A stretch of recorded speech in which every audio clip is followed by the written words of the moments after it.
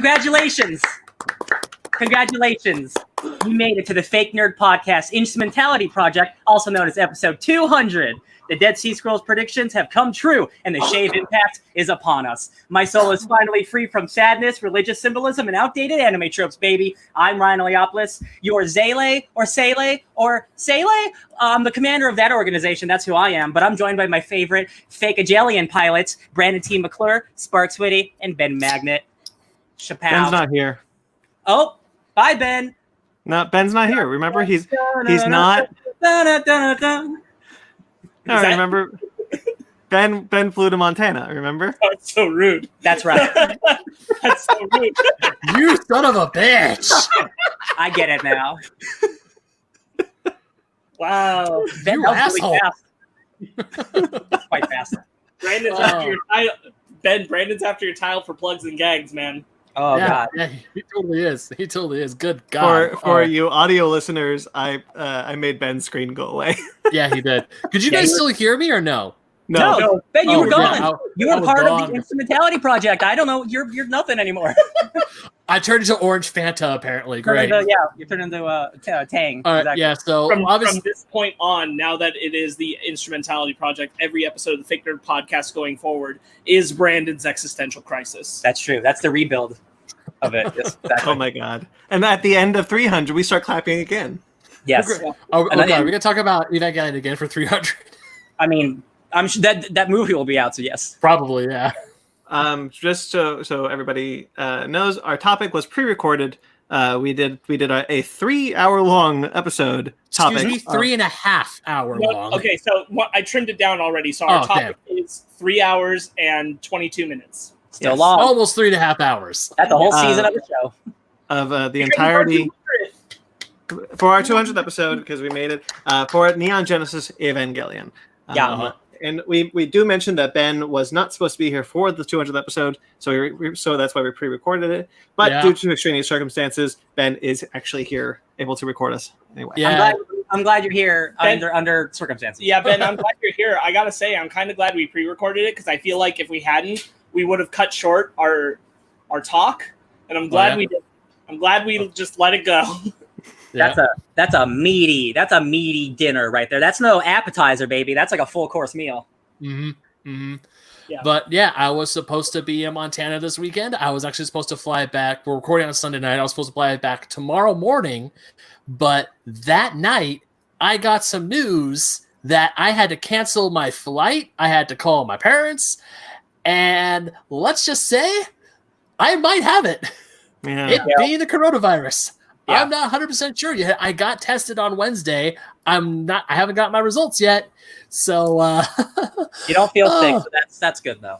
no, I don't feel sick, which is a good thing. And besides that, it was a cluster shack. Right side, you don't have to go back to work yet. Woo! But guys, I haven't been at work the entire month yet. It's been freaking fantastic. listeners, watchers, this is a very serious moment in our lives. When I'll admit, when Ben said this news to us, I was scared. Oh, I was worried for him. I think we all got the immediate notion was panic of like, how is everyone feeling? Yeah. When I called, sorry to cut you off, because I mean, there have been people joking about the coronavirus here and there. I mean, in a very, very lighthearted way. One of those people being a really close friend of mine who was supposed to be my ride to the airport on Friday night or Friday morning. And when we got the news, I called her and I told her, I was like, oh, well, you don't have to take me to the airport. She was like, why? I was like, well, I might have the coronavirus. Instantly, she was like, oh my, she was like, instant, like I could hear the panic in her voice just about to hit. But I was like, I'm okay. My girlfriend's okay. Everyone in the house is fine. We might just be asymptomatic. I got tested. I'm waiting for those results, but we're okay. We're fine. It is very serious. Wear your damn masks when you're outside. Mm-hmm. Wash your hands. Mm-hmm. And I really haven't left the house at all since since when I came home from work. Yeah, I've left the house a few times just to go get groceries and food. That's about it. Sure. Yeah, I figured because of this, Ben, you're going to be we're going to be doing this for a much longer time than we had kind of hoped. It kind of hurts me because if I'm the reason that all four of us can't get together in the same room for the next few months, it wouldn't just be you. Yeah. Look, it's Corona Town, USA over here, buddy. It is. Holy shit. But you and I did do a very safe, very controlled trade. I gave you my extra microphone so that you can record with better audio. Which hopefully you guys have heard, or at least when I listen back to this, I sound a whole lot better. Which is gonna suck because the Evangelion one, I'm not gonna sound as good as I do now. Yeah, that'll happen. It's okay. You're here with us now. It's okay. Yeah. But yeah, even then, I was thinking about that today when I dropped off. When I dropped off your thing, I was like, when you picked up when I picked up my mic, I was like, man, this is the first time I've seen Brandon in person. But it's been months. Yeah. But I could only see him behind a glass wall. Like I stepped I think 12 feet back just to be extra safe. We wore masks, we wore gloves, we sanitized our shit. We were behind a glass door. We're like, I wish I could give you a hug, but I don't want to get sick. I can't. I wasn't going to give you a hug, even if you wanted to. When I was doing the end of one of my film classes, when coronavirus started, we all get to see each other's you have to make it at home projects. And one student made one where a friend brought toilet paper, but it was filmed like it was a drug deal. But every time before they did anything related to the deal, they'd have a secret handshake and shit, and then they'd immediately hand sanitize themselves themselves after. It was a good gag. I like it. Your stories making me think of that. Yeah. Oh, but one good thing really did come out. I think I got this on Friday, I think. When did I get? I'm pretty sure it was Friday. Yeah, but my print from Geek Fine Art came in the mail. Yeah. It's got our gorgeous little... It's me, Terry McGinnis. Damn it, Finger! There you go. There it is. FakeNerd podcast. Yeah. Cameras work. 200 episodes and we've made it. Yeah. And of course, it has our friends Downright Nerdy podcast and Pinky's Out podcast. Yeah. You record. Yeah. I do record with them. It's true. All of it. Yeah, I got this. I was like, yay. That's awesome. So, can I go first with my week? I didn't do a whole lot. No. Okay, fine. Yes, of course. Didn't want to. No. I only did a couple things. I watched the new movie on Amazon Prime, My Spy, Dave Bautista's film. Right, that came out finally. With the little girl. Yeah. No, yeah. I just remember seeing a trailer last year. Yeah, it was supposed to come out last year, but around the same time that Stuber did, but Stuber made it get pushed. Yeah. And then due to Corona, it was put online. It skipped theaters distribution altogether. It's cute. It's an all right movie. It's a good way to spend an hour and a half. Bautista's really funny. He's really coming into his own as a comedic actor. That's good. I always like it when sorry to cut you off, but I always like it when wrestlers come into their own as actors, and they're actually really good actors. Yeah, I think working his comedy chops has been really good for him. Yeah. It's also kind of a secret romantic comedy, which I didn't get from the trailers, but that was kind of a welcome surprise. It was nice. It was cute. Is that? I don't care. Is that between Bautista and Shaw? No. Damn. That'd be funny. That's what I want. That's what a relationship. I'm pretty sure it's between Bautista and the girl's mom. Yes, it's you see it coming. You see it coming from miles away, but it's kind of cute. Because you said secret, and I'm like, Bautista and Shaw that'd be secret. Well, I meant to say is the trailers only show it as a kind of an action comedy. I get you. Yeah. But most of the time, I just end up spending watching Adventure Time. Yes. I am almost done with season. What? I'm well aware. Yeah. I appreciate it. Pretty much every day, twice a day, Brandon texts me about Adventure Time. I'm almost done with season 6 of Adventure Time, which is the second longest season. When I say that, season 5 is 51 episodes, which is a step up from the usual 26 that it had been for the first 4 seasons, and then season 6 is 43 episodes. They're double-sized seasons? Yeah. Jesus. It's awesome. More episodes. It's just like, man, they gave a lot of. But season 5 uses that time to actually create a serialized. Ben, is Santa visiting you? That's fucking fireworks. Sorry. First F-bomb. We cursed throughout the topic. Throughout the topic. Oh my god, no, that wasn't Santa Claus. I wish it was Santa Claus. They're but happening nope, on our brand too, yeah. That was like 10 fireworks just went off in a row, and they're still going. It sounds like. It really does sound like Santa's knocking. Christmas is canceled. I'm here now. Ho ho ho, Ben. What do you give you? $10 million? That'd be great. Want some Corona? I'll take Corona beer. So as I was saying, Adventure Time Season 5 is when the series you start to see the gears turn towards more serialized storytelling. And it was always present. There was always definite character arcs and development, and characters learned and grew and changed throughout the seasons. But Season 5 is when you really get into what the series is actually about. It's when it gets cosmic.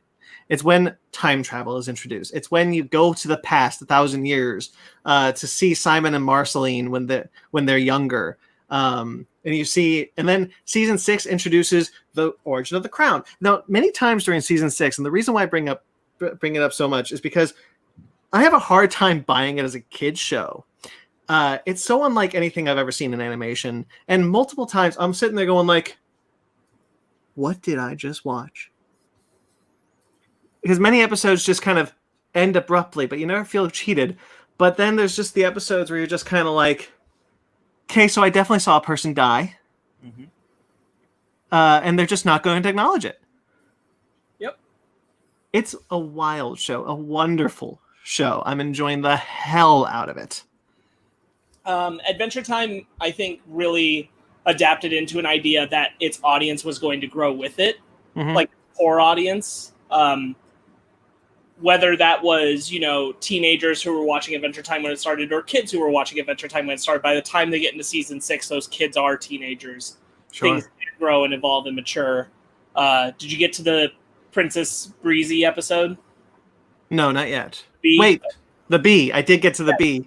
Yeah. I did get to the B. Yeah, that's what I mean. That's exactly where it goes. So, adult stuff. Yeah, sure. So the episode, there's a bee who wants to bang Finn's flower. Don't spoil too much of it. No, so like you do meet new characters, and stuff that happens with the Lich is really interesting and really fun, and really just out there. But one episode I really want to talk about to just kind of exemplify the kind of feeling that I have watching it is an episode that has a bunch of time travel and weird alternate realities, and then Finn explodes into a sword. And that's the end of the episode. And I'm just sitting there going like, okay, so I definitely just saw that, and they're just not going to acknowledge it. Finn just has a sword. That was him. Keep watching. I can't wait. Every episode when they introduce new things and they're just like, here's a comet. Remember that ghost from Season 1? This is her story. Remember this? Remember that? And I'm just like, give it to me. Give it all to me. So I don't consider this really a spoiler because it's something they've hinted at since the first season of the show. In every different version or dream version or anything you encounter of Finn as the show is progressing, you always see that Finn is missing his left arm. Yes, always his left. His left arm. So it kind of tells you eventually Finn loses his left arm. And when the real Finn loses his left arm in the show is a brutally emotional moment that I'm so impressed they nailed. Me too. No, I texted you. I texted you after that moment. I texted you after the moment, and I was just like, "Look, I knew it was going to happen. I didn't know it like that." Right. No, I actually watched that live. Yeah. When it aired on Cartoon Network, I was in college when that episode aired, and I remember watching it because Adventure Time Cartoon Network was always on in my college dorm room. Sure. And we were just like, "All right, cool, Adventure Time's on. Oh, cool, Gumball's on. Oh, cool, regular show's on." But for some reason, when I'm watching that and they show Finn's arm getting chopped off, I'm like, he's going to get that back, right? Nope. Well.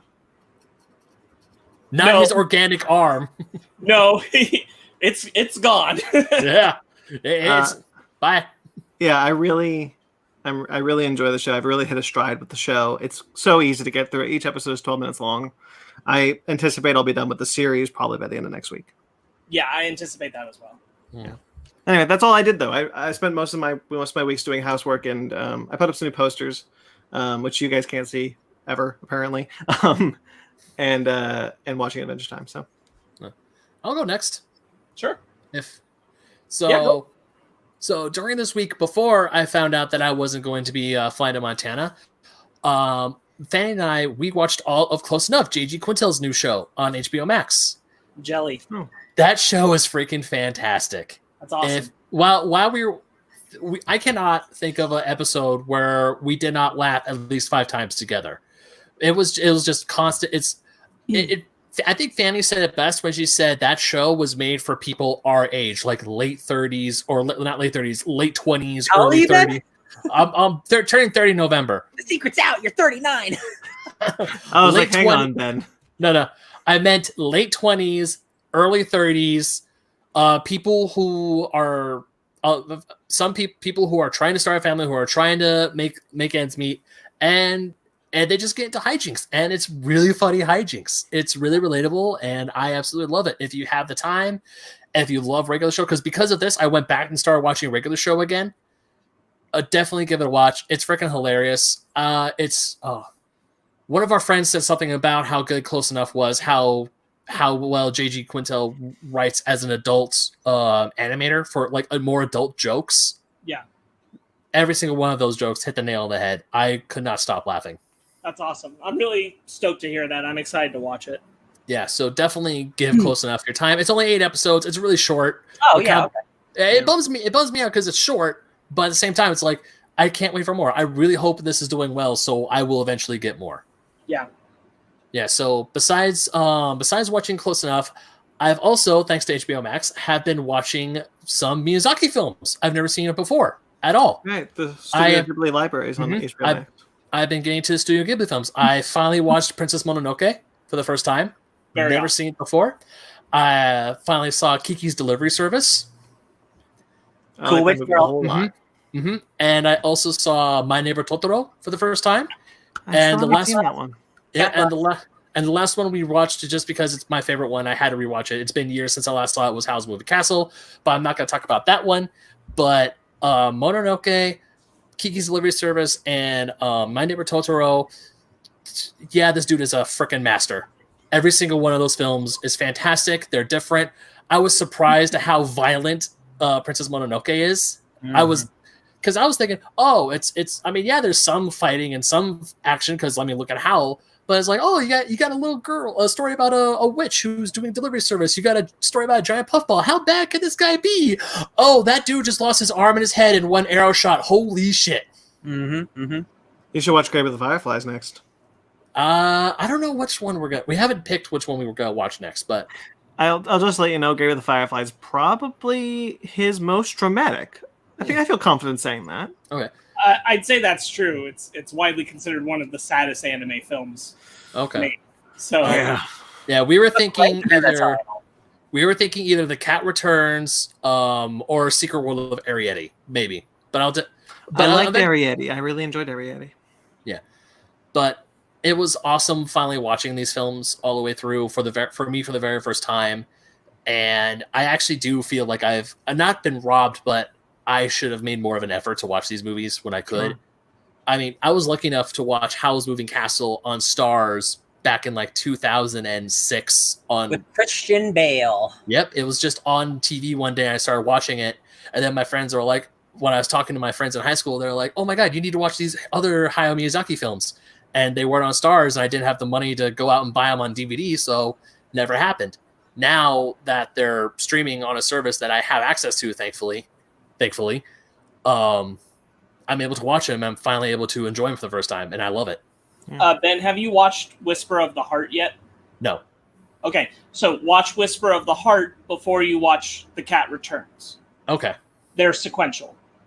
Gotcha. Okay. Actually got to write that down. Yeah, I've seen a couple of them. You know what, Ben, you could do is in September, they always do this. And they used to do these Ghibli marathons every Wednesday during September. They would show us. Yeah, they would do these film festivals where every weekend they would do a Ghibli Fest. Yes. Yeah, they would do a Ghibli Fest. Unfortunately, due to my job, when I started noticing them popping up, I wasn't able to attend them. But also, due to the coronavirus, I doubt they're doing that this year. Yep. But yeah, it's really cool. Kiki's Delivery Service was always my favorite. I've watched that one multiple times. Oh yeah, Yeah, Kiki is so cute. The character herself is adorable, but the movie is just so great. A young Kirsten Dunst. I know. Even when I was watching My Neighbor Totoro, and we have Elle Fanning and a very young Dakota Fanning doing the voices, I was like, Tim Daly's in that movie. Yeah, I have not watched that dub yet. Really? I saw the old dub before okay. they brought in Dakota and Elle, because My Neighbor Totoro had like a really, really old dub before that, and that's the only one I've seen. Okay. Right. But I barely remember it, so it's not like a judgment thing. I just haven't watched the new dub. What? I did not know that. Okay. That was before Disney got the rights to distribute them, right? Got the rights, yes. Okay. And that's why the old dub won't be distributed anymore, because they recorded a new one. And same thing like with the ADV dub for Evangelion. Gotcha. It's just they don't distribute it now. Kill the past. But yeah, every single one of those films I say are fantastic. I enjoyed watching them so much. Another film I revisited this week was Princess and the Frog. Nice. I've been wanting to rewatch. I actually been wanting to rewatch that one for quite a while, and then finally I was like, you know what? It's only an hour and a half. If I'm not going to do it now, I'm probably never going to do it. So once again, we sat down, we watched it. That movie's highly underrated. It's so good. The animation is just great. Damn it, Disney! Why'd you have to stop doing 2D anime films? I wonder if that movie came out now, it would do better because people are more hungry for that type of animation. I would say so. I think they were hungry for it then, but I don't think people saw that movie, and it's a Disney movie. It's because like people had no faith in Disney animation at that moment in time, because the last things that came out before that were things like Home on the Range and Meet the Robinsons and Chicken Little. Oh, yeah. Just before that was Bolt, which did all right. Miley Cyrus, but didn't get enough like clout back for Disney animation. Yeah. Princess and the Frog did, but it did after its theatrical thing, which is why Tangled did so well. Yeah. Which was weird because I remember specifically back in 2009 when they were back. I was at Disneyland, and I think I saw a poster for like Bolt or something. I was like, man, how come Disney just stop doing the 3D stuff and just go back to making 2D films? A month later, first thing for Princess and the Frog, and they straight up said a return to 2D animation, and I was hyped. I saw the movie in theaters. It was great. And then Tangled, Frozen, the rest come out. Yeah. I really like Bolt. I just want to point that out there. No, I really like that's Bolt. fine. I really like Bolt too, but I can acknowledge that like there's also the like unspoken Disney anime film that happened in there called Mars Needs Moms. Yeah. Which really killed a lot of Disney animation clout, and that happened not long before. Yeah, we don't talk about Mars came out. Yeah, that's what I mean. Like Disney really like. There's 2-3 animation films that Disney pretends they didn't do: Song of the South, Mars Needs Moms, and The Black Cauldron. Yeah, the Black Cauldron is on Disney Plus, so I don't think they're doing that one. That's true, but they still try to pretend they didn't do it. That's fair. They'll put it on Disney Plus because it's unproblematic. The other two are problematic for different reasons. Just make a dope remake, and then like everyone forget that it exists, and you have a good version of it. Right, exactly. Because there's a good idea there. I will say, like, because I did a tour of the animation studios a while back, and I will say that I was impressed. Just like it made sense, but I was impressed to see they have like a hall where it's one storyboard piece of art from each animated film going down chronologically, and the Black Cauldron is up there. That's nice. Cool. That's good. And also, Brandon, since you like Bolt, I'll point out I actually enjoyed Meet the Robinsons. I like Meet the Robinsons too. I think that's a fine movie. That was a fun movie. I think that there were fine things, but they weren't of the caliber that people were expecting or desiring from Disney anymore. Yeah. In a wide sense. And then Princess and the Frog was, but people didn't have faith anymore. Right. Yeah. So that's a lot of the stuff I absorbed this week. I was watching a whole lot of I finished Close Enough. I'm rewatching regular show. I'm trying to catch up. I've never finished the series, so I'm going to try and finish the series the whole way through.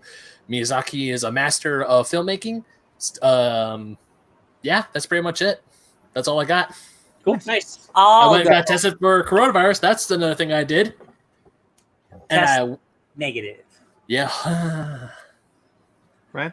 We'll see. So let's see. I spent the first half of this week cramming for our topic. So I watched in 3 days. I watched all of Evangelion and End of Evangelion and Death True Squared. So I'm glad we spent so much time on that topic because I feel like if it was only 30 minutes, that research would have went to nothing. So I'm glad we did that. I had so much fun talking about it, which you'll see which is the first time we've done this before with the topics pre-recorded, so it's weird. Okay, so I did that. I started playing The Last of Us 2 finally. That game's very good. I'm not going to talk about any spoiler stuff because I know you're going to play it soon. But man, you recently played the Uncharted games, Brandon, so you know the quality of that of Naughty Dog. It's like that, but just like a horror version of that. And the character stuff is so strong, and like this is every game they keep topping themselves, much like Rockstar with like Grand Theft Auto and Red Dead Redemption. And no joke, I was on a horse just walking through like a forest, and the foliage looks so real. I was like, how do you get better than this? And I realized there's a new console coming soon. I'm like, man, it really can always get better. But for real, like the foliage, man, it is like so good. It's so impressive. I just stopped and I just turned the camera around. I was just like, holy shit. This is so, it's like when you look at God of War and you see like the giant thing, you're like, oh, right. Video games can do this sometimes when you have 5 minutes to make a game. Can I tell them what you tweeted? Yes. Because you tweeted out on Twitter, you were like, I'm going to play Last of Us 2 now. And then like moments later, man, fuck video games. No, not moments later, 5 hours later. 5 hours later, yeah. Because I played, and I played more today before this podcast, but I the first game was broken up in like seasons, and this game is broken up in days. So I beat the first day, so I'm over 6 hours into the game. And that game's brutal. It is brutal in the way everyone is right about. Not just in the way that it looks really realistic. It's the way that it makes you empathize with everyone you're killing, because it makes every character feel like a real character. So when you shoot someone, the person next to them goes, "Oh my God, they got Daniel!" And you're like, "Oh my God, no, games don't do that. They don't make you feel for the people that you're killing." And it does something really cool with, if you've seen the trailers, there's other characters that we're introduced to. You get to know your villains, or excuse me, not even villains, your antagonists, because I don't know if they're villains. You get to know your antagonists very well. So when you're having to kill them, you really feel bad because you don't know their whole story yet. And it's really fascinating. And I can see why this game is so conflicting for so many people. And I'm still very early. So I cannot wait for you to play it. I cannot wait to get farther. It is, now that I'm in, I'm like, okay, I'm glad I started it. I'm at the dog stuff, and it's not cool. I'm not. You got to do it. You know what? You can't. It's hard to avoid them. There's one you got to do. And the rest you can work your ass off to avoid. It's really, really hard without dying. I've heard. And I've had to kill a couple dogs because I don't want to die not to avoid it. And I'm not. It's okay. Like it's not as bad as I imagine. But man, I don't know how they get dog screams to sound as good as they do. But it's not cool. So I've been playing that. It's a great game. Sadness ensues. Counter that, I started watching JoJo's Bizarre Adventure. Yeah, you did. Boy, howdy, guys, that's an anime. You thought it was me. You thought it was something else, but it was me, Dio. It might be the most anime I've ever seen. And I mean like the most in the way like Spider-Man says, like, man, that's the most. Like it is 110% all the time. When characters turn, they always pose and words come out like, wow. And I'm like, this is so good. And it's like about 19th century rich English people. And I'm like, I don't care about rich English people. But then you realize like they're good-hearted and like some of them are evil and want to steal fortunes. And it's so fun. I thought it was really long. Apparently there's only a couple seasons, so I'm getting through it. It's just a blast. And if you want to watch something that's really fun, that just has fun action, fun characters, the dub is great. Like the characters. Are you aware of the gimmick of how the seasons work? No.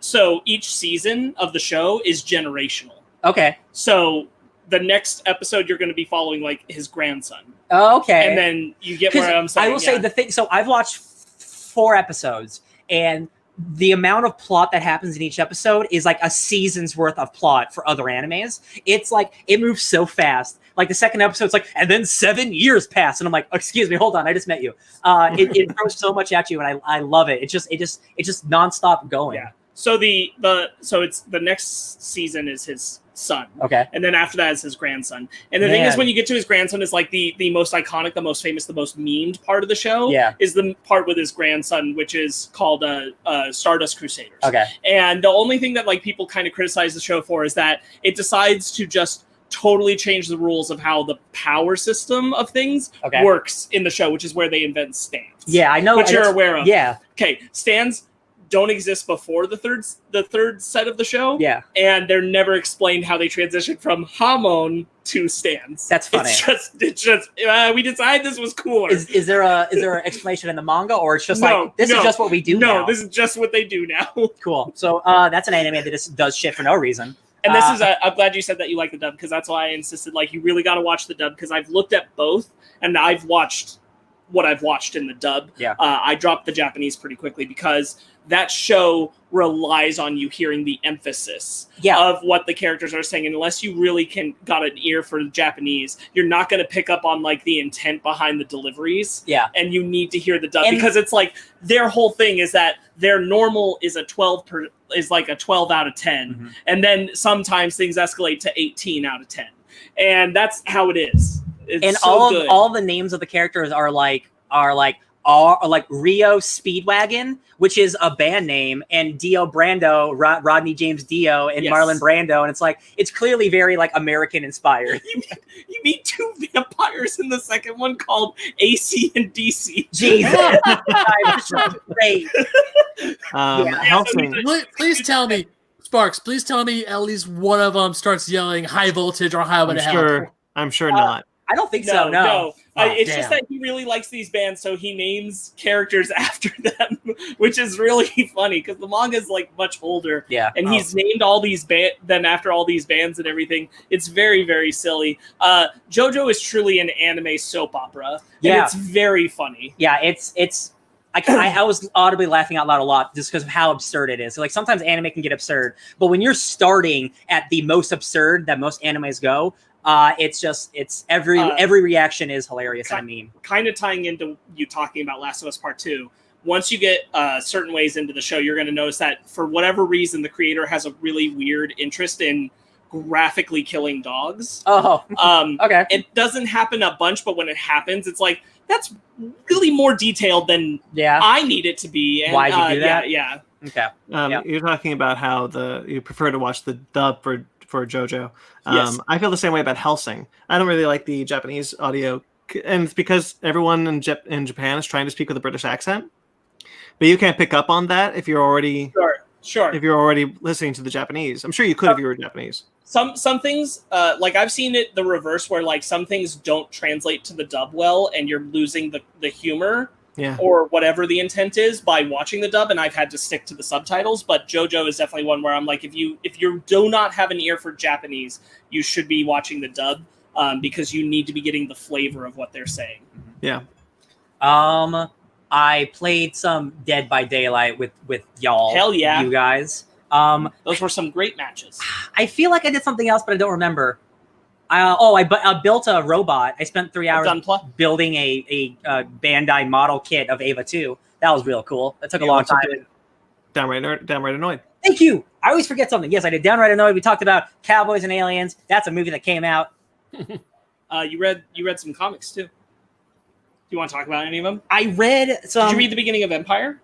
I did, yeah. Yeah. Sure, yeah. So Empire started, and I think the first issue, it reminds me a lot of War of the Realms start. The start of War of the Realms was kind of it felt kind of subdued for what the entire event was promised. And it kind of it does a subversion of who the villain is in issue 1, and it didn't have the impact I thought it's supposed to have. But I also really trust Al Ewing, and I think there's going to be something more, there's deeper to this plot. Also, he wouldn't have revealed it in issue 1. Sure. I was just kind of thrown off. So that's also a book that came out.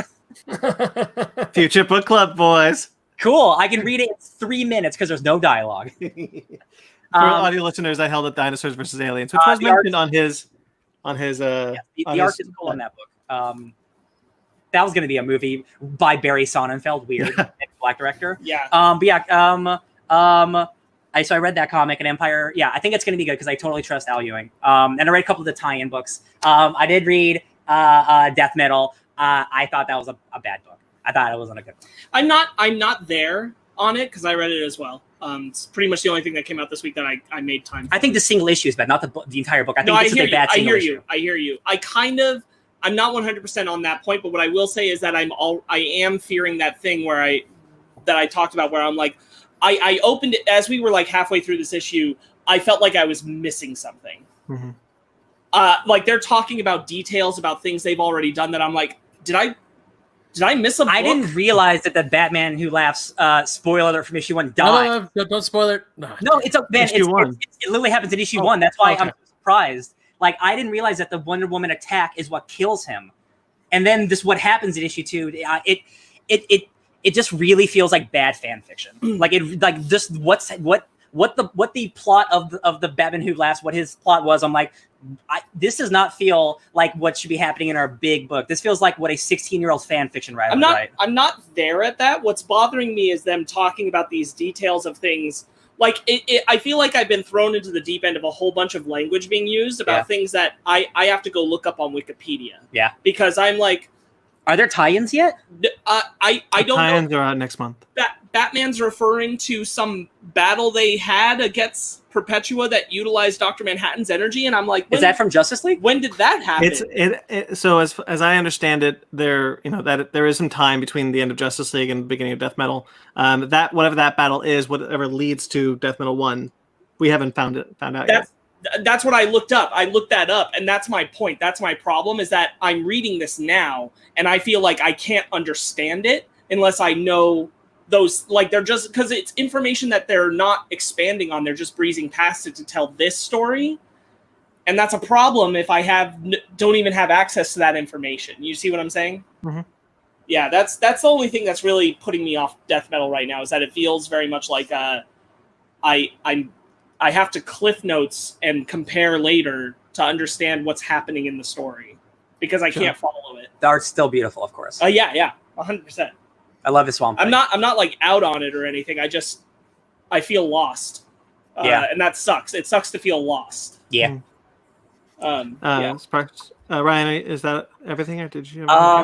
There was a couple free comic book day issues that were not free, but that's okay. I like supporting my comic book store. The X-Men one is hella dope, and it sets up X of Swords very well. And there was a cool teaser for what's coming up in Ten of Swords, X of Swords, whatever, later this year. So I'm excited about that. That is my week. Go ahead. Tom Taylor's new book was teased. His Marvel book, the Iron Man one.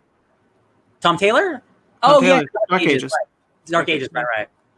The Spider-Man Venom Black Cat one comes out next week. Oh. So, nice. Just like Ryan, I'll say there was a bunch of Dead by Daylight. There was also a whole lot of Neon Genesis Evangelion. A whole lot of it. Yeah. Consumed for this, both in listening to people talk about it and watching it. We watched Doom Patrol, the most recent episode. Show continues to rock. I have no idea where it's going right now. Yeah, with some of the stuff it's doing, but I'm excited. Super enjoy Doom Patrol. Obviously, I'm just going to touch on it every week until it's not airing, and then I'll be sad and I'll talk about how I wish Doom Patrol was on every week. We watched Eurovision last night, the Netflix film. What did you guys think? I thoroughly enjoyed it. It's definitely Rachel McAdams' movie, which I didn't have a problem with. Oh yeah. It's her movie, and I'm glad that the movie knew it was her movie.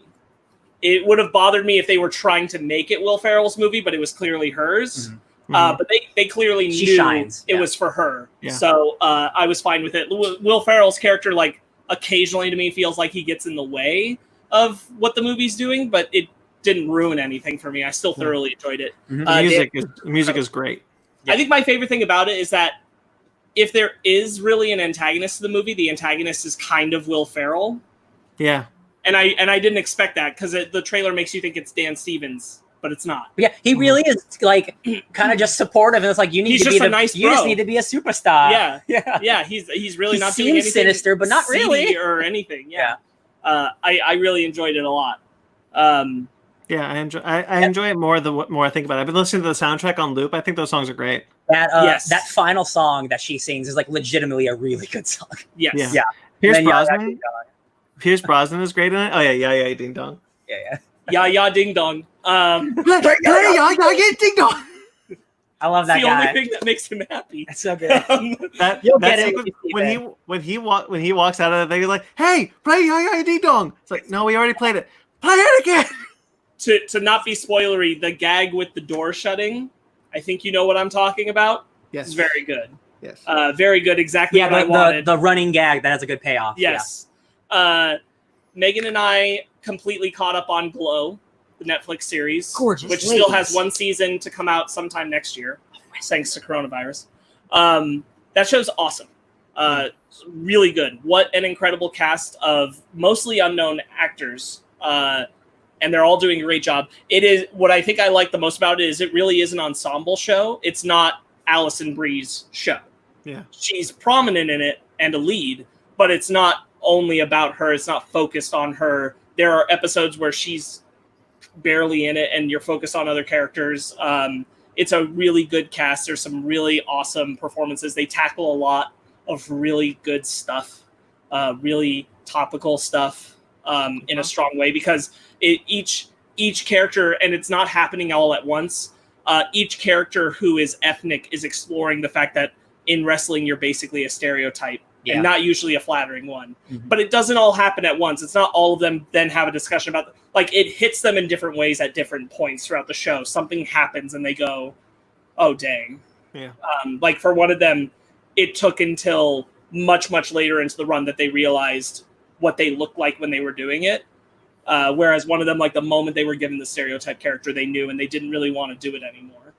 So I like the way that they tackle a lot of that stuff. It's a solid watch. I highly encourage people to check it out. Nice. And the last thing I'll bring up is I also watched some Adventure Time.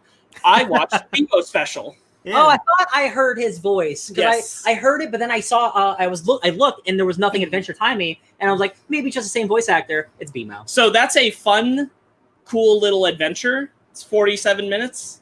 Totally enjoyed it. I have to watch it again because something happens at the end that changes my perspective of everything that was happening before that. Like the whole show? The whole movie. Oh, movie. The whole special. And I won't say what that is because I think the payoff is kind of intended for that. But it's very much I'm going along and I'm enjoying it. It's a fun little Adventure Time thing. And I didn't realize how much extra world building I was receiving until the very end. Right. And then because of something they show me at the end, I go, oh, this is telling me so much more about the world. I love that. So I really enjoyed it. It was really cool. Nice.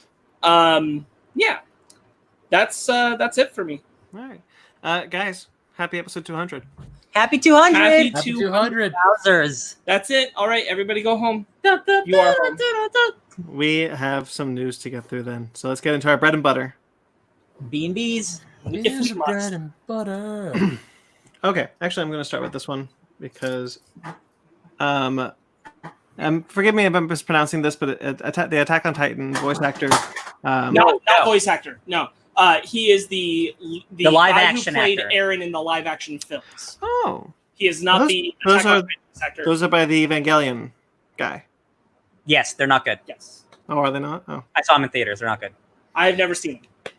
So actor Haruma Miura. I think it's Miura. Miura I'm not 100%. has passed away at the age of 30. That's too young. His manager checked in on him because he didn't show up to work, and it's a possible suicide. Yes, currently it's suspected suicide. Yeah, That's awful. He was famous for a lot of other things. I think just the most iconic nerd thing I could see him attached to was Attack on Titan. Right. It's just sad to hear. Yeah. Someone so young.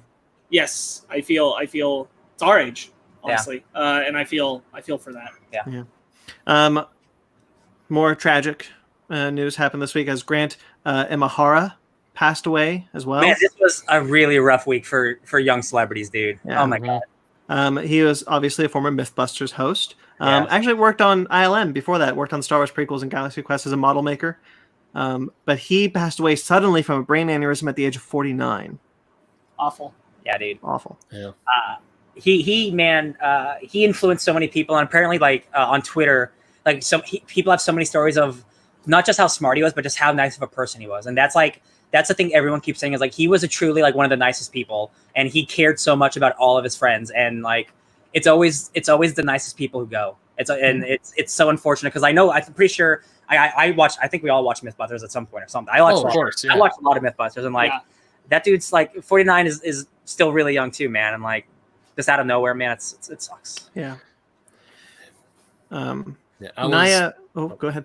I was gonna say I was not thrilled to hear of when Grant passed away because he was super young, and even though when we just talk about Mythbusters, we talk about Adam Savage and Jamie Heineman, but his team, at some episodes, they had like it was Grant, Kari, and Tori. Mhm. Those guys, those three, sometimes had the funner myths, if that makes sense. Like, Yeah. I mean, obviously, because I remember watching later episodes of Mythbusters. The show was split in two. It was half was for Jamie and Adam, the other half was the other three, and sometimes they would all five would come together. Yeah. But just watching them just do all their stuff together, all the hijinks they would get into. It sucks to hear that he passed away from something like this. That's something actually that a close friend of mine, her mom just survived a brain aneurysm. Wow. She's recovering from one. So to hear that he fell to it is like, damn. Yeah. It sucks. It hurts. Yep. As well as this week, the body of Naya Rivera, best known for her role on Glee, was found in Lake Piru in Ventura County. She was 33. Supposedly she was saving her 4-year-old child from drowning when she drowned herself. She did save her 4-year-old child because he reported that was the last thing that he saw was his mom putting him back up on the boat. Yeah. And that's really well, tragic. I say supposedly because I quoted the Oh no, article. yeah, of course. I just want to like she saved her son's life, and like that's like the small miracle if you can think of one in this terrible situation. It's so sad. Again, like another young, really talented, really nice person. Take it from us. Joanna Cole passed away this week. She is not so young, but she passed away at 75. She was the author of The Magic School Bus. Oh yeah, okay, definitely. I watched all those. Oh yeah. Yeah, I actually part of read our those childhood. books. I read those books quite a bit when I was in elementary school. I loved the Magic School Bus books. Oh yeah, I love those. I love those short, those little films. They played. They just brought it back with Kate McKinnon as the new Miss Frizzle. That's right. Yeah, that sucks. So she wrote over 200 books. Yeah, that's incredible. Wow. Good for her. And best part is all of them were to help educate kids. Yeah. They took. And so bad. Last but certainly not least, Representative John Lewis passed away this week at the age of 80 from stage 4 pancreatic cancer. He is obviously a United States representative, but he also wrote a former book club of ours, March, about his time in the civil rights movement, and that was a really great book. He was a really great guy. Was at least like there's been no word on the in development, but like he was at least working on, if not finished, Run, which was his follow-up trilogy of graphic novels to March. We'll find out what will happen with that eventually. He was a great voice for the civil rights. He was a great voice in our Congress. One of our most important, for sure. He was John Lewis. I remember a while back. I don't remember exactly what year this was, but during the Trump administration, when he was pushing for whatever it was he was doing. He was pushing to like send everyone home. He wasn't going to have the Senate like closed and everything. And John Lewis led the sit-in. Do you guys remember that sit-in? Yes. With all the Congress like sitting in? John Lewis was the one who led that. I remember that as a big moment when he just went in and he sat right on the floor and just stayed there. Great guy. One thing I was going to talk about John Lewis, that actually, when we first read the book club, all those, how long was it? Like a year or so ago when we read March? It was a while. I'm not it even was a while ago. to pretend. Because normally when you hear about senators or any big politician write a book, you're thinking it's just going to be that, oh, this is their memoir, this is their big giant book. You're going to see it plastered all over Barnes & Noble. It's like a traditional book in a sense. But to hear that a senator chose the comic medium to tell his story of the civil rights movement, to me, that I was blown away that a congressman, a United States congressman, said, I'm not going to just write a book. I'm going to write a comic book about me being with Dr. King, about me being in the civil rights movement. I mean, for me, that's just because I feel like, and once again, this isn't pertaining to Representative Lewis, but some of those senators or some of those congressmen are just like so uptight that if they even are given a comic book, they'll be like, what is this trash? This is some bullshit. Don't give me that. I'm Kitty stuff. Yeah. Yeah. This is for kids. And yet reading March and reading how he, I love how the way of March is told. We talked about it earlier, but for those of you who don't know, March is told as it's on the day of President Barack Obama's inauguration, and Representative Lewis is essentially doing an interview with a young person about his time in the civil rights movement, about how during a time when black people were segregated, some where people didn't want them to vote. There still wasn't any equal rights up until our first African American president. Yeah. So he inspired George Takei to do that himself, and George Takei wrote his own memoir about his time being in the Japanese internment camps. Yes. So just the fact that a congressman decided to write a comic book, and he even went to Comic-Con. There was during Twitter after he died, I was scrolling through. He actually was dressed in the same trench coat that he wore on the bridge in Selma, and he was walking through the halls of Comic-Con. People saw him and talked to him, and he was walking through the halls of Comic-Con just like he did back in the 60s. Yes, John Lewis. Go ahead, Ben. No, I mean, I know I can't talk about the great things that John Lewis has done because, I mean, he's John Lewis. He's the conscience of Congress, as people have been calling him. But for me, just the fact that he decided to tell his story through a comic book form, and the story is just fantastic, it really spoke to me. I know that shouldn't be what does speak to me, but it does. That was his intent. Exactly. He's reaching an audience that all the other congressmen, they don't even try to reach. Right. That was John Lewis's belief, was that he knows that the civil rights movement isn't taught well in our schools, and he wanted there to be a resource to show young people, to show everyone who was ignorant, not by means of their own, but ignorant of what that history was like. He wanted them to not only be able to learn about it, but he wanted them to be able to see it, to see what it looked like, to see the kind of hate that was there when it was happening, and also the kind of the bravery that was present for the people in the civil rights movement. So he was unique for that reason. I think we all kind of felt like John Lewis was on the same level as Ruth Bader Ginsburg, where we all knew they're up in their age, but we don't want them to go. We want them to stick around for as many years as possible. It's sad that John Lewis she's in the hospital gone, right even now. though 80 is no, she was discharged. Oh, she's okay. She's her cancer came back though. She's fighting it, but she was discharged. It's sad to see John Lewis pass, even though it's a solid legacy, and the age of 80 is not.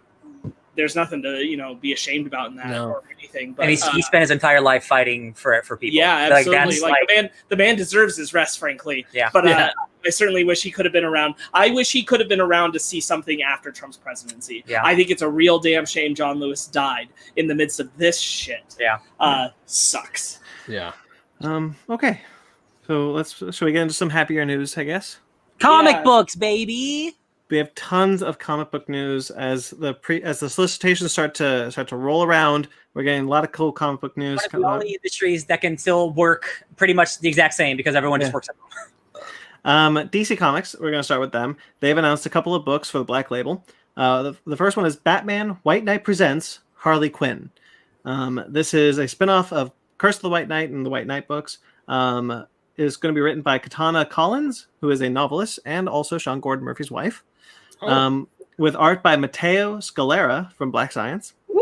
It's going to look so good. Sean Gordon Murphy is co-plotting the story, and he's going to handle the cover art. It's going to be a 6-issue miniseries. I believe Curse of the White Knight is like 8 or something like that. Yeah, I think so. And the story will focus on Joker's former sidekick in the aftermath of Batman Curse of the White Knight. Spoilers, spoilers, spoilers. And that's all I can tell you without spoiling Curse of the White Knight. Good. Yeah, I saw the cover. I saw a cover for for this story, so I think I know what happens. But at the same time, please don't spoil it for me. Because I want to read Curse of the White Knight. I'll say the cover, because I haven't finished Curse of the White Knight. I have them, I just haven't read them or finished it. The cover for the Harley Quinn book has Harley Quinn with some babies. I don't know what that means for the series, but it looks cute. Harley Quinn being a mommy, maybe. Who knows? Getting rid of crime. Who knows? Yeah, so it looks really interesting.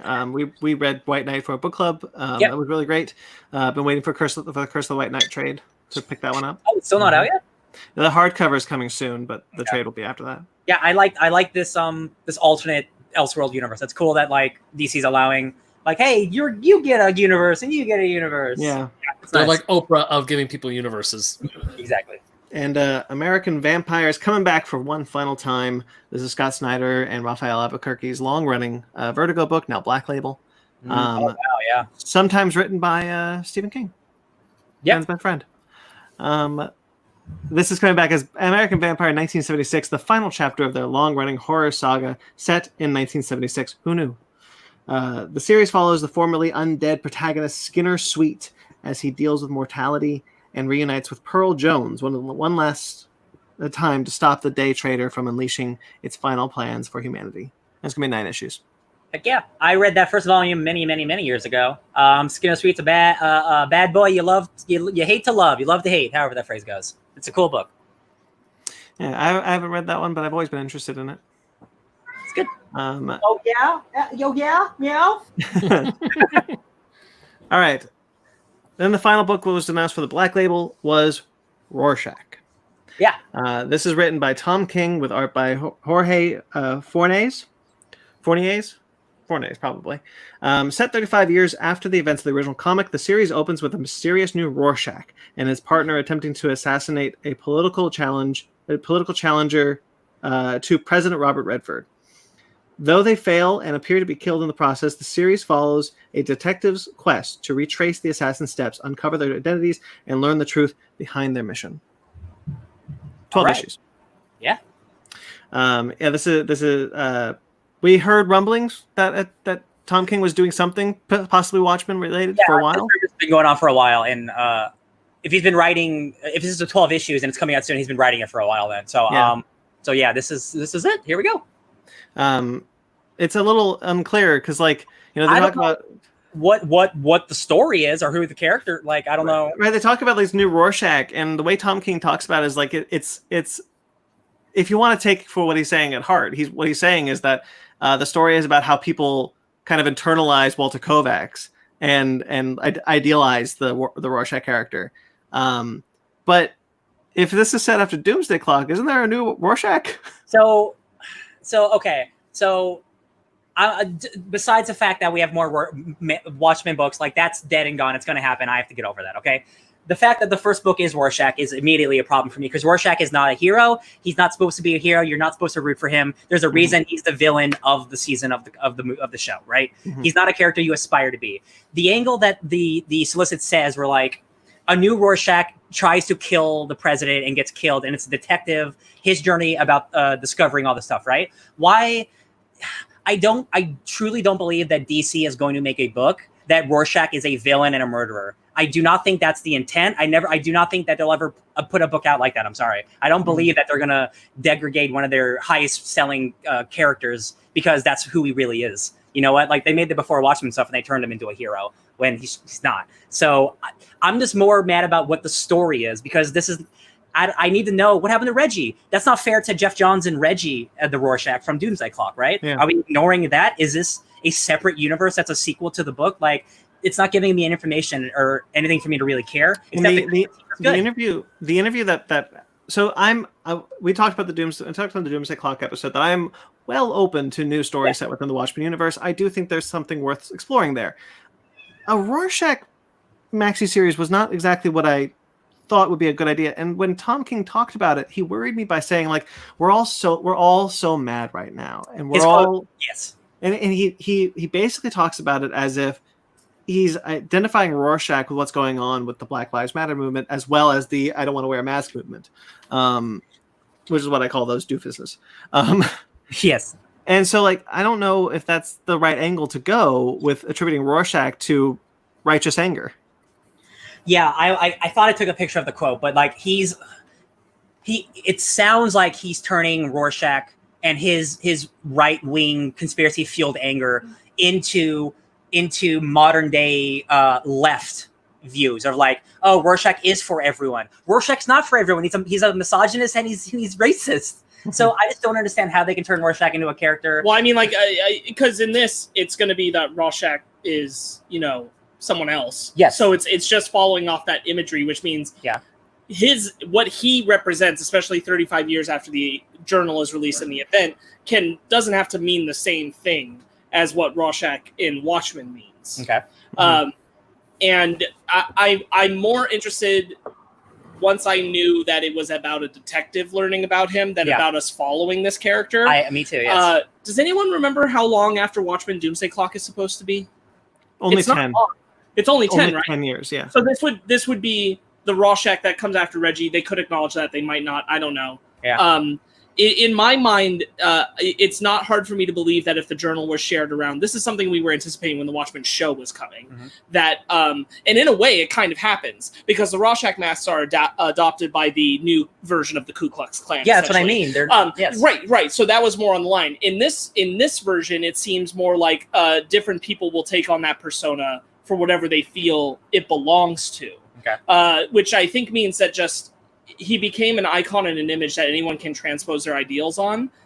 It's too early to say, obviously, because it's not out what that's going to mean. But I think there is potential here for that to be explored, of like how one person can take that kind of thing and twist it. I don't know that that's what this is. I don't know that that is a best case scenario. But again, at the end of the day, when you have people using Rorschach's likeness or what they think his mantra is to do good or bad things, Rorschach is still a bad person, and people are going to. It's like, I don't know. I just don't think this is the right character to do it with. I get you in the DC comics, in the Doomsday Clock Watchmen universe. Yeah. So what we have to believe is the Watchmen canon. Future, that's what I don't. But I'm just saying. Yeah. Rorschach is somewhat heroic for no other reason than he wrote the journal that exposed Ozymandias' lie. Yes. And everybody in Watchmen found out about that. So they're going to hold him to a higher standard than others will. So they definitely talk about it. The actual thing, the set 35 years later, the President Redford, it's like they talk about it as if Doomsday Clock didn't happen, and it's kind of bouncing off the TV show.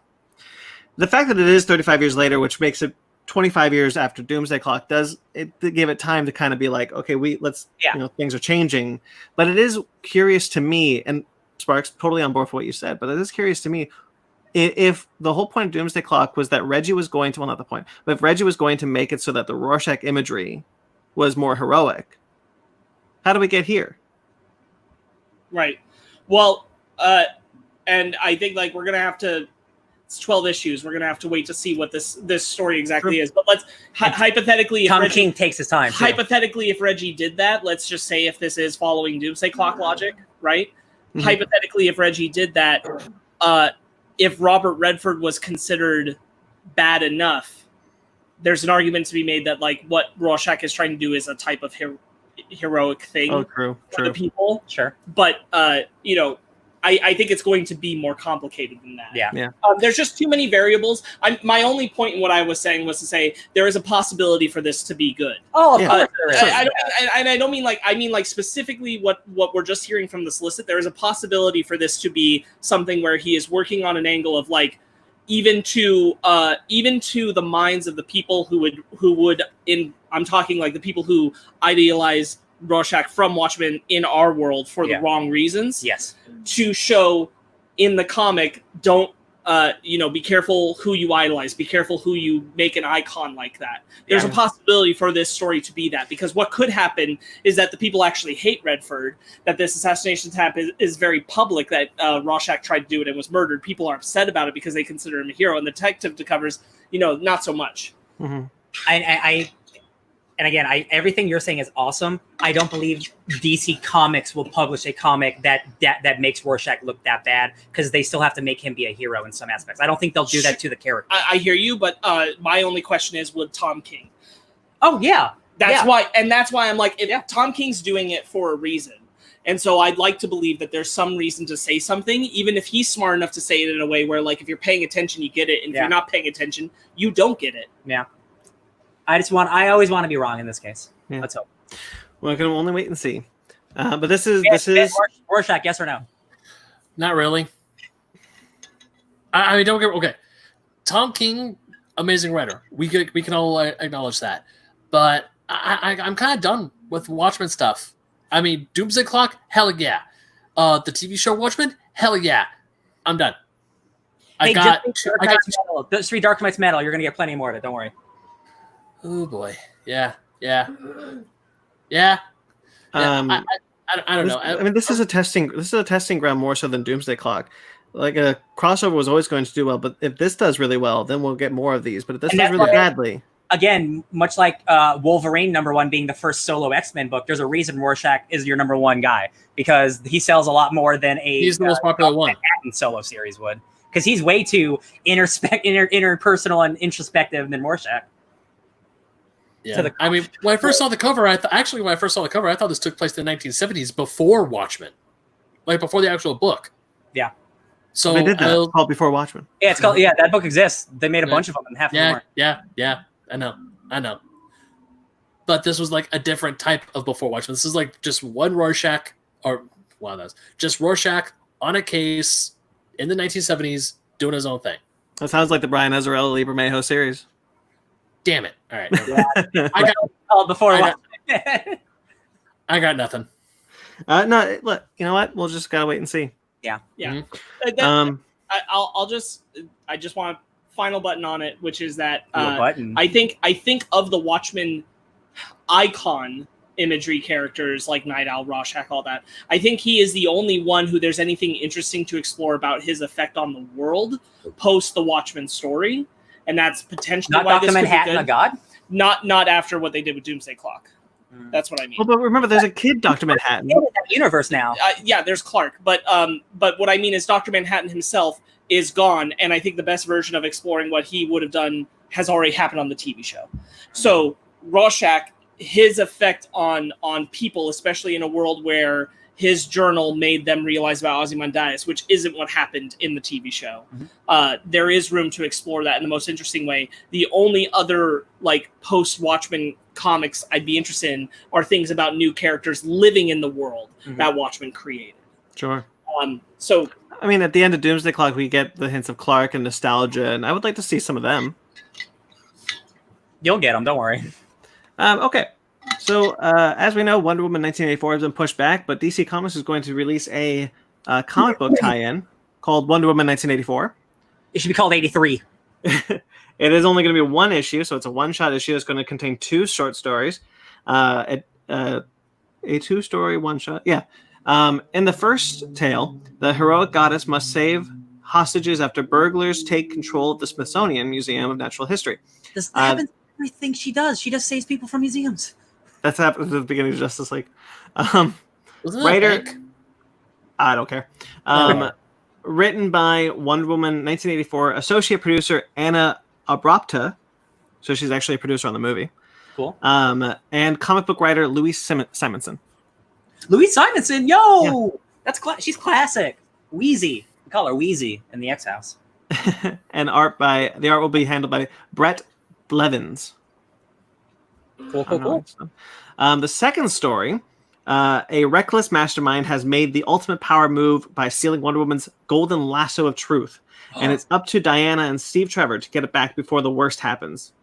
Steve Trevor, I didn't read that part. Steve Trevor? Is this a prequel? Yeah. Is this a prequel that takes place back in World War I?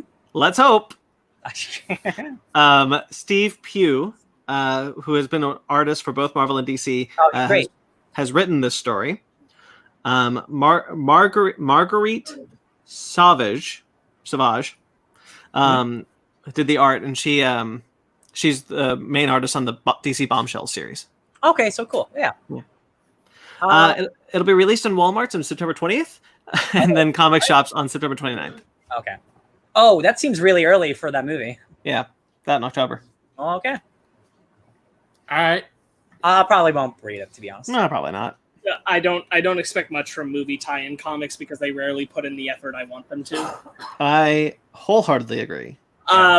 By the way, since we're on the note of it, because I told you guys I recently rewatched Wonder Woman. Mm-hmm. That was the first time I'd seen it since the 1984 trailers were coming out. And let me tell you that prologue and epilogue about looking at Steve Trevor's photo don't really hit the same if you know that she sees him in 1984. Oopsie. I don't know. We'll see what happens at the end of 1984.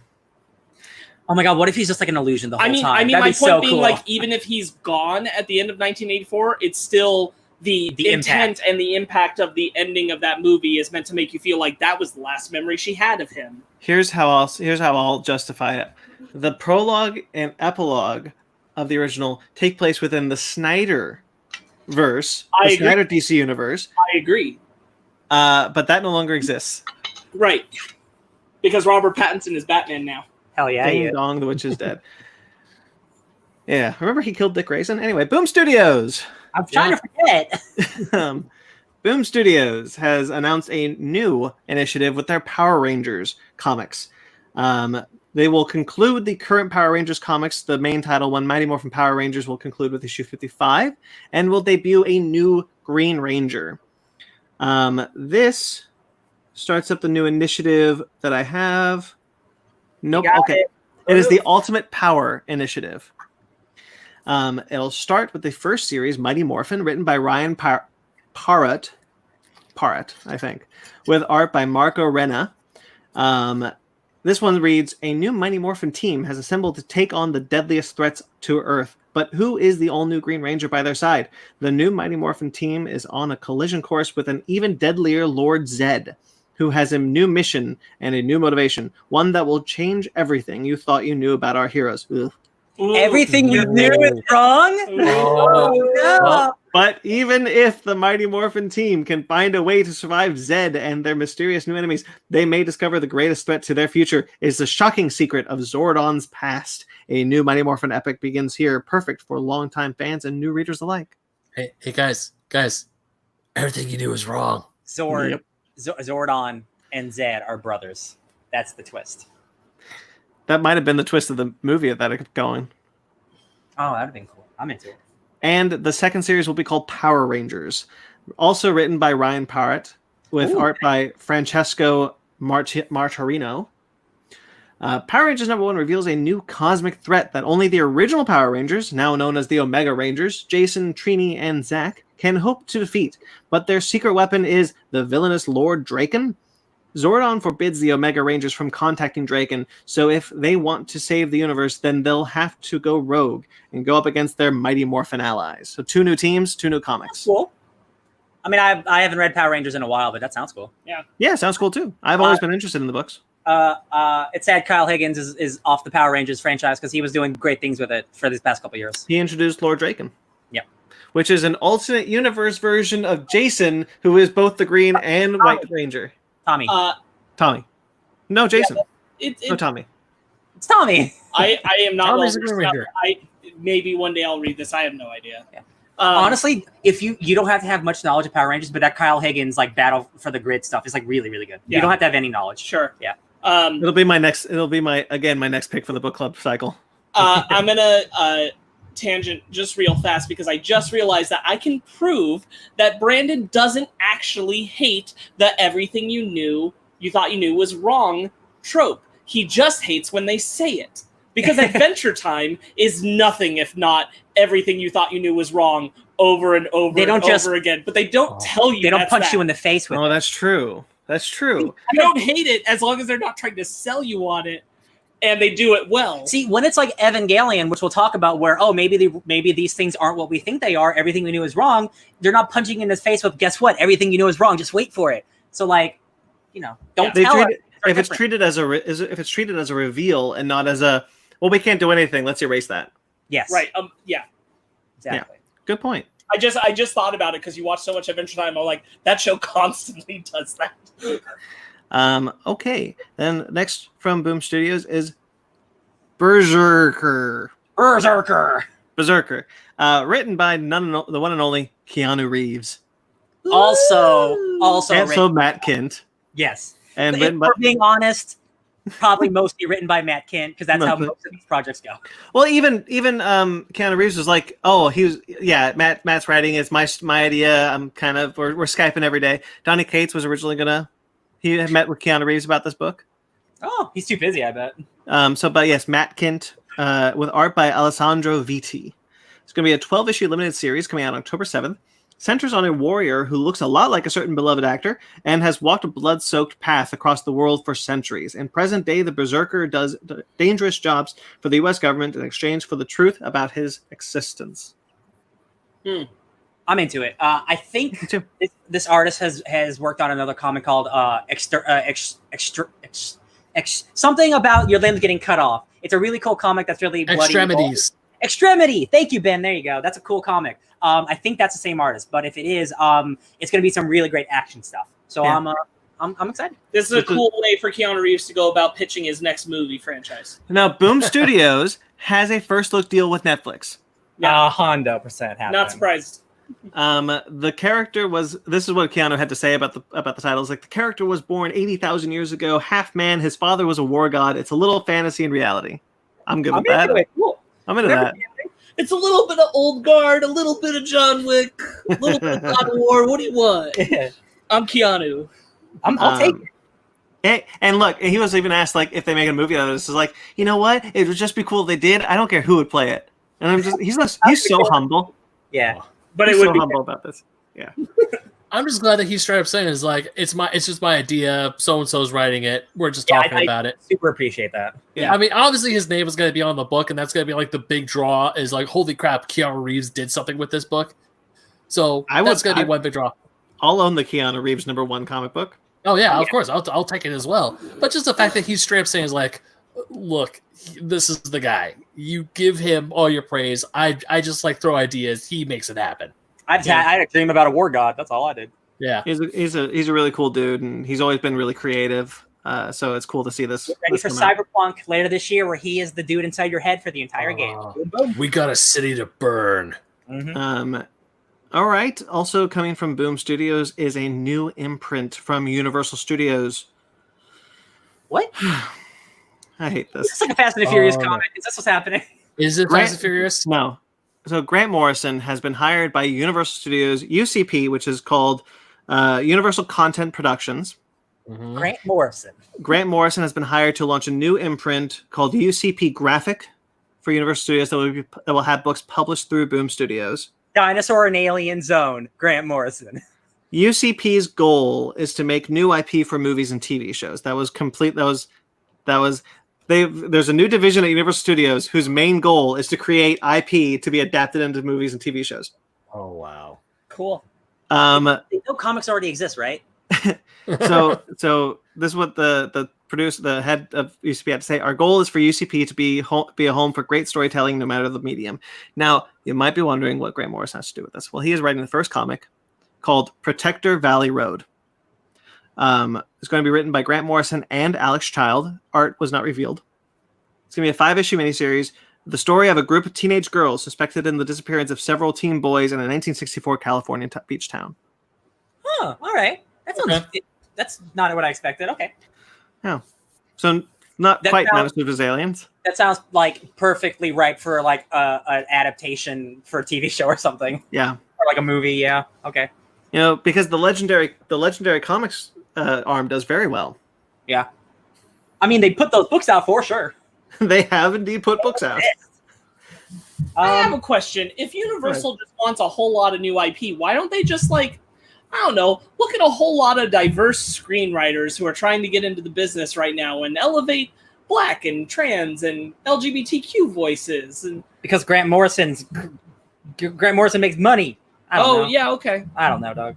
It seems weird because Grant Morrison, he is definitely a company man. Like, he might be like, he does crazy stuff, but that dude like sells out like hardcore, and I respect him for doing both, for being artsy and making millions. This just seems like selling out. It seems like they gave me a lot of money to make a thing that could be a show, and I went, and the comic's probably going to be just fine, and the movie's probably going to be just fine, and Grant Morrison's going to be making millions off of all of it. Matt Fraction and his wife had a deal with Universal Studios to create new content for them. So apparently all that stuff's still in the works. It's just coronavirus really messed it up, but they have multiple TV shows in development, whether it's scripting or pre-production stages, that like they've been gone from comics except for Matt Fraction, and they're still running comics, but not as much as they used to, because they are focusing on doing a lot of TV stuff that just is not out yet. But they are been working hard on TV shit. Yeah. I have a question. Buy a comic book company, I guess. Yeah. Yeah. What's up, Ben? Yeah. So, okay. You hire Grant Morrison. He's an acclaimed comic book writer. He knows his stuff. That's cool. Why don't you have him just be like head of the department? Give him a bunch of screenplays and stuff. I'm sure he doesn't want to do that. Probably not. I don't know. I don't think they would want him to, because he's not a business type guy. They want to get a big name to write their first big movie comic adaptation thing. And then they're like, Grant, here's $1 million. Give us a 5-issue miniseries. He's like, okay. Like, it's not the first time this type of things happen. Like, you know what? Universal, in order to get new IP, Universal should have just bought Dynamite. I'm just saying, like, I mean, if you're creating I have nothing against this comic thing or anything, but if you're creating an initiative specifically to create like new big film IPs, I'm like, why don't you like go for the diversity plug and like get a whole lot of branding and marketability off of specifically doing that? Yeah, I don't know, because they don't know what they're doing. All right. Well, that's because they hired Grant Morrison to make a comic movie. because they once asked Alex Kurtzman to direct a movie. I'm also willing to bet that a lot of the heads. I'm also willing to bet that a lot of the heads at Universal are still really old white guys. So they're like, this guy makes a whole lot of money. Yeah, get him. This Grant Morrison fellow. Yeah, he writes comics. Let's do that. It had to have been a good deal because for him to say yes. Yeah. Oh, bye, Blink. All right. Anyway, Image Comics had some announcements this week.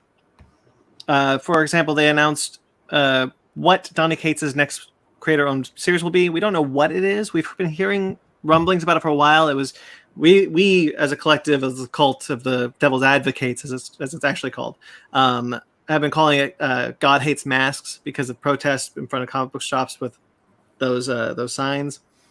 But it is in fact called Crossover. It is by the same team of God Country, the same God Country team of Donny Cates and Jeff Shaw. It's going to be out in November. And all we know is that Donny Cates has said it's an anti-event for the ages. So, right. Yeah, don't know anything about it, so I can't say anything. But like, I'm glad they're back together making cool shit. Yeah, Cult of Cates. I have yet to read something from Donny Cates I didn't like, so I'll just read everything he makes. It's true. All of it. Pretty much. And then, in shocking news, Robert Kirkman had this to say about The Walking Dead. They're going to be re-releasing all 193 issues in color. Yep.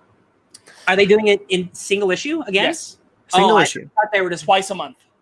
Single issue, all in color. full price. Yeah. Yep. That's cool. That's a lot of money. So cool, but they are releasing all 193 issues. The first issue will be out October 7th with 2 issues in November and then 2 issues from then on. It'll feature new variants from people like David Finch, Tony Moore, Julian Tedesco, and Arthur Adams.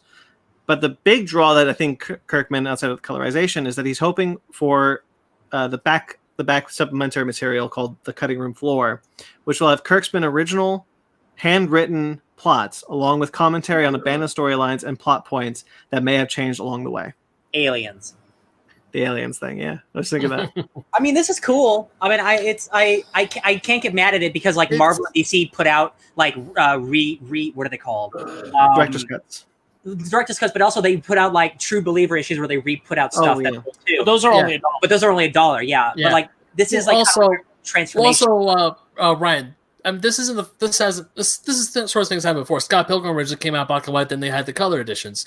It's not Scott Pilgrim is not 193 issues long. Very true. And Kirkman specifically, like he hit this hard in it. He's like, we're not collecting this in anything anytime soon. So if you want to see it, you got to get the single issues anytime soon. But yeah. with the amount of in like 8 years or so, yes. But he's like specifically saying, I want people to go buy these issues at comic stores. Yeah. So we are not making collected editions for a long time. I mean, there's no reason for me to have like any negative feelings towards this. Like, I'm not going to buy it. I think it's cool. Like, especially because they're not just doing that; they're putting the supplemental stuff in the back. Yeah, I don't think it's a bad idea. I just was shocked that they decided to do it. Yeah. Who's read The Walking Dead? Like any of it? Yeah, I've read almost all of it. Okay. Couple issues. I'm like halfway through Compendium 2. I question how much of the art is going to benefit from being in color. It's not. Because it was made to be in black and white. A whole lot of it is so specifically designed for black and white. Yeah. I don't know that color is going to make it better. Yeah. That was actually going to be one of my questions. I forgot to say who the colorist is. The colorist is Dave McCaig. That's important because he's doing all 193. Oh man, that's funny. So I tweeted him because he said I've been working on something for 4 years and I have not been able to tell anyone about it. I can't wait to announce it. And I was like, "Yo, dude, 4 years? That's nuts! Can't wait to hear it. This is what it is, Dave." This is it. He's not listening, but that's so cool, man. I can't imagine because I tweeted him. I can't imagine working on something for 4 years and you can't tell a soul about it. That the pressure would kill me. So that's cool. Yeah. I can't believe they've been doing it for 4 years though. Holy shit. Yeah, but getting back to the black and white, I was going to ask, doesn't it being in color kind of take away from the specialness of The Walking Dead? Because that book is all black and white. I don't think like every page will suffer from being turned to color. They released some preview pages, and I'm like, those look good. Yeah. I'm not gonna lie, like they look good. But I can think of some specific pages that I read in The Walking Dead where I'm like, seeing that in color might not be as good. Specifically, like, because when they started, it was a small indie book, which is one of the reasons they started in black and white. But then when it was the biggest comic in the world, 150 issues in, it was still black and white. They were making it so the black and white was pretty, and it actually was like noir, and like black and white was more important. So maybe the earlier issues won't matter as much, or excuse me, they'll benefit it more. But the later issues where they're like, yo, we are black and white, we always will be. It won't matter as much. Right. You know what I mean? So I mean, almost detriment to what they intended. Yes, it's like coloring black and white movies. Like they kind of some are like that for a reason. Yeah, because that was one of the things that I actually was really enjoying when I was reading The Walking Dead was the fact that it was in black and white. It was a horror film. I was reading a horror film. Yeah, an old, scary ass horror film, and it worked. Living Dead. Yeah, and it was actually working. So I mean, it's cool that things in color. I'm not against it being in color, but still, it's like Walking Dead. It's kind of special staying in black and white. Yeah, if you want to see it in color, you watch the show. Exactly. Yeah, it's true. I mean, this is probably going to get people in the comic book stores, which is always good. And of course, I'm really happy that they are putting these out in single issues. So it's going to make people want to come in. And they're not. Sorry, go ahead, Ben. Sorry. No, and I'm. Damn it, I lost my train of thought. Go for it, Ryan. I'm so sorry, Dan. The comic, it's still good. I didn't finish it. Like I'm a couple years removed, but like the 100 and something issues I read were all good. Yeah. So like this is not like a bad comic coming out again. Like there's people who've never read it who don't want to buy the trades, who are like, oh, this is a cool way for me to have a #1 Walking Dead and have a full collection of something. So like, I might buy the #1 just to have it because that's cool. Yeah, I might too. Yeah. But at the same time, because part of me is like it kind of takes away from the art, but at the same time, it gets people back into it at the same time. It's not but it's not like The Walking Dead needs an audience. Yeah, which is weird because I'm not a huge Walking Dead fan. It's really weird that I have these feelings about this because I'm not that big of a fan of it. So it's like, I guess it's cool. I might buy that #1. Who knows? I might end up getting all 193 issues. 7 volumes. No, you won't. No, I won't. No, I won't. I have it. I still can see my bookmark on. Justify that. I could still see my bookmark on Compendium 2, and that's been there for 4 years. So you're right. I'm not 193 episodes issues, probably at $4.99. That's a lot. Yeah, no. I don't think they'll be. I think they'll be $3.99. I don't think $4.99 is like when you get extra page shit. Like, you are getting extra pages. No, I mean, but like, I don't think that's true. I cannot see them doing 193 $4.99s. I can't imagine them doing that. At the same conference, they announced the cast for the upcoming Invincible animated series from Seth Rogen. Yeah. This is also a Robert Kirkman long-running series. Steven Yeun, which we heard about, is in fact going to play Mark Grayson / Invincible, the title character. Heck yeah, you. J.K. Simmons will play Nolan Grayson, or Omni-Man. Oh my god, that's so good because he's so dramatic. Oh, it's so good. Sorry. Sandra Oh will play Debbie Grayson. Mark Hamill will play Art Rosebaum. Seth Rogen will play Alan the Alien. Gillian Jacobs will play Samantha Eve Wilkins / Adam Eve. Andrew Rannells will play William Clockwell. Zazie Beetz will play Amber Bennett. Walton Goggins will play Cecile Stedman. Jason Mantzoukas will play Rex Sloan, a.k.a. Rex Splode. Chris Diem... Nope. I'm sorry, buddy, but no. Donald will play Donald Ferguson and Doc Seismic. Carrie Payton will play Black Samson. Zachary Quinto as Robot. Malish Zhao as Kate Cha / Duplicate. Kevin Michael Richardson as the Mahler twins and Monster Girl's Monster, and Gray Griffin will play Shrinking Ray and Monster Girl. Man, they've really danced the entire cast. That's crazy. That's really exciting. I think I'm the only person who's read Invincible. Yeah. Yeah. Okay, that comic's awesome, and that is very much not a satire, but it's like a view on superhero comics. Like kind of like the way The Walking Dead's view on zombie stuff. Like it's very introspective on what like the tropes of superhero stuff are.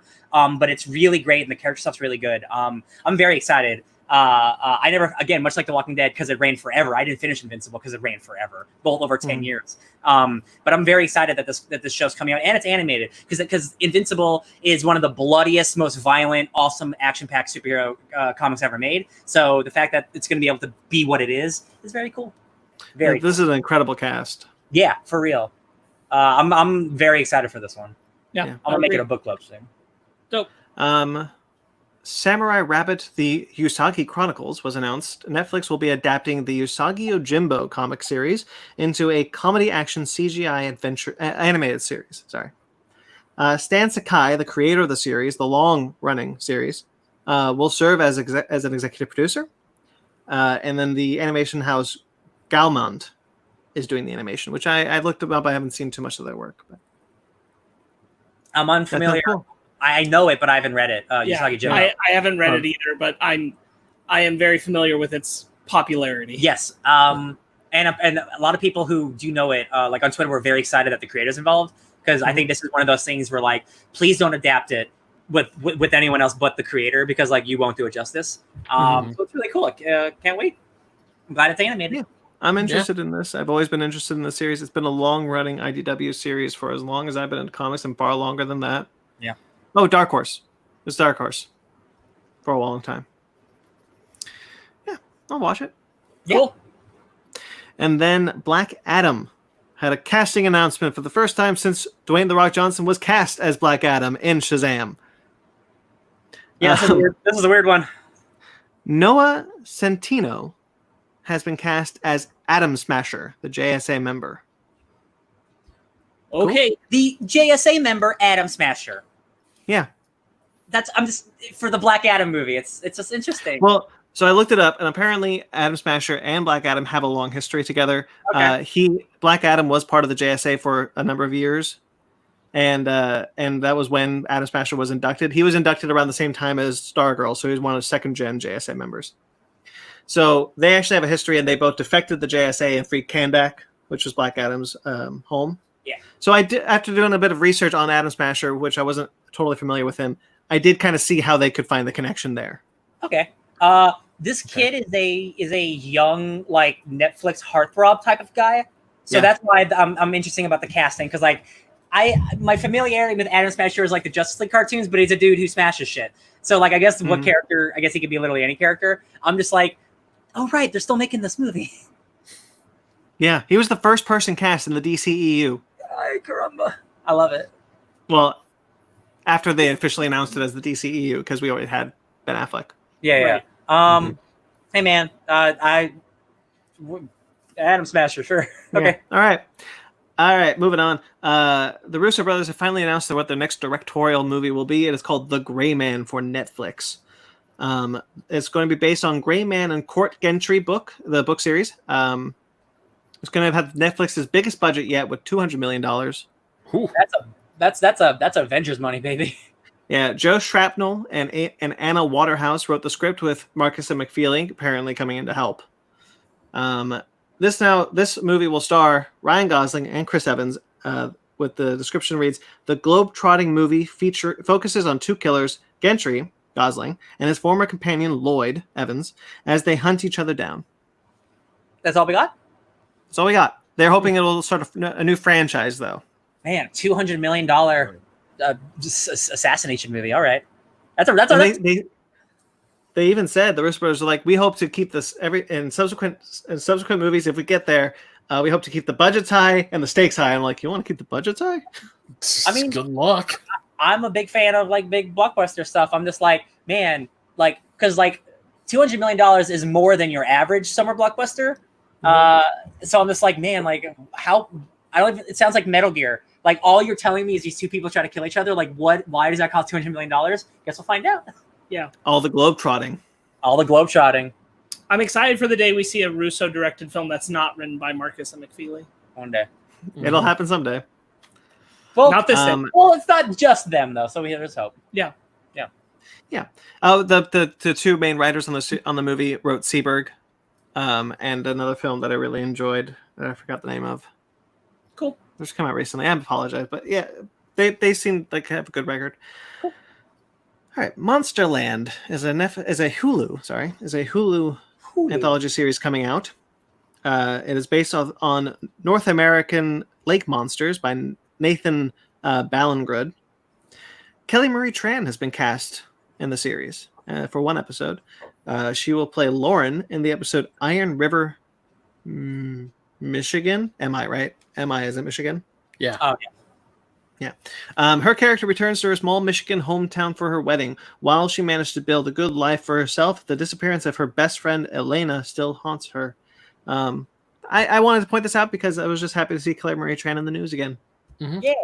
Girl deserves a lead role. Yes, she does. Not a one episode, but whatever. Loch Ness Monster. Need about Tree Fitty. That's in Scotland. Ooh, my computer wasn't plugged in. I just wanted to say a monster thing, Ben. Do you know any other famous lake monsters, Ben? Name them. Name them. The monster in Lake Tahoe? That's fake. That's not a name. Yeah. The Megalodon. Jason Statham. That's not a lake monster. Could be. Other actors in the series, apparently they've already cast Caitlin Dever, Taylor Schilling, and Mike Coulter for the series. I'm familiar with one of those people, and it's Luke Cage. Caitlin Dever? Booksmart? Oh, I see one redhead. No, I got you. Now, that's the one thing I know her from. Okay, gotcha. Yeah, and the formerly good Tim Allen show. What's it called? Mansplaining? Man on the House? Oh, Last Man Standing? Yeah. Last Man Standing. Yeah, Caitlin Dever's in that. She's good. Talk about him being surrounded by talented actresses who have to deal with a lot of misogyny. Tim Allen? No, in Last Man Standing. There's a lot of talented actresses on that show. Oh. Some probably quit. Good. And then Michael Dowse, who directed last year's Stuber, will direct the video game adaptation Just Cause. Okay. I didn't see that's Stuber. cool. Just Cause is a cool. It's about. Oh man, he's got a great name. Rico Rodriguez. He's got like a really cool like alliteration name, but he's basically a revolutionary, and he just goes to like all these different countries and just like wrecks a bunch of bad guys. Just cause, literally just cause, because he's a bad boy. And then probably one of the biggest news items that happened this week was Lucasfilm has announced their next animated series, taking a lot of people by surprise, with Star Wars: The Bad Batch, which is going to be a spin-off of the Clone Wars centered on the first 4 episodes. You know, it's based on the first 4 episodes of the season, with the Bad Batch, Echo, Crosshairs, Heavy Dude. It's good dude. I don't know. Aluminum foil. They're all D. Bradley Baker, so whatever. The series will take place shortly after the end of the Clone Wars, with the quartet eking out a living as mercenaries and struggling to find a new purpose. Executive producers include Dave Filoni, obviously, Athena Portillo, Brad Rao, and Jennifer Corbett. Co-executive producer Carrie Beck and producer Josh Rhimes. All of those have worked on Star Wars before. This is not news to them. And Rao will also serve as supervising director, and Colbert will be head writer on the series. So I don't think Dave Filoni has a lot of influence on this one. We'll see. I think, much like we saw with Resistance, he's probably more involved in Mandalorian and too busy to do something like this. That sounds about right. Yeah. I'll tell you what, like, this was definitely a surprise. This is not what I thought the next show would be, and I'm cool with it. Me too. I doubt this sounds like it's gonna be like an eight season epic or anything. Like, maybe this could just be like a cool like 1 or 2 season, like, hey, just about the Bad Batch. Like, I don't see it running like Clone Wars length. So it's cool. Like, I like those characters. I'd like to see what happens afterwards. After all bye. We've been hearing a lot of rumors about whatever the Rebel sequel series would be. So I fully anticipated the next anime show to be that. I really hope it is. I'm waiting. Yeah. So I was not expecting this series, and it's supposed to come out next year, which means it's almost done. Yeah, and it makes me think that like even before all the like when the Bad Batch came out, everyone's like, "Yo, these characters are dope." I feel like Disney saw like, "Oh, these characters are dope. We need to utilize this now." So they got on that immediately. So cool. It was a surprise, but a welcome one for me. Yeah. I hope the animation style is the same as the last season of Clone Wars, that they don't change it and they keep that budget that high, because that animation looked really good. Yeah, it did.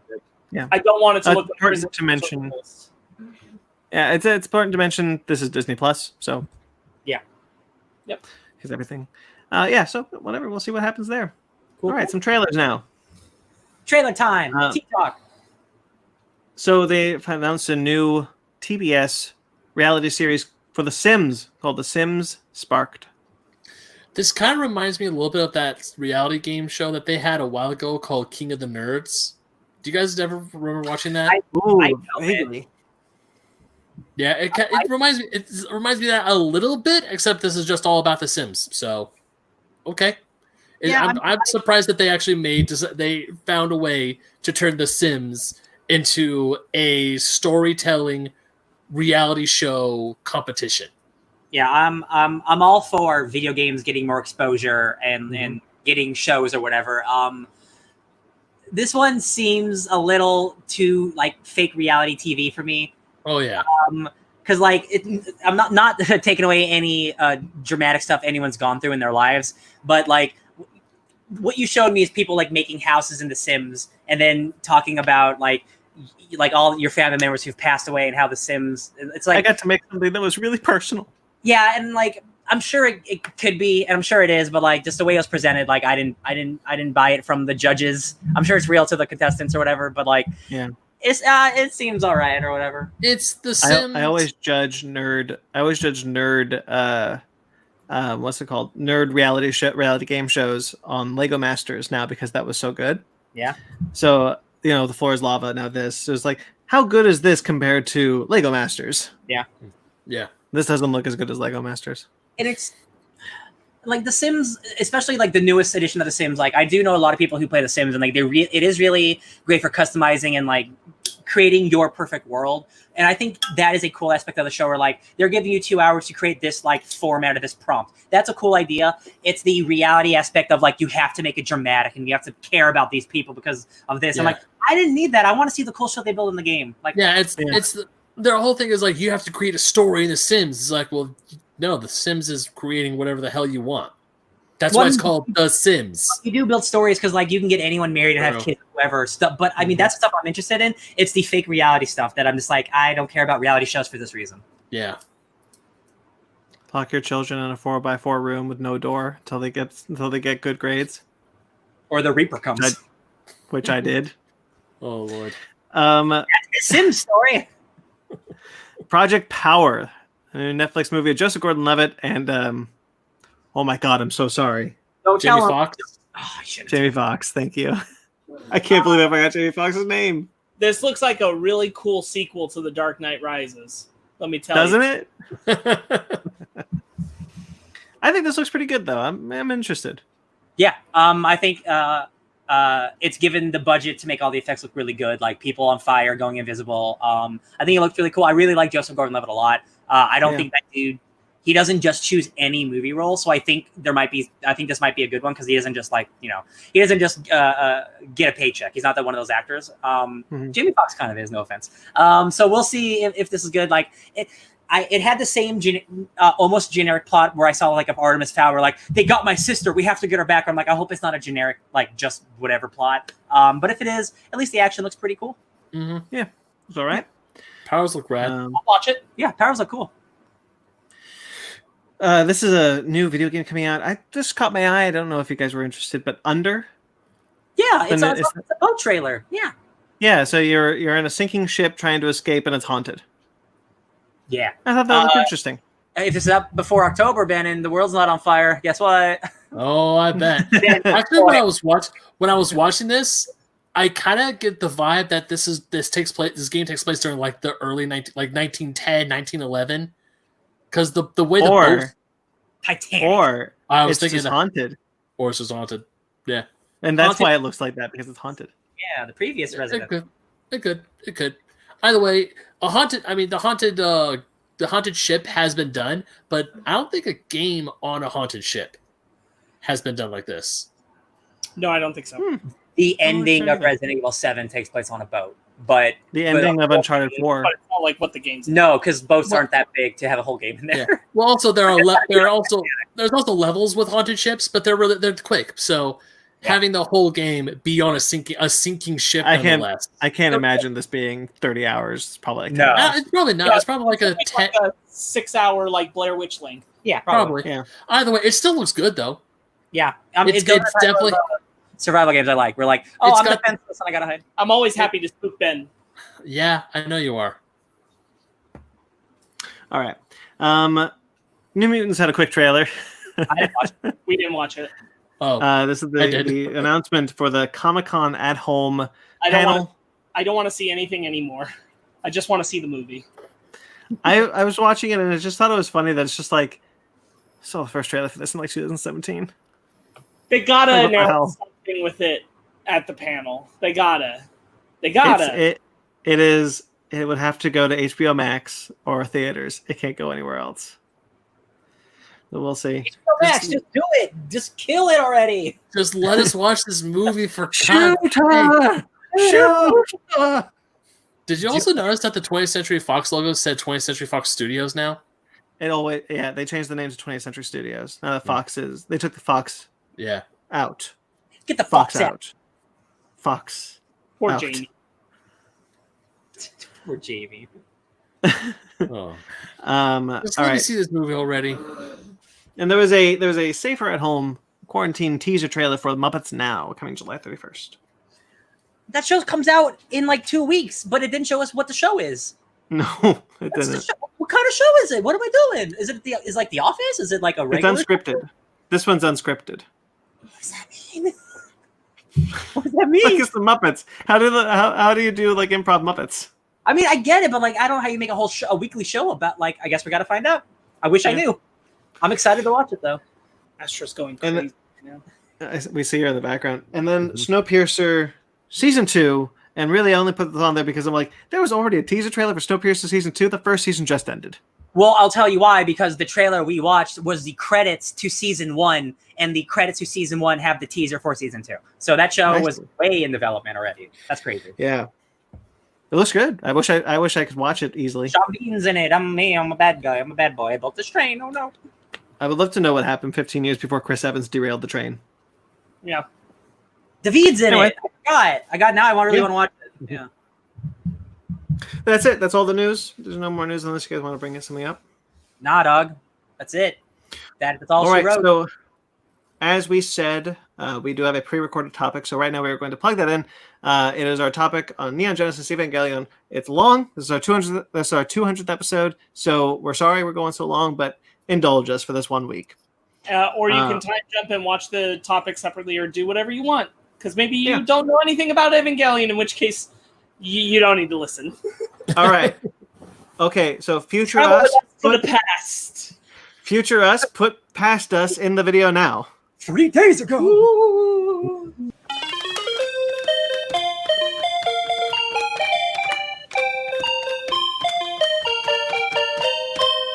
All right, here we are. This is our 200th topic.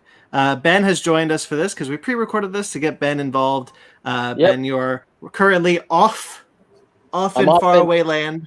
I'm off in lands unknown. Mm-hmm. So we definitely not getting sick. Not getting sick. Hopefully, not getting sick. You may be off, but there's still a quarantine, guys. So. So we are here to talk about Neon Genesis Evangelion for our major big Mondo 200th topic. We decided to tackle something huge, something epic, something that we all just recently kind of got into, Ben and I specifically. Mm-hmm. I was gonna say something that is having its 25th anniversary this year. Thanks to Netflix. Yeah. The show for most of America is unwatchable. You can't find it. The DVDs are out of print. You just can't find it. It's really hard. I mean, everybody has internet for anime the same way any other anime. You know what I mean? I know, but I mean, like, everybody watches a lot of anime online. If you're a layman who doesn't pirate stuff, you cannot watch Neon Genesis Evangelion regularly. Right. So thanks to Netflix, the entire world is now available to watch the show that a lot of people haven't, unless you're a pirate. That's just how it is. So Arg. Arg? Is that what you said? Arg. Oh, Arg, yes. I mean, I was definitely one of those people when I was young. Yeah. So we all change. Now, Sparks, you should do a content warning. Yeah, okay. So first off, we're spoiling everything because we're talking about the entire 26-episode original anime series and to an extent, Death and Rebirth, or Death True Squared, as it is on Netflix. Yes. And End of Evangelion. We're talking about all of that in deep detail. So if you have any interest in this series, bail out. Or if you just want to listen to enough of us to know what's up, right before we get to like the big ending, we're going to tell you like bail out because you really shouldn't know. There are some things... It ruins the experience if you know the ending of the show and the end movie. Just bail out before then. If you really want to stick around, please, just for your own sake, bail out. And the other thing is that this show and this film involves a whole lot of talk about depression. It involves a whole lot of talk about suicide and sexual assault, and a lot of that having to do with minors. Yep. And we're going to be talking about all the angles of that and kind of what that means for liking the show, and a lot of stuff there. So there's just a huge content warning. There's some really unsavory things that we have to discuss because it's what happens in the series. Yes. Yep. All right. So real quick, let's go around the horn. I'll start with our history with Evangelion, which is that for me personally, I saw the show. I don't know if it was its first run. I think it only had like 2 or 3 runs on Toonami, but I saw it during a run on Toonami. This must have been around 2004, you said. Yeah. Which makes sense because it would have been just before I moved away from Morgan Hill. And that would make sense in my life that's when I saw it. So I didn't really talk to a lot of people about it because I didn't have a lot of people that I knew that were watching it. So I just kind of kept it to myself. And back then, it was very much just a lot of what the show was trying to do went over my head. And it wasn't until like Evangelion was coming to Netflix that I was thinking, I'd already been thinking I wanted to watch the dub I saw again.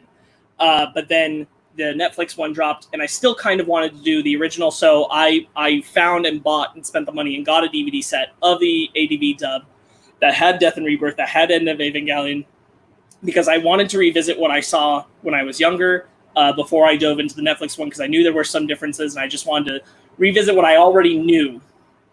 And so that I wanted that context for myself, and I knew if I just watched the Netflix one, I'd probably never go back. So that's why I did that. I did that about 2 months ago. And then I found out that the version that I watched, because I watched it straight through, and on the DVDs, it has the original broadcast versions of the episodes, which means non-director's cut versions. And I didn't know there were director's cuts, so I started Googling right after I finished.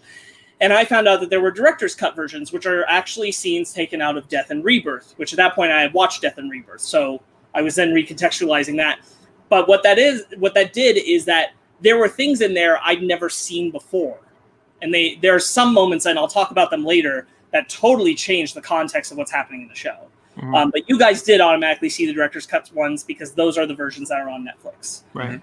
And so that's been my experience. And then just this last week, I rewatched the entire thing on Netflix, except for Death True Squared. And End of Evangelion, I watched that. And that's my history with Evangelion. Yeah. Mine is pretty much the exact same thing.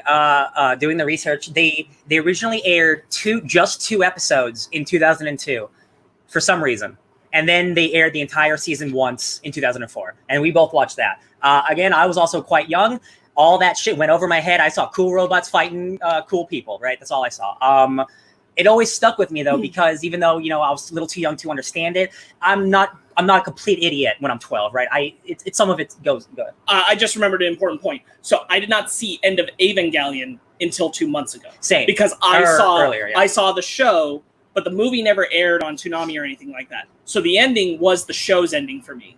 I did not know about End of Evangelion and what that was until 2 months ago is when I first experienced that, which totally changes a lot of things. Yeah, so the Netflix dub of the original show also comes with True Squared and End of Evangelion. So last year was the first time I saw End of Eva, which completely recontextualizes the end of that show in such a major way.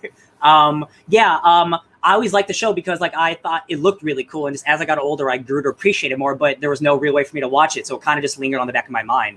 Like a lot of the shows as a youth, you don't always go back to it. But then last year, Netflix brought it back with its own dub. And I watched it and I was like, oh, right, the show is dope. And also I connect with it in a lot of ways that are way too insane. And animes don't come out like this anymore, or they don't come out as often as they should. And the show is over 20 years old now.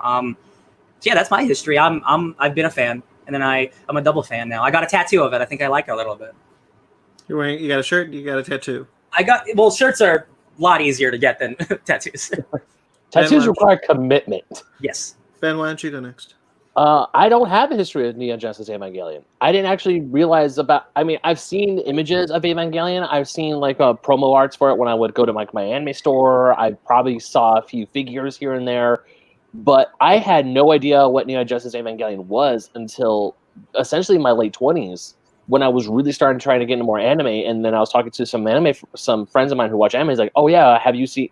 Oh yeah, it's like that thing in Evangelion." I'm like, "What's that?" I'm like, "You never seen Neon Genesis Evangelion?" I'm like, no. And it wasn't until my friends kept telling me, like, "Oh my god, you have to watch Evangelion. That show is like one of the best things ever." And there are times where I'm at Comic Cons or I'm at stores and I see the manga volumes and I almost bought them, but I didn't. And then finally, when the Netflix announced that they were putting Evangelion on there, like, "Oh, I heard that. I have to watch the show." This is like, it's kind of like what those hardcore anime fans. It's like mandatory viewing. It's like you cannot call yourself an. There are times where it feels like you cannot call yourself an anime fan if you've never seen Neon Genesis Evangelion, which of course isn't true, but that's how I felt like the show was. Gatekeeping is wrong. Yeah, gatekeeping is wrong. But it's one of those things like everyone talks about this anime, everyone loves this anime, everyone constantly praises this anime. I need to watch it. So it wasn't until a few months ago when I finally sat down and started watching in earnest, and I really dig it. I mean, there are parts of it that I'm like, what the hell just happened? Because I showed up thinking, oh, this is about giant fighting robots. I love giant fighting robots. Who does? I'm wearing a freaking Mechagodzilla Gundam t-shirt for crying out loud. It's like, I'm here for the giant robots. And then it's like, oh, this is not about giant robots. There's other stuff. Man. You got existentialism instead. Oh, yeah. There's like whole other feelings to it. So I'm a new Ava fan. So now when I see a Nerve sticker or when I see Ryan's Lilith tattoo, I'm like, I know that now. Dan, I cannot wait to tell you everything that you don't know about this franchise yet. It's going to be so juicy. And I was watching a bunch of videos about it last night. It felt like I was taking a college course on Evangelion. Yeah, right. It's like, man, if this could be a college course. Someone could there's probably some student out there in this beautiful world of ours who wrote their college thesis on Neon Genesis Evangelion. Cruel Angel's thesis? That actually forms for a great analogy, which I'll say that, like, I know a lot of friends who watch a whole lot more anime than I do, way more anime, and I was surprised how many of them either have never revisited or never even seen Evangelion, and they've watched so much anime. And the thing is that, like, for people who are, and especially I think in Japan this is very true, for people who are super steeped into it, you can almost think of Evangelion as a Citizen Kane, which is where there's a lot of anime fans who are just like, put off by it because of its legacy, but also because like it is viewed as also just experimental filmmaking in a sense for anime in the same way. And there's a lot of people who that they know now kind of what they'd be getting into, and they're not interested in getting into that. Right. I mean, I know the show was somewhat depressing. I know it had a lot of heavy themes to it, but I mean, Brandon didn't, I think. No, sure. My only point was like it's surprising how many modern anime fans actually actively just don't choose to engage with Evangelion. Okay. Yeah, so I do have a history with Evangelion, but it's kind of a side history. Like Ava's always kind of been like a side timeline, would you say? Yeah, it's always kind of been on my periphery. Shave impact. And I was surprised watching it how it's always kind of been there, but I've never been told what it's about. The closest I ever got to it was my roommate at the time said, "Oh, Pacific Rim is just he wanted to make an Evangelion movie." And by the way, watching the show, no. Listen, Pacific Rim's dope. Pacific Rim is Neon Genesis Evangelion light. Yeah. I wouldn't even say that sometimes. Yeah. Because Jesus. So I kind of always knew it was about. I've seen some of the imagery of the first couple of episodes of the fighting and things, but I never really kind of, like Spark said, it's very much kind of the Citizen Kane thing anime. So I never really. I was like, okay, maybe eventually I'll get to it. Netflix kind of gave me the excuse that I don't have an excuse anymore. I should watch it. Yeah. And then I watched Shin Godzilla. Right. Yeah. And that kind of like spearheaded me to be like, well, shit, this is by the same guy. I should check it out because I really like Shin Godzilla. And just like Shin Godzilla, watching it, I was confused. I I sat there oftentimes wondering, like, what the hell am I watching? Is this good? I think it is. The person next to me was asleep. Actually, it happened to Shin Godzilla. And then much like Shin Godzilla, as I've gotten further away from it, it's been a couple of months since I've seen it, but I've only grown to like it more. Yeah. As it's kind of festered in my mind. There's something that Hideki Anno does with this in Shin Godzilla that I haven't. Because also, I'm not an anime expert. I've seen a lot of anime, but I'm not. I read a lot more comics than I do anything else. Right? Mm-hmm. He does something with bureaucracy that is inherently boring, but he makes it very interesting. Yes. And I don't know how. I don't know. It's just the phrasing and how quick and like he's like always throwing out jargon left and right, but it always feels like impactful and it feels like it's real. Especially in Shin Godzilla, there's just 15 minutes of people just going from boardroom to boardroom, and I'm like, this is amazing. And that's what a lot of this show is too. I think his trick with it, both in Shin Godzilla and Evangelion, I'll say it's a little stronger in Shin Godzilla, is if you're actually paying attention. It's satire. Yeah. And it's not just like rote and boring. It's like, no, he's actually making fun of the political systems at play. Yeah. And it takes a little bit to see that. And that's, again, like that's really much more on display in Shin than here. But yes, you're absolutely right. Like he does that in a way that most anime doesn't. Most television shows don't. Yeah. Yeah. I mean, that's basically what happened with me was just that I've always had people who told me how good it was, told me that I should see it, and just never watched it until Netflix finally put it on, and I had an excuse. Well, like Ryan and Spark said, that Neon Genesis Evangelion, as praised as it is, it's hard to get a hard copy now. Thanks to Netflix, a lot of people, you have to like pirate it, or finding an actual true officially licensed DVD box set or even VHS box set will cost you, as one YouTuber Giga said it, your entire life savings and your firstborn son. Yeah. That YouTube video, the Netflix Evangelion was so funny to me. Neon Jellyfish. Yeah. I thought that was so great. He's like, in the AVD dub, he says, basically it means I love you. In the Netflix dub, it says, basically I want to ride your dick. Yeah. No homo. Yeah, we'll get there for sure. So Brandon, since we're already on you, why don't you talk about just first impressions of it at this stage where we're at now, which you watched it about 2 months ago? Just about, yeah. Yeah. I started it between Ben starting it and finishing it. I started and finished it between that moment. And all of that was kind of in quarantine. So this has all happened like just post-March. Yeah. And oh my God, the quarantine's been going on so long. Yeah. And I did it because, I kind of had this whole thing, like if I was going into quarantine, I want to catch up on some things. And one of my whole things was I finish a show I started or I start a new show. And I alternate. And so Evangelion was just one of those, I should start a new show. There it is. Yeah. If we're talking about my first impressions, it was a lot of confusion. Now, I'm having a hard time putting what I understand, because I do understand a lot of it now, having thought about it, having watched many, many videos on it. Sure. I'm having a hard time putting what I understand into words. I tried to talk to my girlfriend about it and try to explain it to her. Kind of, she's just kind of a good sounding board sometimes. She doesn't understand what I'm saying. So even now, like I'm struggling to kind of say what exactly I know about it. Does that make sense? Yes, 100%. And the great thing, this isn't like there's a true or false answer to this show. You watch that hour-long video, Hideki Anno has a quote where like Neon Genesis Evangelion is a puzzle. Everyone could bring their own thing into it. They could bring their own experiences. Like there is not a real definitive ending because I didn't want to have it that way. So honestly, there is no right answer.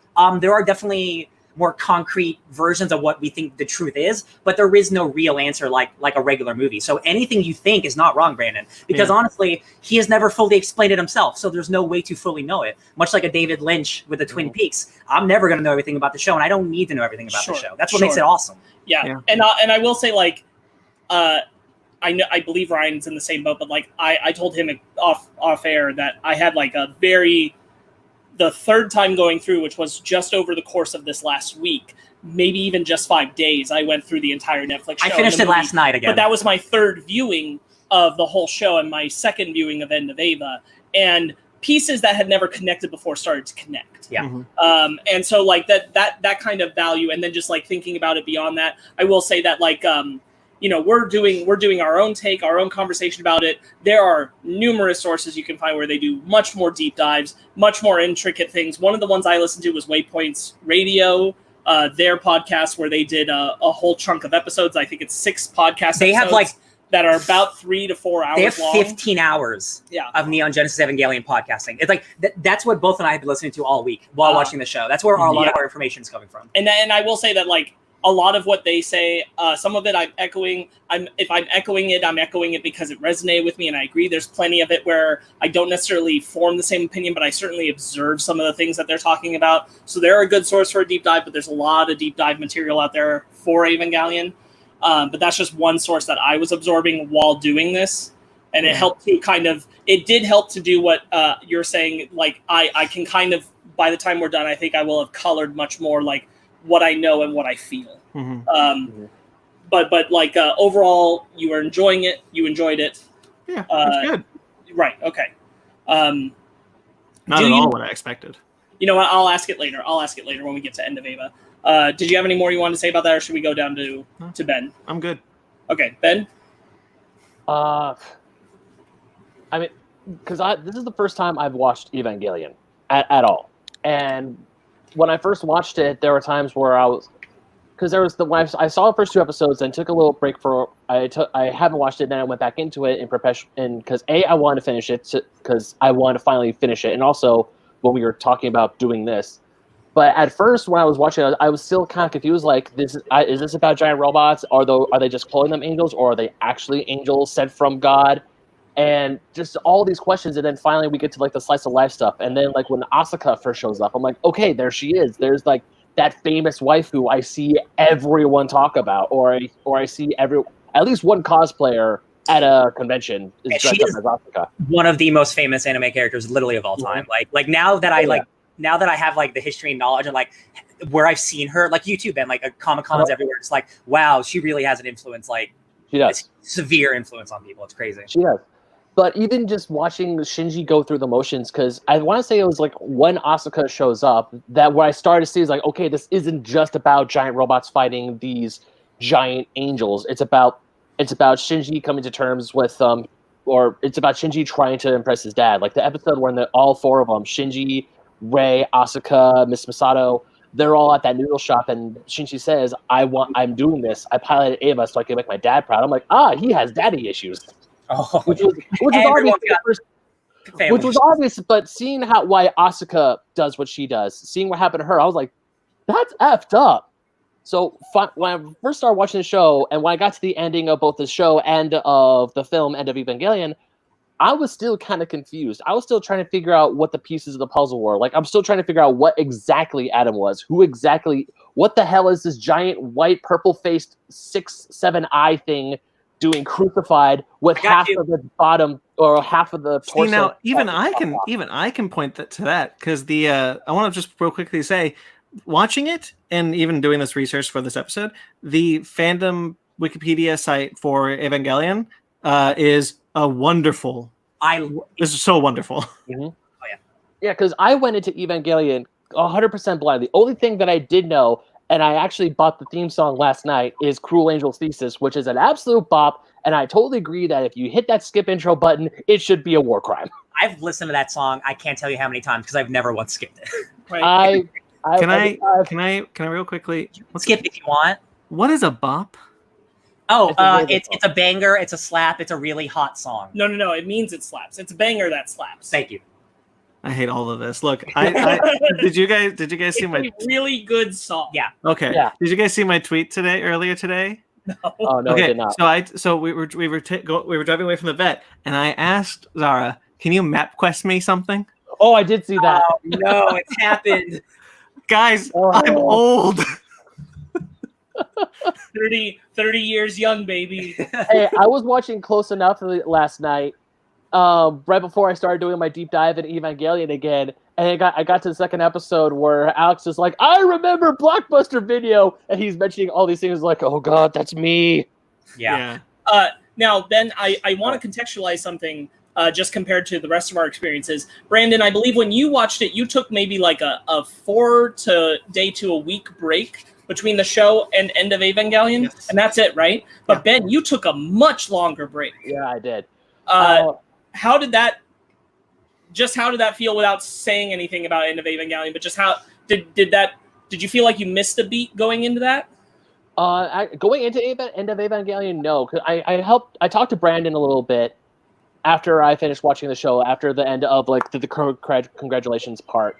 And then when I was talking to you guys about how Evangelion is essentially the end of the show, but through a different perspective, as I was watching this, I'm like, okay, it still feels, when I first watched it, it felt like I saw two completely different endings. And even some of the videos I watched, they said that there are still two completely different endings.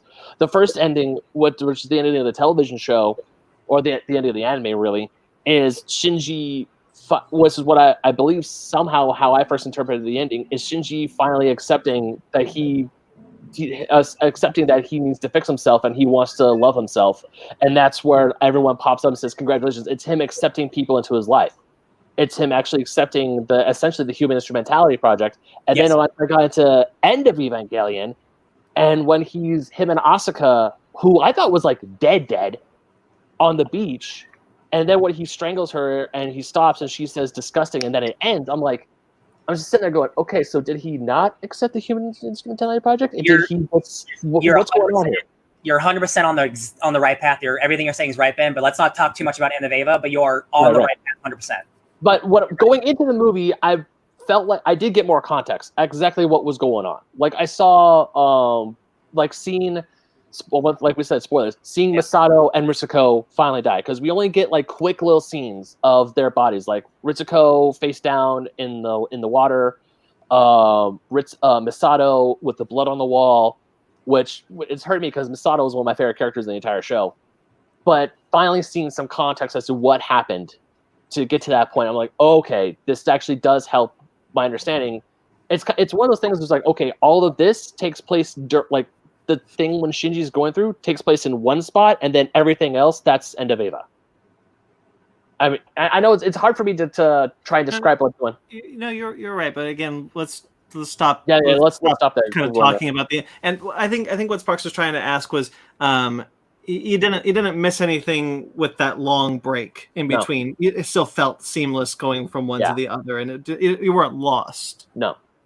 Yeah, I mean, I'll even admit, like, I only took a week off because I needed it. I was a little lost in the beginning because I forgot where episode 24 ended.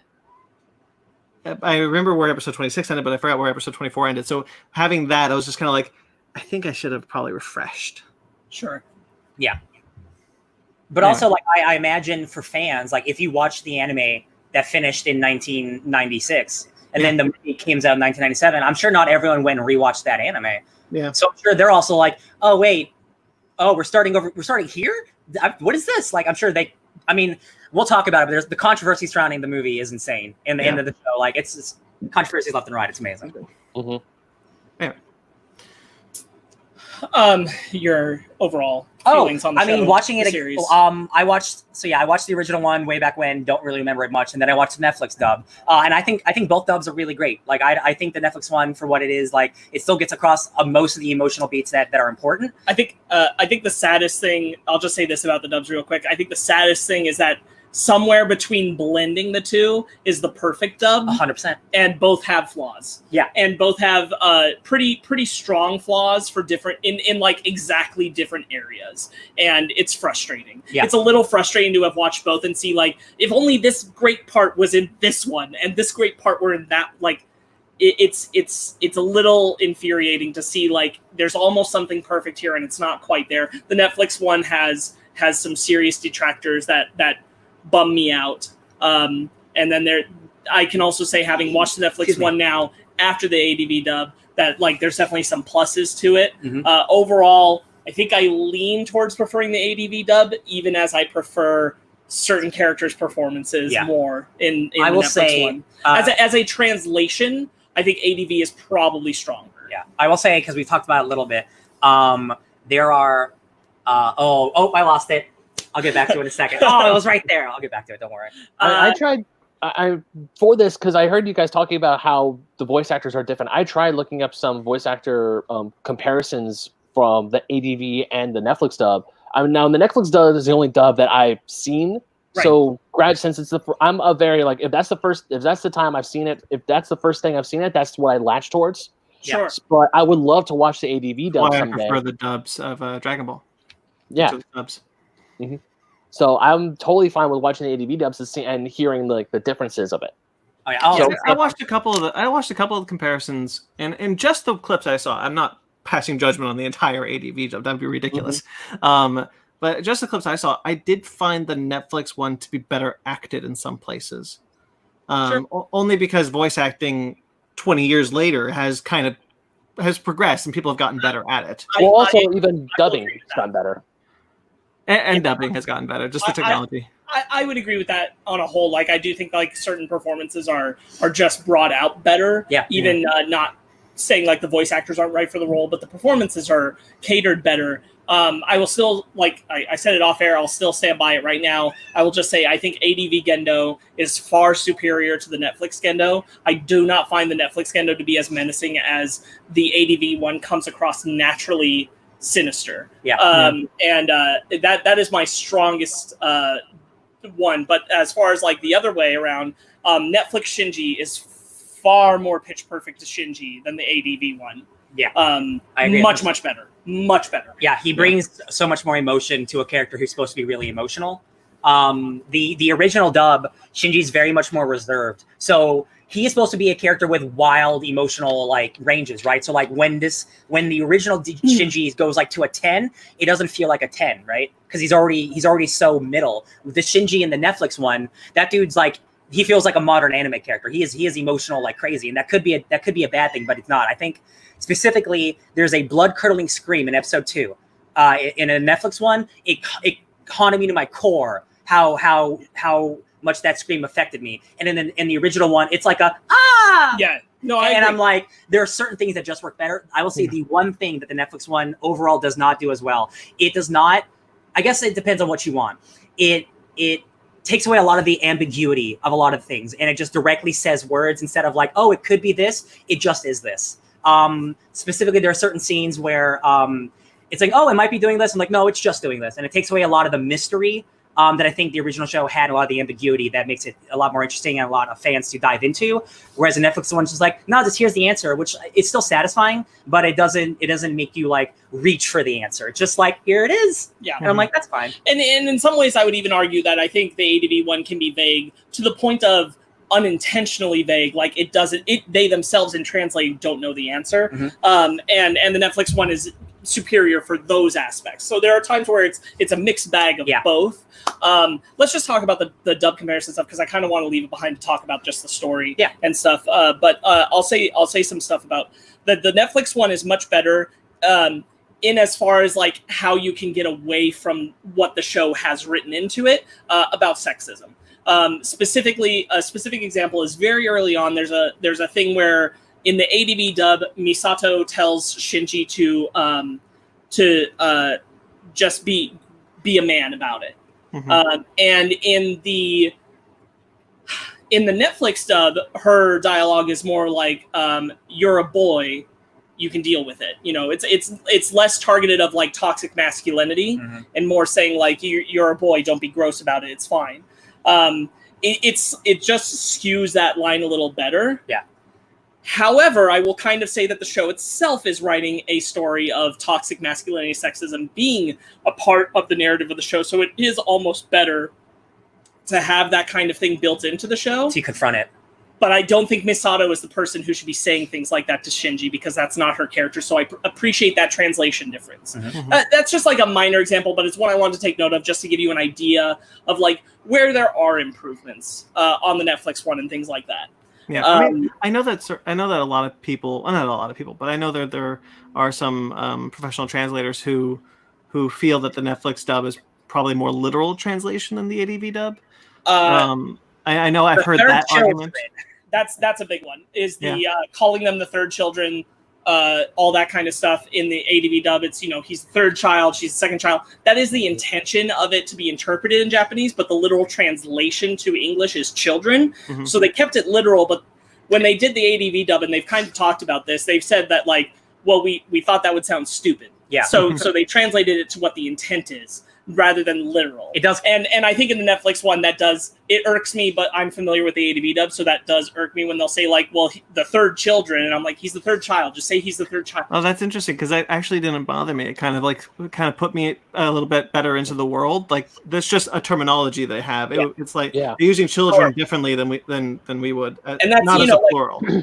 That's certainly a case of like different exposures. I've known it one way. I will say, I think one that we can all kind of universally agree on is what I think the A to B dub has 100% over the Netflix one is that they decided what the name of the corporation is and stuck to it the entire dub. Hey guys, what's the name of the organization, real quick? What is the name of the evil organization? Nerf. No. The one that's Sealay. Sealay. Is it Sealay or is it Zayla? Or Zayla? Zayla. Because they say different versions of it throughout the Netflix dub, sometimes in the same episode. It's like Leah and Leia in Star Wars. Fuyutsuki constantly calls it Zila. Which I'm like, I don't know where he's getting that X or Z There's from. A Zayle, there's a Sayle. So in the ADV dub, it's just they decided Sayle, and it's that the whole time. Whereas the Netflix dub, they constantly are changing its name. And it's things like that where I'm like, that's just, I don't mind if it's not the same. Like if it's a different pronunciation from the ADV just make it consistent. I just want it to be consistent throughout the show, and it's not even consistent throughout the show. And that kind of stuff is the kind of thing where I'm like, you should just dialogue track better. And there's a couple of instances of similar things in the Netflix stuff where I'm like, just track that better. I guess I didn't notice that, but to go back to like the children thing, I wanted to say, for me, it's a lot like when Gurren Lagann translated Simon's name to Simone. Sure. You know, it's not, that's not how you pronounce that name in American, in English, but they kept it that way because that's what sounded kind of better for that show. Exactly, because they translated literally, that's actually kind of agreeing with what I mean is that like if you spoke Japanese and you were hearing what they say when they're talking about the third child, the interpretation would bring you to the third child. I see. Not the literal translation from Japanese to English when you're just looking at it on paper, which becomes the third children. Which is why I'm saying they should have stuck to the intent rather than the literal translation. Because going to Simon would be literal translation. Right. With what you mean. It still does work in like a weird like science fiction world building. Right. It doesn't really matter. It's a matter of preference, especially when you've heard one before the other, or you've heard both, and you kind of go, well, I lean this way, I lean that way. I will say Asuka and Misato are pretty much pitch perfect in both. Yeah. Both voice actors for those characters are fantastic in both. I really have no complaints about either, and I have no preference. I really like both of them a lot, so I can't say I prefer either over the other. Yeah. Which is nice because they're personally my favorite characters. Yeah. The voice actor for Rei and Yui is the same in both dubs, which makes sense. But I think the Netflix one does a better job of sounding like an almost different person, even though it's the same voice actor. Yeah. It's very clearly the same voice actor. In the original. Sounding very similar in the ADV, Yeah. It's true. Yeah, okay. Anything else you guys want to add about the dub, or should we move it? Kaji. Yeah. So I'm actually conflicted the more I think about it, because specifically the character himself is really flawed. Yes. So in the original dub, he sounds so much more sleazy and so much more like a dirtbag than in the Netflix one. In the Netflix one, he's a lot more suave, I think. A lot more like, I believe the Netflix Kaji is admired by all the children and all the women want to sleep with him, blah, blah, blah. The Netflix one, I'm like, why does anyone like this guy? He is a dirtbag. But Misato apparently likes dirtbags. You mean reverse that? The ADV dub is the sleazy one? Sorry, what did I say? You said the Netflix one is the sleazy one. Sorry, yeah. The Netflix one is the James Bond cool guy. Yeah. The original one is very dirtbaggy, but the character is a dirtbag. He is a dirtbag. He tries to molest multiple characters in this show. So it's hard for me to want him to be the cool James Bond guy when he is inherently an asshole. Yes. So I like him to sound like an asshole if he is an asshole. Yeah, but it's like, again, preference. I kind of lean towards the ADV one because I really don't like Kaji, and we're kind of going to talk about it as we talk about the show. I really hate Kaji. I hate Kaji because the show acts like he is supposed to be cool. And like I'm talking like third person observation of watching the show, you're supposed to think he's a cool guy the kids while think he does shitty things. And that really bothers me. And on a level where, like, I've never cared for Kaji's character, I still don't care for Kaji's character. If I had to pick, like, between him sounding like a cool dude or a sleazebag, I'd rather he sound like a sleazebag because I don't like him. Yeah. And that's kind of entirely going to color it, and we'll get into why Kaji super duper sucks later. Melon farming. Okay, so nothing pisses me off more. Okay, in the A to B dub, here's the thing. In the A to B dub, when he leaves the voicemail for Misato, and he says, I've got a melon patch I'd like for you to go water for me. Shinji will tell you where it is. In the Netflix dub, he says, I have a flower garden I'd like for you to go water for me. Like, it's supposed to be some fucking gag on her when she goes and finds out it's just a bunch of melons because boobs. And I hate it. I hate it so much. Anyway, Kaji's the worst. Let's talk about the show. Let's only keep ourselves completely locked into episodes 1 through 24. Yeah. That's a lot of room to bounce around, but let's not get into the 25, 26 stuff yet. Yeah. Right. So there's Angels and Avas, and Shinji can just automatically pilot Ava Unit 1. We are not going to recap the show. We're going to bounce around a lot. I thought we were. We can start at the beginning of like how the show starts. Like, it is about the first angel attack in like 15 years, right? A giant kaiju comes, and in the Japanese military has this organization called NERV, and they have a bunch of kaiju fighting robots called Avas. Yes. And Shinji is going to go tell his dad off because his dad sucks and he hates his dad and they have a bad relationship. But spoiler alert, he's got to pilot the robot or else the world's going to end. And he doesn't want to do it. He cries about it. And he does it. Well, originally he does it because he sees Rei getting carted off because she was in Ava Unit 0. And she's already messed up. Yeah. Yeah, she got her ass kicked. Well, she didn't get her ass kicked. The Ava rejected her. Mm-hmm. So Shinji immediately assigns some sense of obligation of I must do it so she doesn't have to. Yes. Yeah. From the very beginning of the show, you realize there's something off about the Avas. They can't just be mechs. If you didn't get it by it being able to put its hand up and protect him in the first episode, you get it by the end of the second episode when a giant eyeball shows up. Yeah. Which is pretty much the moment where everyone goes, "Oh, this is a different show." I love every episode or every couple episodes, something really messed up or something really weird happens, and all of the NERV characters just treat it like it's normal. Like, oh yeah, okay, of course it's gonna happen, and the audience is like, "Excuse me." Can you explain that real quick? And literally for like 15 episodes, that keeps happening and nothing's explained until shit hits the fan. After the eyeball thing, after the eyeball reveal, they're just like, "Oh yeah, the Ava went rogue," and it's like, "Can we talk about the eyeball?" Yeah, actually, because at first when I saw, I had no idea. I thought they were just giant robots like Gundams or gunmen or just mechs. And then when like the first Ava is like just like kicking Shinji's ass, like it has its fist on its head. And it's like, it's doing like the elbow rocket thing. And then it just pierces the head of the Ava and blood starts spewing out.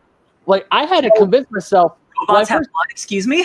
Yeah, when I first saw that, I'm like, either that is 100% blood or they decided to make their oil red and it's spewing a lot. Nope, that's blood. This robot's got blood. Why does this robot have blood? When Shinji is like passed out, right, and the Ava wakes up and defends itself, what do you think was happening? Do you think it was Shinji doing that, or like at that moment? No idea. I was so watching. I can answer that. I can answer that. So watching mech anime for as long as humanly possible. Yeah. You were led to believe that even in let's say Pacific Rim rules, your mind's connected. That's what happened. His mind went berserk and made the robot go berserk. That's what you're thinking. Yeah. It's unlimited willpower. Yeah. And it's crazy. It's crazy to kind of just be like, nope. Yeah. No. Like when the Ava Unit 1's mouth opens and it has like that teeth and it started roaring. I'm like, okay, there's something else in this machine. That this isn't just a robot. What's going on here? It's an armor-plated thing. I'll spotlight two things just from the first two episodes that have always rung true for me, which is that regardless of what I'm going to say about what works about the show and what really doesn't work about the show, when we get to that, there's undeniably really, really creative filmmaking at play here. This is clear at the beginning of episode 2 when Shinji's in the middle of the battle and his head has been pierced and it's looking really bad and he's screaming and then it just cuts to him in the hospital bed. And it doesn't explain to you what happened. You don't get a cut back to it until the end of the episode. It just makes you sit in that feeling. And I think that's really just that tonally sets you up for what the show is, which is like really spacing. It is just not what people are used to watching at the time. It's not even something most people expect in anime these days. Yeah. Even prestige anime, if you want to call it that. Japan is in an eternal summer, so cicadas are going off all the time. So you always hear bugs, and there's always every episode has just beautiful, just still images of just what the city looks like, and it's bugs creaking. And it's just the world has been 50% of the population has been destroyed, killed because of the second impact. That's what we're told in the first episode. Whatever the second impact was, which we don't learn about for a while. There's a school teacher who keeps trying to tell the kids, but we keep going away from the teacher. In the year 2000, which in the context of the show was 5 years from when the show came out. Yes. But for you guys having watched it now, and even for us when we watched it was a while back. Yeah, that's wild. Yeah. The other thing I was going to say is that I can still remember the first time the most distinct memory I think I have of watching Evangelion the first time is the first time the eyeball showed up. Mm-hmm. And Shinji screamed. And even though it wasn't the blood-curdling scream we have the Netflix one, it was still effective enough for me at the time that I went, I'm not taking away from it. What the crap is happening? And that's really formative of my time with the show, for sure. Yeah, we don't know what happened in the second impact, except we do, but we don't. We learn about it a little. Yeah. We learn about it. I mean, like, we know. I know we know. Yeah. And again, if you watch the Death True Squared movie, the very first scene is the second impact in Antarctica.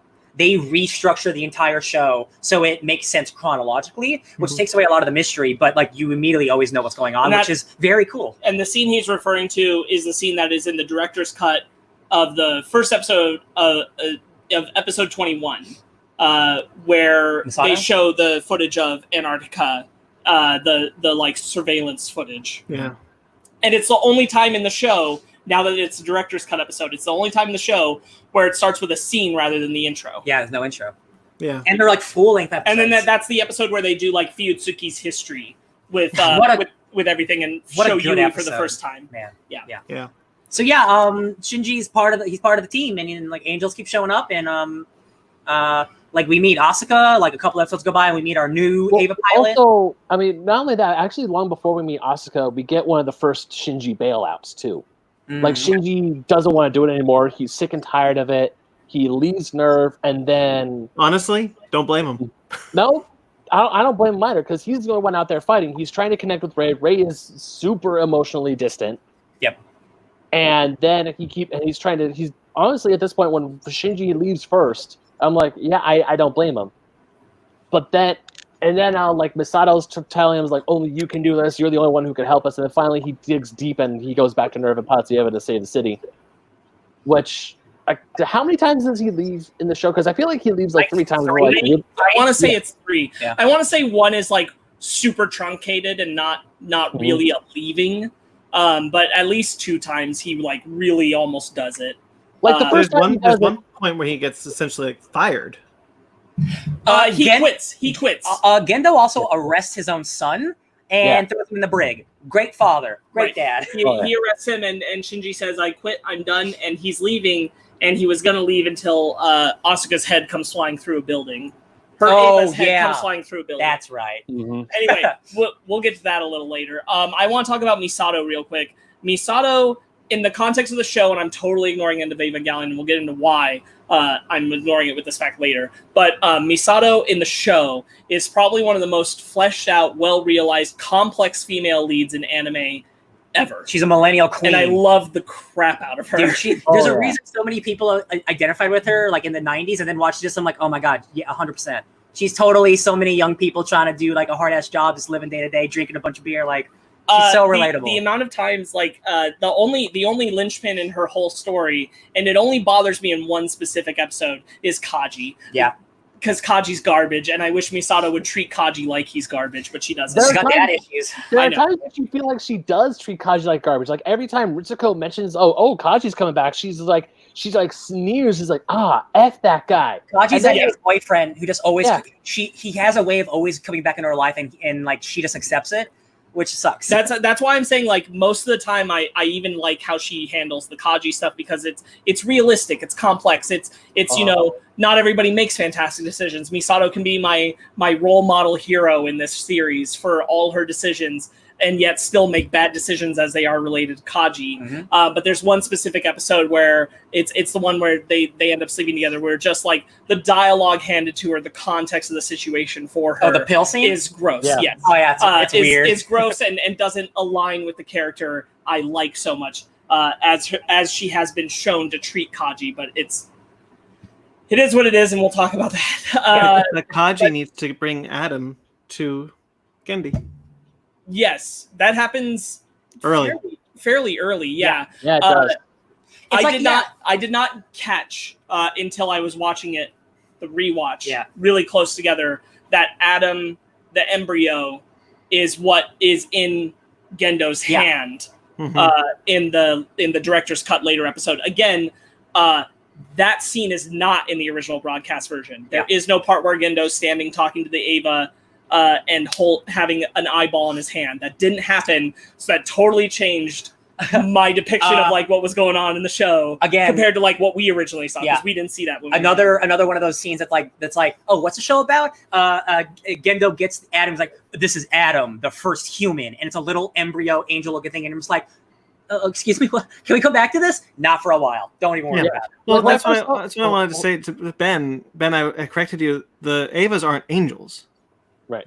Avas are humans. Angels are humans. Everything is a progeny of an alien that makes humans. We're all the same, different forms. Yeah. Born of two different beings, Adam and Lilith. Yes. Yeah, because like when they first brought in Adam, and I'm like Adam and Eve, Adam? What? That guy? Ben. Adam and Eve. Adam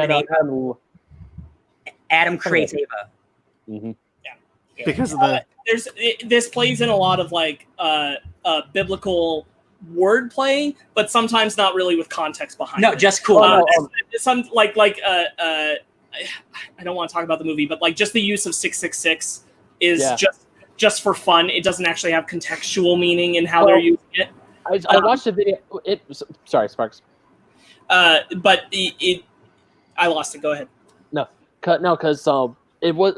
I started picking up on the obviously the religious imagery, like angels, the names of the Magi, Balthazar, Caspar, and Malky something. Melchior.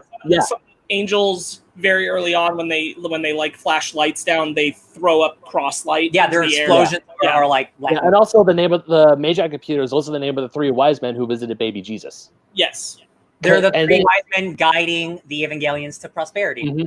Yeah, and even because I watched the video, Wisecrack video about like the philosophy of Evangelion, and they did mention all the religious context to it, like that. I know, like that's that symbol we see in the very beginning of the opening, the blue one with the wings, and we eventually see that near the end of the show. That is actually a real Judaism thing. Yes. Yeah, I don't know why I said Hindu. I'm sorry. My only point, what I was saying, is that like there are things that have religious context that are actually used, and there are some things that just they have no religious context. They're just further extrapolating upon like what already is there and saying like, oh well, we'll throw that piece in here, but it doesn't actually mean deeper things to the religious symbolism that's going on. And like the whole intent, like we'll just cover this real quick. Like the angels are designed to be more like what angels were talked about being, like in the Bible before. Before paintings were written as like more humanoid images, they were supposed to be much scarier. Watch that Noah movie with Russell Crowe. You'll see some crazy ass monsters in there. Oh no, I was actually Sparks. Good thing you mentioned, because I was about to mention that too. Because in the Bible, angels are not depicted with humans with wings. They are these. They are these. Yeah. I think I'm the only person who's going to get that right. They're these bonkers looking things that are like, what? Yes. And then you look at Renaissance paintings. You look at Renaissance paintings, and then the angels. Like you look at Michelangelo or some of their paintings with the angels in them. It's like they're actual human beings. Yeah. With they look like people. But real quickly, Ben, just to contextualize you, the movie Noah by Darren Aronofsky has angels and they're rock monsters. That's what I'm referencing. Okay. Yeah. I really appreciate the uniqueness in the designs of all the angels. I think that some of them look absolutely scary, and others in a way look beautiful. Yeah. And I appreciate how diverse they are. I think it's a really cool how they realized all of the angels, despite turning into like a monster of the week, like where there's a new monster they fight every week. Every design is so unique, and it's never the same challenge. It's always there's always a different way they have to deal with it. One of them is a microscopic cyber angel that attacks Nerve from the inside. Another is a orbital bombardment thing. Another is one that lives in the bottom of a volcano. Like they're all so vastly different. They're I love monsters like kaiju. Like kaijus are cool, but like these are beyond that. That was what I was thankful for the fandom Wikipedia for Evangelion. The idea that the progeny of Adam were meant to be able to take whatever form they wanted, and that's why all the angels end up differently, is because they are taking the form that they want to take, and it doesn't matter. They're not stuck in a form like the progeny of Lilith. Yes. 100%. And I really I like that they have things that are alluding to. I love the choices when they do choose to use like music written to exemplify like God or angels, like using Hallelujah, using Ode to Joy, but specifically the use of Hallelujah, which I was nervous for some reason the Netflix version would change. I'm like, it's not a rights issue. Everyone can use Hallelujah. It's so old. But I was just concerned that they would recontextualize that since we lost Fly Me to the Moon. That was a rights issue. That's Asuka. Man, like that angel is probably one of my favorite moments because it's an angel that they can't reach, blasting down a light upon Asuka that defiles her mind. And basically faces her against her sins is the idea. And I think as that blasts Hallelujah when it does it is so evocative and powerful. I thought something was wrong with Netflix when it started blasting Hallelujah. Even Fanny, when Fanny perked up, she's like, "Are they playing Is something wrong with Netflix?" It's very jarring, but it's also very strong because of that choice. Yeah. Oh yeah. So we got one of the things that. Sorry, Ryan, go ahead. Oh no, I was gonna continue on, but you go. One of the things that I was going to say is his music, the Ano, right? Yeah. Yes. His music choices have always been kind of eclectic. If you watch Shin Godzilla, the music in that movie is almost completely composed originally, except for the 1954 recorded in 1954 original Godzilla theme song. It just appears and it doesn't fit tonally with the music of that movie, but it's a Godzilla theme, so it needs to be there. And the Decisive Battle remix from Evangelion. Yeah. Yes. Which is itself kind of a riff on an old James Bond piece. Yes. He makes some bold choices with the music for sure. Fly Me to the Moon. I want to talk about it because you guys didn't have the exposure to Fly Me to the Moon that we did, and this is another reason why I think overall I end up favoring the ADV version is because Fly Me to the Moon isn't just the end credit sequence; it's also instrumentally put throughout the show. And in a lot of places where it was put throughout the show, Netflix decided to just not have music, and I think that's more a detriment to that adaptation than a help. I would rather they had either used different music from the show or composed new music from the show. Also, the music from the show is fantastic. Yeah, I just want to acknowledge that all the original pieces are so good. Rewatching the original one, because again, I watched the Netflix one, so like the Fly Me to the Moon stuff was out of my brain. Rewatching the original. Yeah, Fly Me to the Moon is instrumentally used in many of the episodes. Verses from the song are used for dialogue. Yes. Every single episode ending has a different version of Fly Me to the Moon.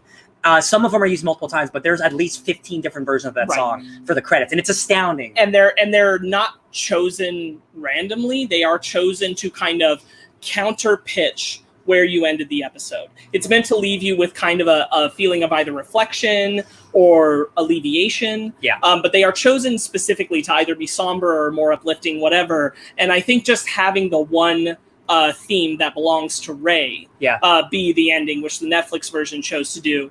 It doesn't leave you sad too. It doesn't leave you on the same note when Mm-hmm. you're exiting the show in the way that the original version of the show and the A to B dub is intended to. I think that's a bummer. Yeah, like watching like the later episodes, like when it gets to the really heavy shit, and you have somebody die, and then it cuts to "Fly me to the moon," and I'm like, oh my god, like he's messing with you, right? Yeah, and it's very effective. purposeful to like jar your emotions up, and I find that overall purposeful and better. And I'm sorry that you guys couldn't experience that through the Netflix version. I've never had credits, at least not in the wild, that actually impact the show. Yes, like it really is like they really did think of everything. It's nice. I'm kind of bummed. Yeah, I'm about to say, because I'm kind of bummed I never went through that. I mean, I only watched the Netflix dub, so once I hit the credits, I just click the next episode button. For sure. And in a lot of other anime that I have seen, the end credits song is just the end credits song, and I'm just like sitting there trying to skip through it so I can get to like the next episode preview or just get to the next episode entirely. So the fact that "Fly Me to the Moon" in the original ADV dubs actually meant something kind of bums me out that I was robbed of that experience. And just to be clear, like "Fly Me to the Moon" is part of the original Japanese broadcast. Like it is not just the American, because some people think that it's just the A to B show when people are talking about, oh, do you used to have "Fly Me to the Moon"? That was a choice by Anno. That is part of having it in the Japanese version. Japanese artists sang that song, doing "Fly Me to the Moon." Yeah. That was purposeful, and so you're missing some of the vision by not having it. And so that is a bummer. I understand why. It's just kind of a bummer. Sure. Good news is it's on the soundtrack, so that's good. Yeah. There you go. Anyway, so let's meet Asuka. Let's meet Asuka. So yeah, there's a couple angel fights that are super dope with Shinji or Rei. Hold on, let's put a pause on Asuka. Let's talk about Rei before we get to Asuka. Let's talk about Rei. Rei and who we now know is Rei 2. Most of the time that we're watching her in the show. Yes. Rei squared. Rei squared. That's true squared. When do we find out? When do we meet Rei 1? What episode? Not until episode 21, which is the one where we're going through Fuyutsuki's history, and it ends up spinning off and showing us Ritsuko's mother and Naoko? and her murder of Rei 1. Woo, Poppy! That was messed up. Holy shit! Yeah. Fly me to because that episode, I think that episode was the one that when the show started to really hit me was when she kills Rei 1, a child. She strangles a child in cold blood and then shoots herself. Yes. No, she jumped. Well, does she shoot herself? I thought she just jumped off. She shoots herself and she falls off. Yeah. Oh, okay. There's a gunshot. Yeah, there's a gunshot, which is why there's a lot of debate in the fandom about if she shot herself or Gendo shot her. I don't think Gendo would shoot her. Most people have fallen towards the no, Gendo didn't shoot her because it doesn't make sense for him to have shot her, and like it was unnecessary from Gendo's perspective, and he would have done it differently. But I understand where that impetus comes from. Yeah. That was the episode where that one really messed me up. That was the first one that I was like, I need a minute. See, that screwed me up too. See, I'm watching this. Oh, sorry, go ahead. You got that. Sorry. I'm watching this and I see a young Rei. I'm like, oh, cool. Because at this point, I didn't catch on that Rei was a clone. I don't think we're supposed to catch. You're not supposed. I mean, we're not supposed to know until like later. You're really not supposed to get that Rei is a clone until that episode, and you should have gotten it a little earlier. Well, at least been thinking about it a little before you see Rei as a child, because you see Yui, and Yui and Rei look alike. Yeah. And that's when you're supposed to kind of be clued in, like, wait a minute, because they don't tell you flat out before that Rei looks like Shinji's mom. Like, I had a feeling Rei was always a little off. Just that how, I mean, credit to her voice actress, how she always delivered her lines in a very monotone way. Even when Shinji and his buddy starts with a T, I can't think of it right now. Do we find out why in the series or in End of Evangelion? Because I want to mention something about that. But you find out why. Which? Why she's so monotone? Why she hasn't? Oh, I see. It's because she's soulless. I think that's in the show, because we learn about all the clones and all that shit with. Yeah. So if it's in the show, then I don't mind saying it. But Ritsuko says that they can't hold a soul because they are clones. Yes. It's important to understand that Rei 1 did. Yes. But Rei 2 does not. No. And none of the Reis following do. But Rei 1 did hold part of a soul. She held part of Yui's soul. Yes. Yes. Shinji's mother. Yeah. But Yuri's soul is in Eva 1. Most of her soul. Yes. A part of her soul was in Rei 1, which then became Rei 1's soul, which is then Eva Unit 0. Right. This is very Kingdom Heartsy getting souls. It's like how Asuke's part of Asuke's mom's soul is in her Eva. Yes. Not a full soul. All of the Evas, with the exception of Rei's, are their moms. Toji's mother is in. That's him. That's the guy. Toji's mother is in Eva Unit 4. See, that's where the show really started to get me. Once the episode that focuses on Toji and I forget the lady's name. Who has like Ikari, who was like, oh, I have some extra lunch for my family. Like, do you want? I was like, yeah, I'll eat your leftovers. Like, Toji's kind of been like a jerk, and he's slowly becoming like a character. And this was his character episode, and his character episode ends with him playing basketball, and then he's gone, and then Shinji has to fight somebody, and he doesn't know who he's fighting. But everybody else does. But everybody else does, and everyone keeps trying to tell it's Shinji, but it just keeps getting cut off. And then Shinji beats the shit out of his good friend, and then he opens that casket, and then you see Toji's broken, mangled body in there. He crushes because Eva 1 takes the core out and crushes it. Yes, that is messed up, and I know Toji's in there, and it still messes me up. Yeah, yes. Because even though he's not super involved in the show, that just one episode of him becoming a better person was enough for me to see, like, oh, they did a Walking Dead on me. They introduced his character and made him cool just to mess him up, and they sure did. Oh man, that's messed up. And then what happens to him with the Eva is so gruesome. Yeah. Like, because when I was that's what I was trying to mention. Because when Toji and Shinji go to Rei's apartment, there's nothing in there besides like some laundry and a fridge. I'm like, something is up. Specifically, Gendo's glasses. And Gendo's glasses, yeah. So I'm like, something is up. Like, I knew something was up with Rei the whole time, but then finally. Damn you, Gendo. Yeah. But oh god, that scene with Toji just broke me.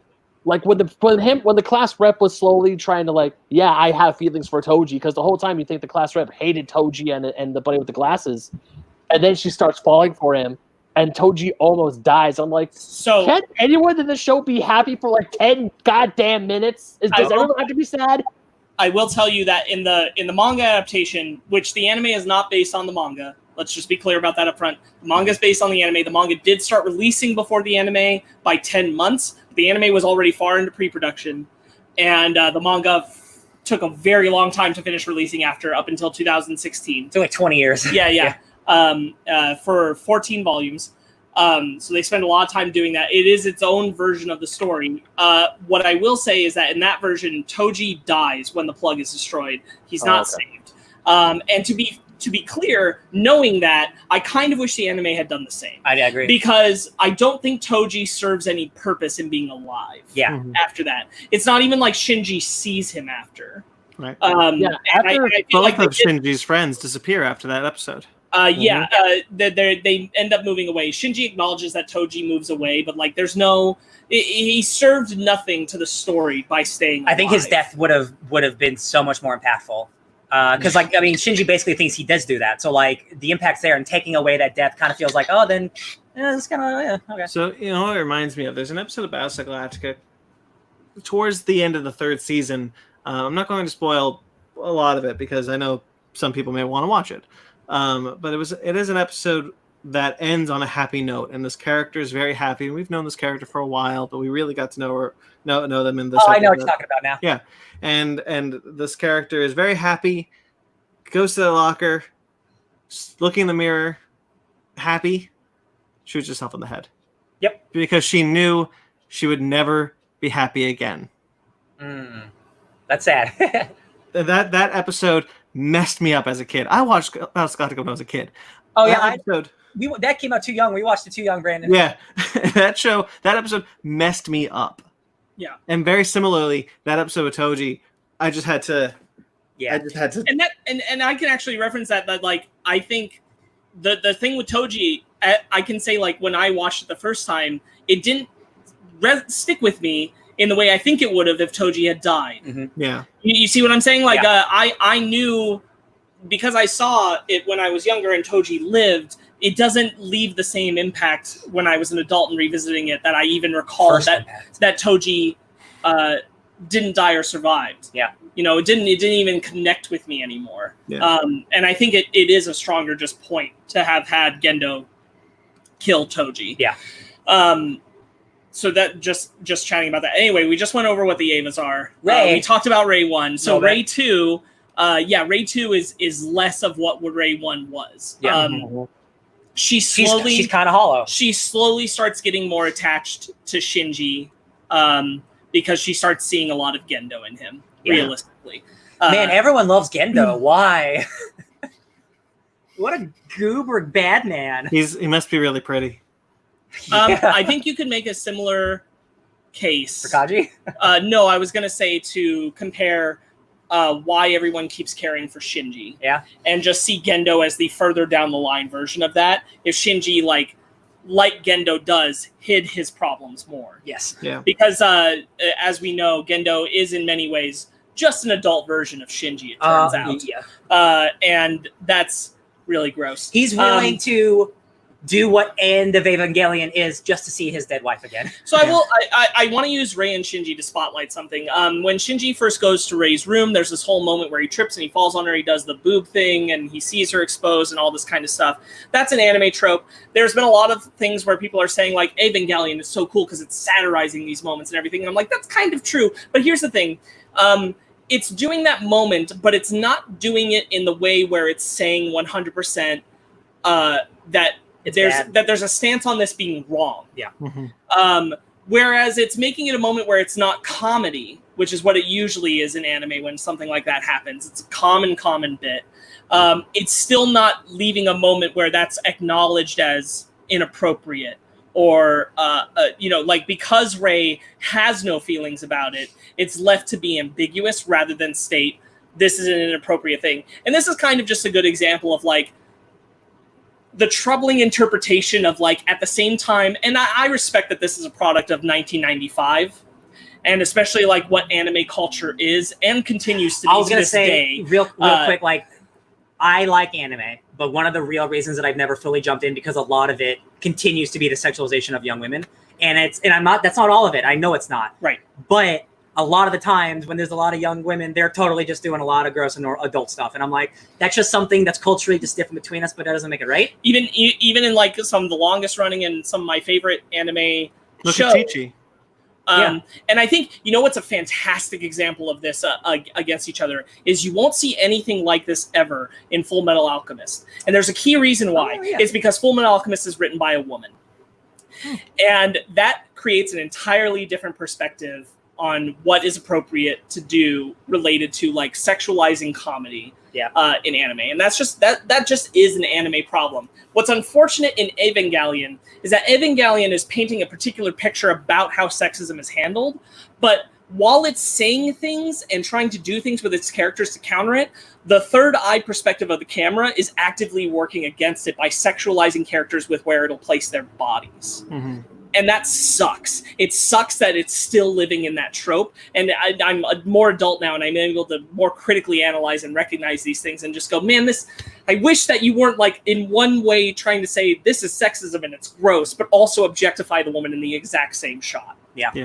Again, it's the problem that I was talking about, like, realizing now, I sent you guys a text of how much Neon Genesis Evangelion is in Metal Gear, because all of my favorite things, Metal Gear, Evangelion, and Twin Peaks, they're all satires of the genre, and they're taking the genre and flipping it on its head to subvert everything you think you know about the genre. The problem is both Metal Gear and Twin Peaks still do the tropes, and Neon Genesis, they still do those tropes, and they're still shitty, and they're not actually saying anything about them. They're still doing them thinking because it's satire, it's okay, but you're not. It's still bad. You're not doing anything about it. And it sucks. And even today, people, like, every genre still does this shit. And I'm like, are we just never really going to get away from that? Yeah. So I just wanted to spotlight the Shinji Rei thing as, like, I think that's the first very strong example of, like, trying to say something about the sexism that happens in anime while also at the same time objectifying Rei, which is a bummer, especially because God, do I wish that they would leave Rei not unobjectified throughout this show,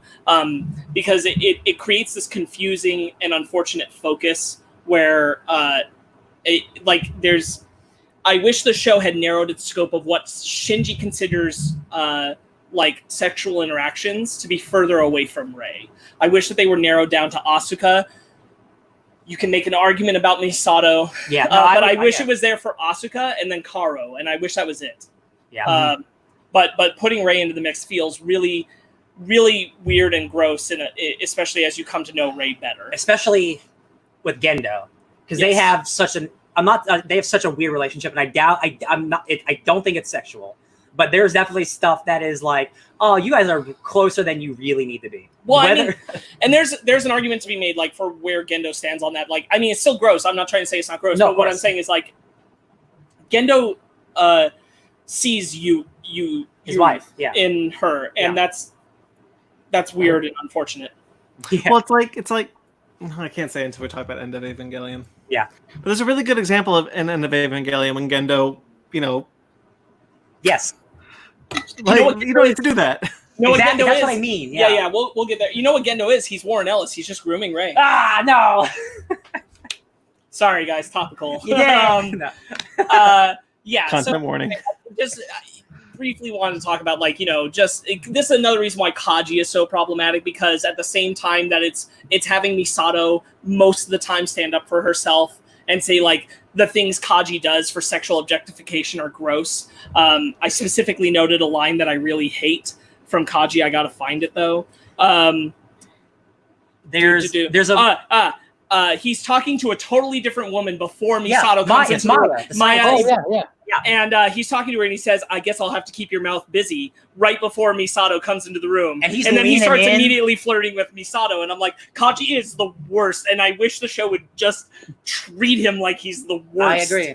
Not just that. I remember to jump on the hate Kaji train. Like, Misato was talking shit about Kaji the whole time to Ritsuko. He shows up. She's giving him the stink eye. And I want to say, like, the second episode he shows up, there's a quick snippet of them in the elevator, and he's just full on making out with her. I'm like, what the is going on? Yes. I'm like, Kaji. And then he starts hitting on that, what's her name? Man. Ibuki. Yeah, Ibuki. He starts hitting on Ibuki. I'm like, but you're just screw this guy. Yeah, Misato was right. I mean, look, in fairness, I don't actually, our main character is kind of insufferable too. Oh, no, true, but he's not. You mean Shinji? Yeah. No, but there's a difference between insufferable and sexually molesting multiple women. I'm saying mostly.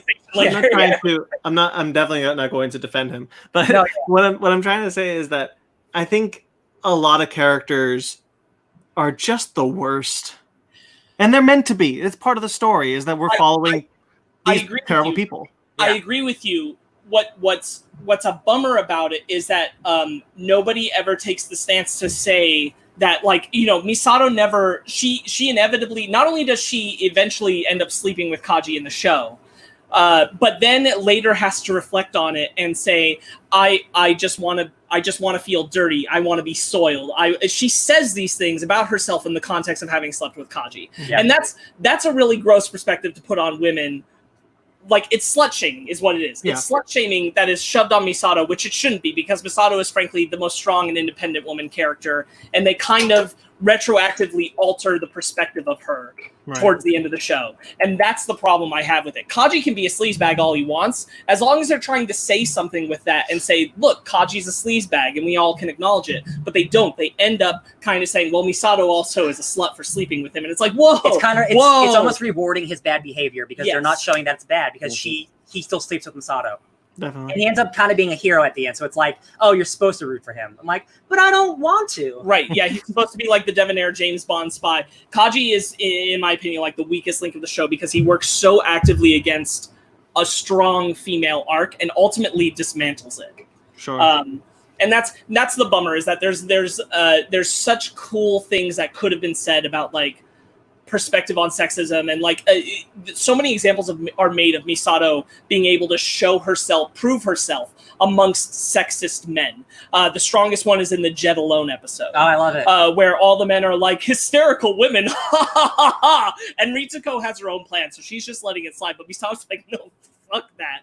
And so she goes and she proves that that her command is better than theirs, and that she's braver than all of them and smarter than all of them. And that's really cool. And it just sucks when you pull back on that character and then shame her for sleeping with a man.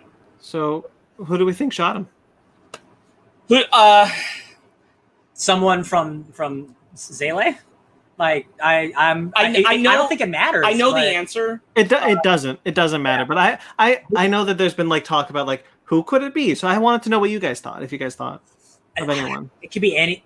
Well, no, because it's he definitely recognizes them or whatever. Yeah. It's like, oh, it took you so long. Yes. So it has to be someone that he probably had a meeting with. So it has to be someone higher up. Mm-hmm. So it could have been any one of those. Ano has said that it's not meant to be any like character that we know, any main character we know. Yeah. That's what Ano has said. If I were to give my personal read, I remember the first time I was confused when we first watched it all those years ago. I misinterpreted that it was Misato because they keep showing the gun with her so much. Oh yeah, yeah. And because she put a gun to the back of his head once and then does the same motion again with Ritsuko later. Yeah. And so I thought, oh, is it Misato? Because that's really weird. And then I realized that didn't make sense. But as an adult, when I like in these past 2 months when I watched it again, my read is that it's Fuyutsuki. Oh yeah, the second in command. Who he unhandcuffs. Yeah. Like Fuyutsuki is supposed to be in with him, but Fuyutsuki actually betrays him. Oh, okay. I can see that because Fuyutsuki definitely wants the project to go through. Yes. He's all about, oh, I want to see UA too, whatever, dog. He wants Yuri's Yuri's whole I could plan. I could buy that. I don't think I'd want it. I don't think I'd want to see him do it, but the idea that it was him is like super, super sad. And like I said, Ano has said that we're not supposed to recognize the character who does it. Yeah. It's not really for us to know. But if I were to take a stab at who it is amongst the cast, I would say it's Fuyutsuki. Yeah. Yeah. I could buy that. For me, it was either him or Gendo. I don't think it would be Gendo because I don't see Gendo personally caring enough to go shoot Kaji. Like he would send somebody to do it. That's the thing is like I just don't see Gendo giving enough of a shit. He's got an atom in his hand. He's got things to do. Yeah. Yeah. But when Kaji does die, I'm like, huh. I was actually kind of fine. I was like, because at first I was like, wait, who shot him though? And then I was like, actually no, I don't care. I have comic book logic in my head, so I'm always just kind of like, didn't see a body. He's coming back. Oh yeah. Yeah, you're yeah. I didn't feel bad for him. I felt bad for Misato because I thought like whether he's bad or not, like she does care for him, and they did have something really, really powerful, whatever it was between them. So I felt for her in that moment because like she clearly needed him for whatever reason, daddy issues. I still in some ways didn't even feel too much for her in the sense that like Misato kind of knows because they're investigating her at the time when Kaji's like lead up to his death is happening, which is when he's unhandcuffing Fuyutsuki and setting him free. She kind of knows even before she's getting the voicemail and all that kind of stuff. She knows she sees the voicemail. So she knows that he's being caught as a traitor. Yeah. All that kind of shit. And in some ways, my read personally is that Misato in some ways feels like she knows that she was kind of manipulated by him and played by him. And I hate that he leaves it with the stupid line of like, if I see you again, I'll be able to say the thing I couldn't say 8 years ago. And it's like, dude, shut up. If you loved her, you would have said it. You clearly didn't. Again, that's You're that stupid flirting with Ibuki. That's that douchebag. Like, if I see you one more time, I'll tell you the exact thing. He's you only wanted to saying hear. it because he knows he's gonna die. Yeah, and he's saying it because like this will get me out of obligation, but sound cool. I hate Kaji so much. He's the worst. I will say, I'll say one more thing about it. And we can move on. I do like the scene with him and Shinji in the garden. I do think that's a good scene where he's just like, listen, I can't do anything else. It's the end of the world. I just got to water these melons. You could save the world. You got to make the choice. I agree up to the point where he says, if I die, I'd rather die in between the bosom of Misato, but I guess here amongst these melons is good enough. Again, very shitty line. He still has to be shitty, even in his most sincere at least moments. He's consistent. I know, But I do think the moment of like he's trying to like Shinji, listen, it is up to you, bud. And like I know it's hard, but like just make a decision. That's all I can ask. Boobies. Let's tie from Kaji into Asuka by me saying I appreciate that Kaji doesn't sleep with Asuka, but he always leaves it in a gray area with her. He's just like he just might someday, and I hate it. It's gross. Oh, Again, God, a 14-year-old girl like rolls, who gets on top of him, and he's just like, "Yeah, you're a kid though," and I'm like, "Get her off you! Come on, dude!" Like he's just so it's like Slade in Teen Titans: The Judas Contract. Yeah. Oh yeah, Yes. yeah, totally. Kaji is a man who knows. He prefers to be able to manipulate. He prefers to be able to be in control of women, even Asuka. And it's sleazy and it's sick. And again, it does make sense in a way because he is a spy. He is a double crosser from the core, but he's still a gross actual human being. Yeah. Yeah. Yeah. I really enjoy Asuka. Asuka, yeah, she's great. I will say that by the end of it, Asuka remains probably like my favorite character because some stuff with Misato takes her down a notch for me because of the way they handle her. Yeah. But it's like her and Misato kind of doing this. But Asuka, 100%, I love her. She is like the injection that the show needed because otherwise, like all your characters are very passive in their sadness. Whereas Asuka is like, "Yo, I'm sad. I'm gonna beat the shit out of you for it." And I'm like, cool. She's Asuka down on my list. doesn't show up till episode 12, I think, right? No, it's like 5. It's like it's 5? 5 or 6. It's 5, yeah, because that's when the whale guy shows up. Yeah. No, because when Asuka shows up, I was so happy because you get Wani Shinji, you have Rei who's completely emotionally distant, and then you have Asuka show up. Literally, like, get a shot of adrenaline to that show. She's wild. She's not crazy, but she's like wild. She's loud. She's like all up in your face. She's like she's essentially going up and like if she could probably make her Ava Unit 2 just flip off everyone as she's like, "I'm here to kick your ass and you ain't gonna say shit about it." Yeah, I always like how simple mech anime is, by the way. All mech anime but like, here's 2 controllers, here's 2 things I just do like this a lot, and yet all the movements you can make the mech do the wiggles if you wanted to. It's the brain sinks, baby. That's how it goes. I do want to touch on when Asuka starts going to school with them. There's a really gross thing where like Toji and Kitsune are sharing around photos of the girls. And I really wish they'd allowed Asuka to like deck them for it or something. Again, like it's the kind of thing where Asuka rides the line of being written just right for me because while she is sexualized both by the show and by characters, she's also kind of aware of it and sometimes uses it for herself, but it's a part of her pain and it's a part of her character. It's a part of her desire that she feels like she cannot be loved. And that version of it can work for me almost 95% of the time. There's a couple of times where I think still the show sexualizes her in a way that isn't inherent to the character's arc. But Asuka kind of is able to ride that line because it is defining a part of who she is. Yeah. Everything she does is like she is attention seeking to the extreme. Like she just wants to be loved. She wants all attention on her. And she wants to be treated as an adult, which makes sense when you realize that she finished college in Germany. Yeah, that she speaks multiple languages. She's shouting German phrases all the time, which I love in the show. Yes. Her name's Asuka Langley. You heard her mom's name is Zeppelin Langley. What a dope name for a cool mom robot. I'm just saying. Yeah, very cool. The tragedy of her mom and just opening the door. Mom, I love you, Mommy. I get to be a pilot, Mommy. Slam. Oh, you're hanging. Oh. Now you definitely get to be a pilot. Now you're definitely. Not only that, but the times where.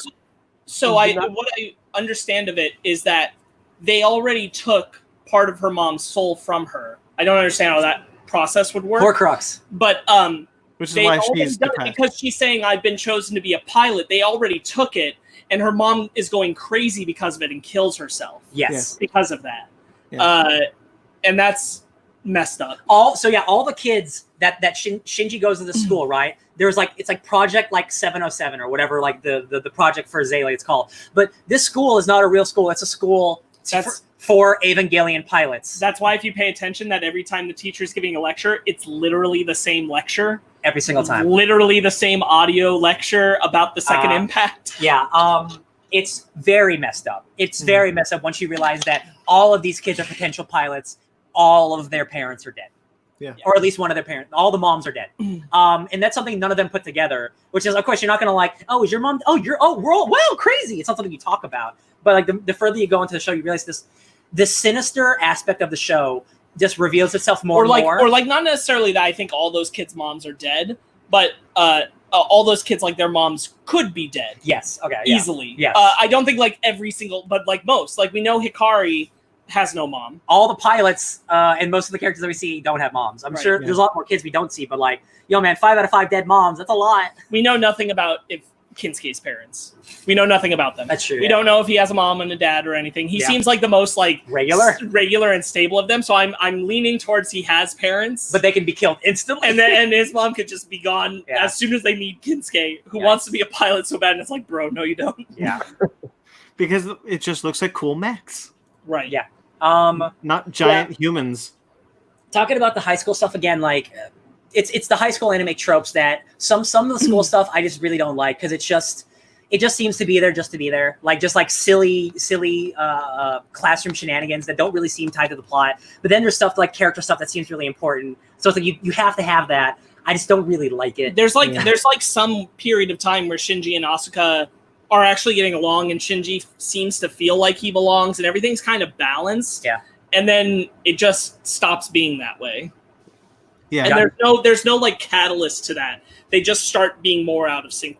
Yeah. With each other. Yeah. Is it after their kissing session? Maybe. Yes, but I mean, like it's not that's not a catalyst to it or anything. Like it's just they start to put them more at odds with each other. But like there's the episode. Because like Shinji and Asuka are working pretty well when they go into the volcano together. Mm-hmm. Then the episode after is the one where them and Rei work their way up the tube with the eye that's dripping the goop down. Might be my favorite episode because and Asuka falls back on Shinji and they're all just like, yeah, nice job. And they're a team. I love that episode so much because the entire power to the city, Tokyo 3 goes out. Oh yeah, Tokyo 3 lives on the geofront, and it's an entire city that can have all of its buildings go underground because for some reason all the angels are attacking the city, so they make it super hard for the angels to destroy. I wonder why all the angels keep trying to go to Tokyo 3. I guess we'll find out soon. Also, what's the geofront? What exactly? Lots of questions. We'll find out later. Well, one of the things that also that kind of puts Asuka and Shinji like at odds with each other is that Shinji keeps passing like these tests. Like, I remember that's true. Yeah. That's true. My point was that there's no like they were doing well and there was no catalyzing event, which is you can say that's kind of realistic. I would argue that the catalyzing event is when Shinji actually. I mean, Shinji, there's a part where they're fighting an angel where Shinji kind of, like, they're doing the same test. Shinji gets first place because Asuka's been in first place the whole time. Then Shinji gets it. He gets the praise. And then when an angel shows up, he kind of gets too cocky. And then Asuka's like, well, Shinji's the best one, then let's him handle it. And then it falls from there. There's a shitty Shinji line because now he's full of himself. He's like, yeah, this is a man's job. I got it, guys. And then she's like, excuse me, boy. So, like, I feel you, but also, like, she's a very emotional 14-year-old girl. I could see her getting super mad. Like, I was number 1, and now I'm number 2. Excuse me, sir. No, for sure. Not only that, all I'm saying is that there's no moment where, like, even after that happens, it doesn't hard shift to them 100% at each other's throats. Yeah. Yet. It's a gradual incline thing. Yeah. That's all I'm saying. Oh, yeah, that's fine. Okay. I mean, throughout the episodes... The other thing that sets Asuka off, just puts Asuka off, is when she finds out that Kaji and Misato are sleeping together. Yes, because she's jelly. Yeah, I mean... Jelly belly. I mean, when it's a progressive thing was with Shinji and Asuka, eventually Asuka just, like, completely getting out of sync with her Eva. But it's not just, like, one and done. But, yeah, it's a gradual thing. And while I'm watching the episodes, I can see more and more. I can see it happening more and more because for a while... Like, one of my favorite episodes is when Asuka and Shinji have to be in perfect sync together. Yeah. I love that episode, too. That's probably the best action episode. Oh, yeah. And that couple minutes of them, like, sync fighting. That's the one. That is the one before what we were mentioning before with the volcano and the the eye that drips the goop. Those are like the good times. That's where they're like functioning well together. Yeah. When Asuka pulls herself through it. But then Evangelion Part 1, the good times. Yeah, basically. Yeah, then Shinji just gets way too big for his own britches. He gets so full of himself, and then he messes up, and then Asuka just wails on him. Is it it's the floating zebra one where things really start taking a turn, right? Where like the shadow starts eating the city, and then Shinji gets eaten. Yeah, he gets sucked Yeah, into it. that And then one. shit starts like really hitting the fan. That's the one where he got too cocky. I think that's all. I'm not sure of the order, but I think that's preceded by the episode where Shinji goes and sees Gendo at his mom's grave. Yeah, and then and then at the same time, Misato is out with Kaji, and that leads to the drinking and them walking home, and Asuka smelling her perfume on Kaji. And I think that's like the two characters start their own personal downward spiral because of Shinji's interaction with Gendo and Asuka's interaction with Misato. So you listened to the Waypoints podcast about it. I also did. So around episode 15, 16, Hideki Anno started reading a lot of philosophy books.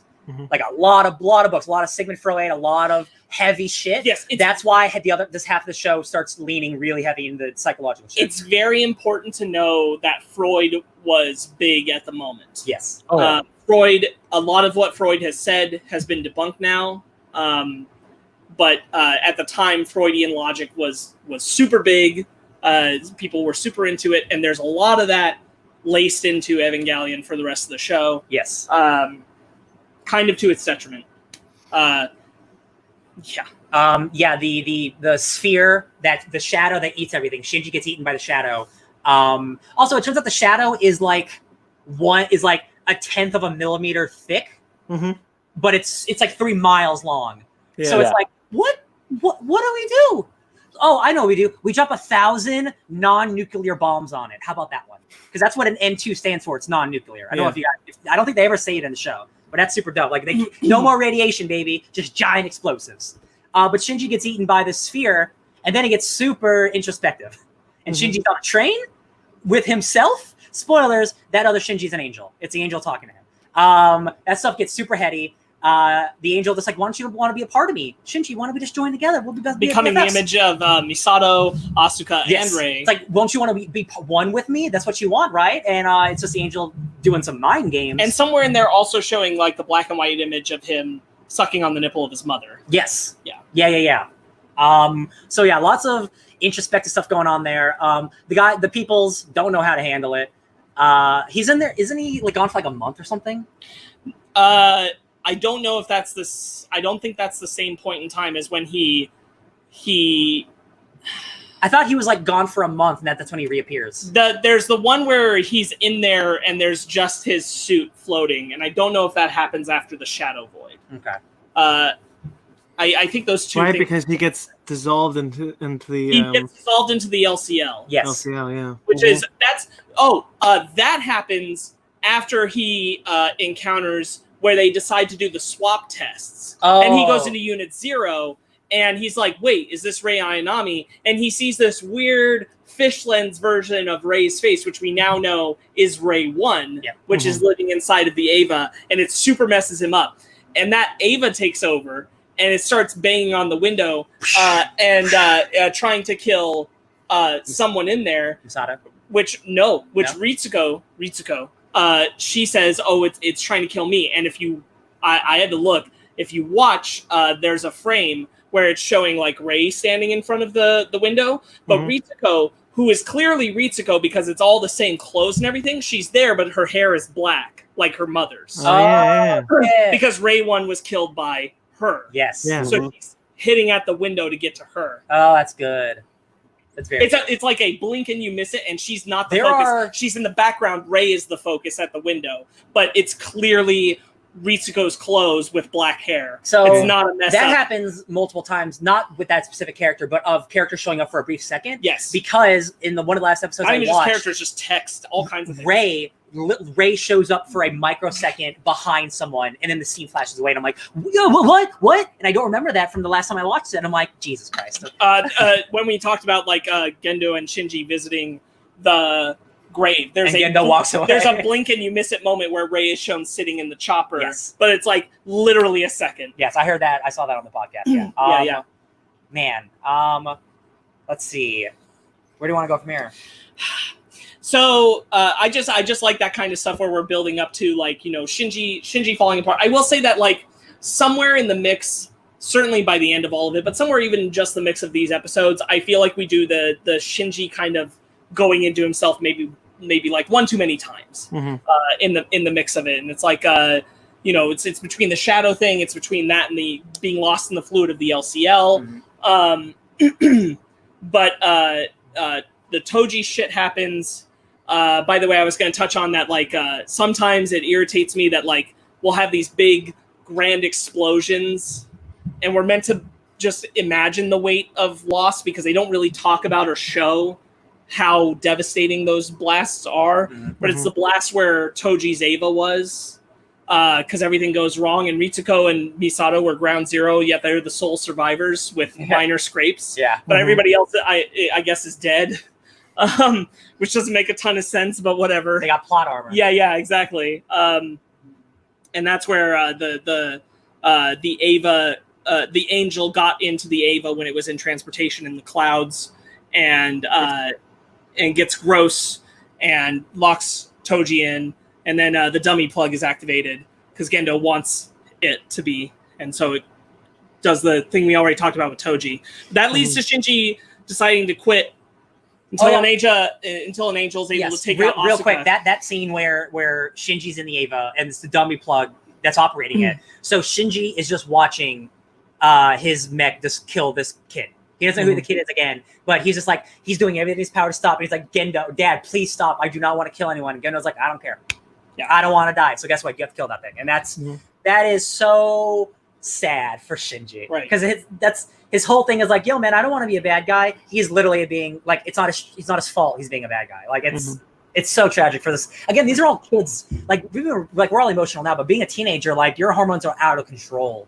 Like it's serious stuff these kids are going through, man. It's rough. Yeah. That causes Shinji to decide to leave until Asuka's Ava's head is knocked off, which they barely sever the nerve connection. That's what the cool angel with the wiggly arms. Yeah. And Shinji decides, yes, I'm going to go back and pilot, and he goes and he fights, and ultimately ends up going berserk. This is when we first see Ritsuko saying that the Ava, she is breaking of her restraints, because it's not just armor, it's also restraints. Oh my god, that's again, like episodes like 17 to 19. 19, yeah, that's episode 19.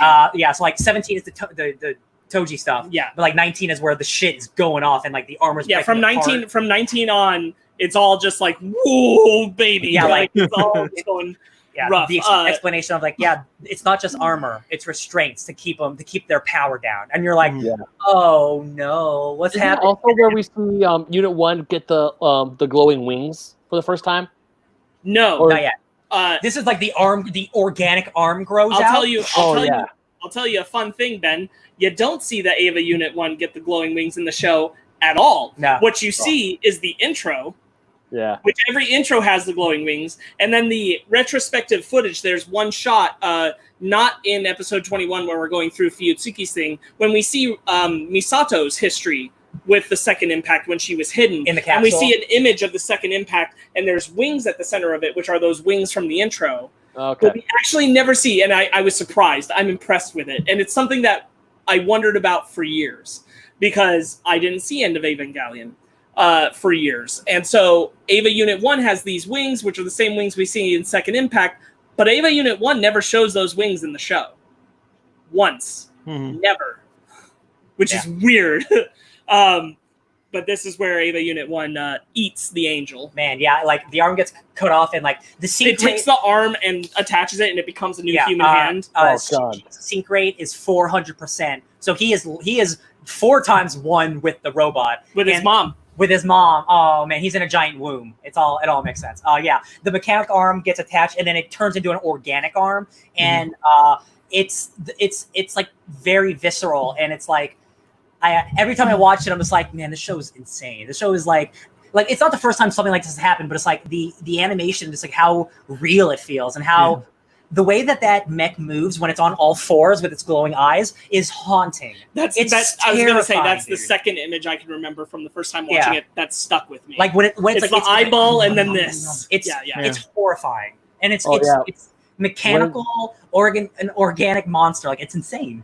When it was eating that, it was eating the other Ava, right? Yeah. Yeah, when he was eating the Ava. It was eating an angel. Sorry, the when angel. it was eating the angel, and then it goes. I was like, Yeah. I'm like, that's unsettling. So we've talked about the second impact. Should we explain what those are to the audience real quick? Because I love it. If you're this far in, you have to have watched it. But the first impact is when first impact happened billions of years ago when Lilith came to Earth. Lilith Adam was already there. Lilith and Adam. Yes. So Adam was already there. And then Lilith put up. Yes. So the seeds of life, Adam and Lilith, you're not supposed to have two of those on the same planet. That was the problem. So Adam landed, and then Lilith also landed, and the thing that keeps them in check, the spirit of Longinus, was broken. So that messed the whole thing up. ADV dubbed Lance of Longinus. It's the Lance of Longinus. Because alliteration is nice. Yeah. So as I understand it, because Lilith's spear or Lance of Longinus was destroyed, Adam went into hibernation. Yeah, he got the spear in him. Yeah. So Lilith populated the globe with humans. When we see Lilith for the first time in the show, you can see where like the lower half is, and there's little human-looking legs coming out of it. Doesn't that remind you of the ending of a certain movie? Dun dun dun dun dun dun. Godzilla. Yeah. Anyway, it's impossible not to see the similarity there. Yeah, when I first saw that, it wasn't Shin Godzilla that my mind thought came to. My brain was like, that is some grotesque imagery. What the fuck am I looking at? Some good stuff. Put an explicit tag on this YouTube video. Well, I'll say like the first time I saw it, I didn't think of Shin Godzilla either because it didn't exist. But I did. I was 12. Yeah. So the second impact was when they found Adam and they tried to meld him with human DNA. They took the Lance of Longinus out of him. Yeah. Yes, and that created the second impact, which destroyed basically half the world. Yes. All of, at least it looks like a lot of part of the hemisphere is just bloody water. It's not blood, but it's red water, which it's just an indication of like blood and like these crazy like icicles sticking out everywhere. The world's in a bad spot, but it's interesting because this is technically like a post-apocalyptic show, but you don't really see any of the apocalyptic parts. No, it is traditionally you're still in a regular looking city. It's not a regular looking city. It is a manufactured city that can be tossed underground at any moment in time. But losing half the population was meant to show the isolation of everybody there, because if you lose half the population, it gets pretty lonely. We've all seen Endgame. Yes. Yeah. Yeah. Well, also they mentioned what I was trying to say a few seconds ago was that they also mentioned that parts of Japan sank. Yeah. Like they're going over like, oh yeah, this used to be this district. My apartment was right down there. The polar ice caps melted. In episode 5, it's the first indication of what really happened. It's when Asuka's fighting that whale monster and they get dragged down to the bottom and there's an entire city that's sunk underwater. Yeah. And it's the first time you know about like the apocalypse or whatever, but like you're like, oh my god, this is like an entire city. It's actually not entirely the first time, because the first episode when we see the angel coming in through the water, it's swimming amongst buildings that are under the water. Okay. That's it's basically the plot of the show that they find out is that many people are trying to initiate the third impact, which would be which the Dead Sea Scrolls talk about is when Lilith wakes up. So the story that they tell is that Nerv is working to prevent it, but we know that Seele is actually trying to make it happen. Yes. Right. Yeah. And we know that Gendo works with Seele. Mm-hmm. But he's trying to make a different version of it happen. Yeah. Right. Yeah. Everyone wants it to happen for different reasons. But Nerv is telling everyone, no, we're trying to prevent it. Don't worry about it. Yeah, like Seele is kind of like a death cult in a way. Mm-hmm. Yeah. Where they're like, let's do this human instrument. Let's like kill. But they want it just for themselves. They don't want the whole species. They want just them. The idea was that Seele was hoping that they would become one and become a god with Adam and Lilith. That they would do that and they would be in control. Right. Not all of humanity. But Gendo's like, excuse me, I want to see my dead wife. Can I be included? Please? Thank you. And Gendo's goal is all of humanity. Yeah. Hey guys, remember when you guys read Hoxpox and there was the year 1000 stuff about the collective trying to make all one giant collective mind? Mm-hmm. Oh yeah. Bam. Bam. A giant hive-minded sorts. Yeah. Exactly. Yeah. So Where do you want to go from here? Do we go to the do we want to do like the flashback of like young Gendo and young because that I like that episode a lot despite like some of the stuff. I keep forgetting to decide his name. What's his name? Futsuki. Yeah, so you see him as a young professor who's kind of been just like Gendo's dude up to that point in the show, and then all of a sudden he has a character, and you're like, okay. He has like every couple episodes he has a philosophical debate with Gendo. It's just like, living with humans is pretty cool, and Gendo's like, no, man, everyone needs to be isolated. I'm like, oh, Gendo, come on. But yeah, Futsuki has this like, he's this young professor, and a bunch of students like, hey, come drink with us, blah blah blah. So he goes that, and he's like, yo, there's this guy Gendo. Can you go get him out of prison? Because like he beat a bunch of people up or whatever, or he got beat up or whatever. And he's like, okay, sure. And Yuri's his favorite student. They want to be like, they want to be on good terms. So he goes. Yuri or Yue? Yui. Yeah, it's Yui, right? Yeah, Yui. But Gendo, it's a 20-year younger Gendo. He looks like an old Shinji more than a young Gendo. But he's like, listen, I didn't get into a fight. I just don't fight back. But I'm real smart. You want to hang out with me? And they develop a friendship. And Futsuki is friends with Yui Akari, not Gendo Akari. That is not Gendo's name. We learned that Gendo takes his wife's name, maybe for sinister reasons, maybe just because he really likes her. Could be both. Not sure. But yeah, you can also tell that Fukusuki, he also has a bit of a crush on Yui. Yeah, lots of love. He doesn't act on it, but you can tell he has feelings for her. 100%. Oh yeah.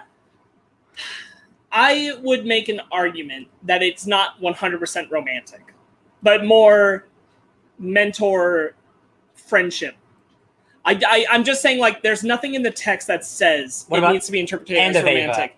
Where he's like, I can't wait to see Ui's face again. Yeah, I am just talking about the show. Okay. And I'm not talking about End of Eva. Okay. Where it is left, like, just textually, if you're looking at just the show, there's nothing to say that it is a romantic thing. Yeah, could just be platonic, but I understand that the romantic aspect is easily placed there. I mean, with everything else in this show, I wouldn't put it past it. For sure.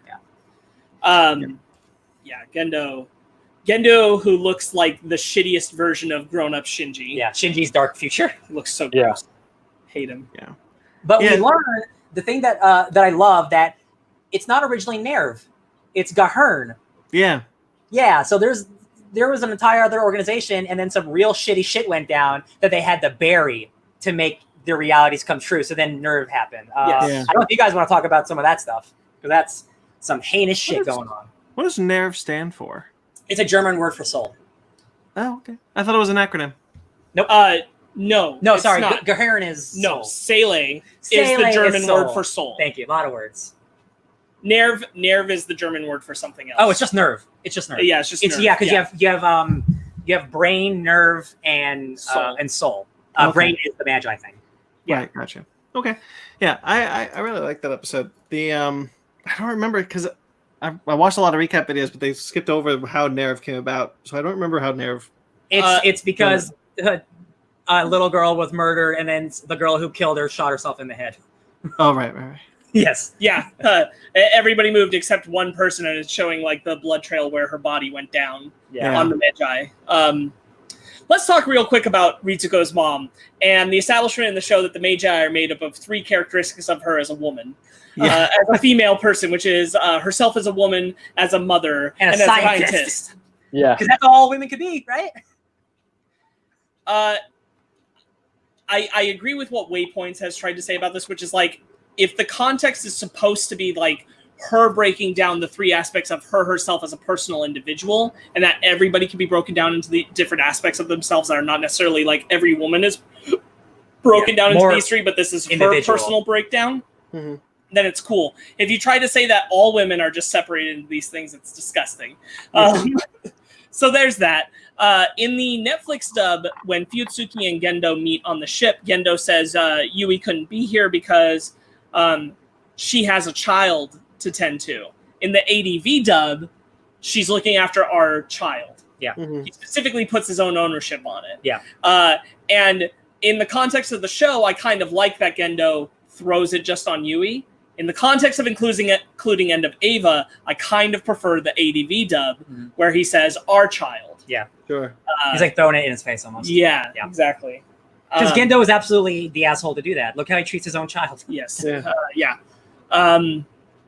Yeah. That's a solid episode. Aside from like the troubling depiction of Ritsuko's mother as a person who will, the moment she's called hag, choke a child to death, regardless of the fact that she knows that child is manufactured. Yeah.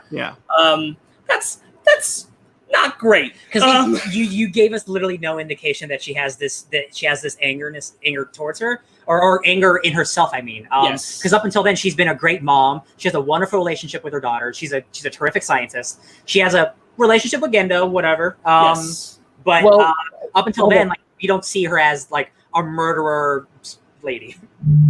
Well, I mean, right.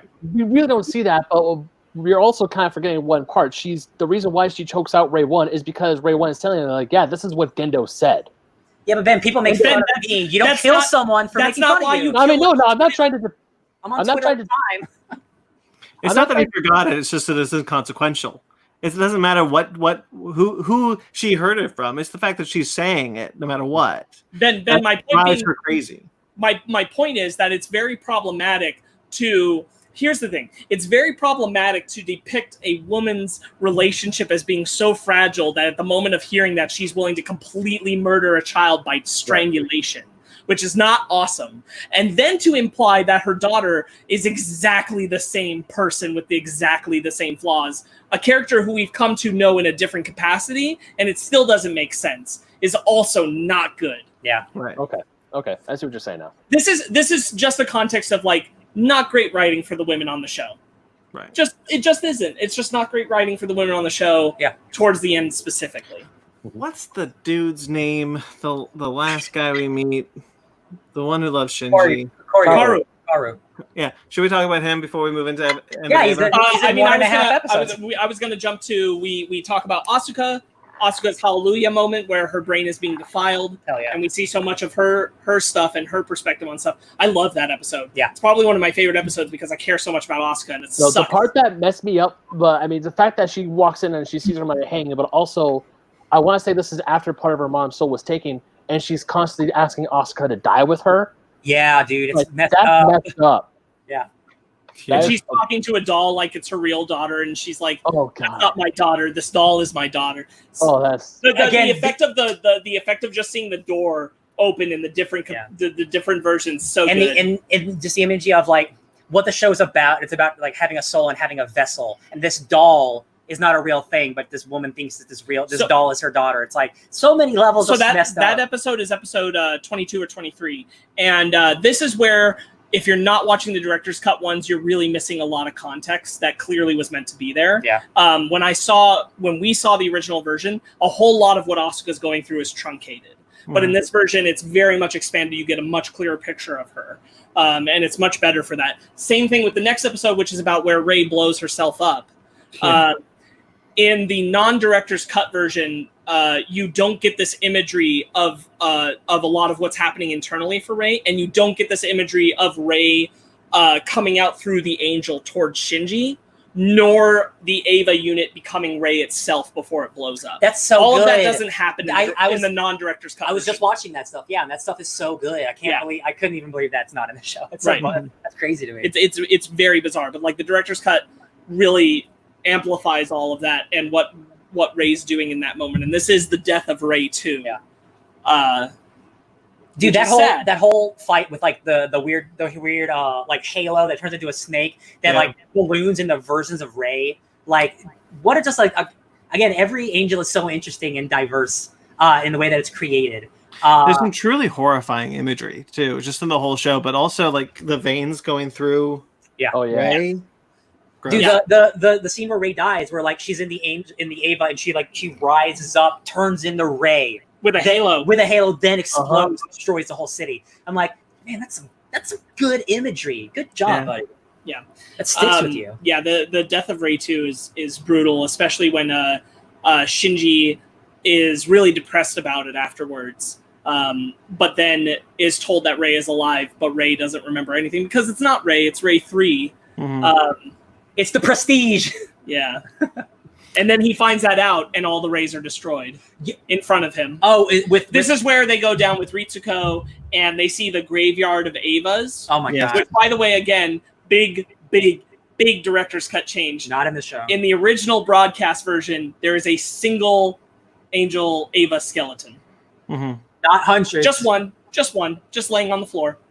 It's very bland, actually, in comparison. And the graveyard is just a pit, a big bloody red pit of a bunch of Eva bodies. And I'm like, this is there's a giant, wildly a different impact. A giant cross, right? Yeah, exactly. Yeah. In case you forgot.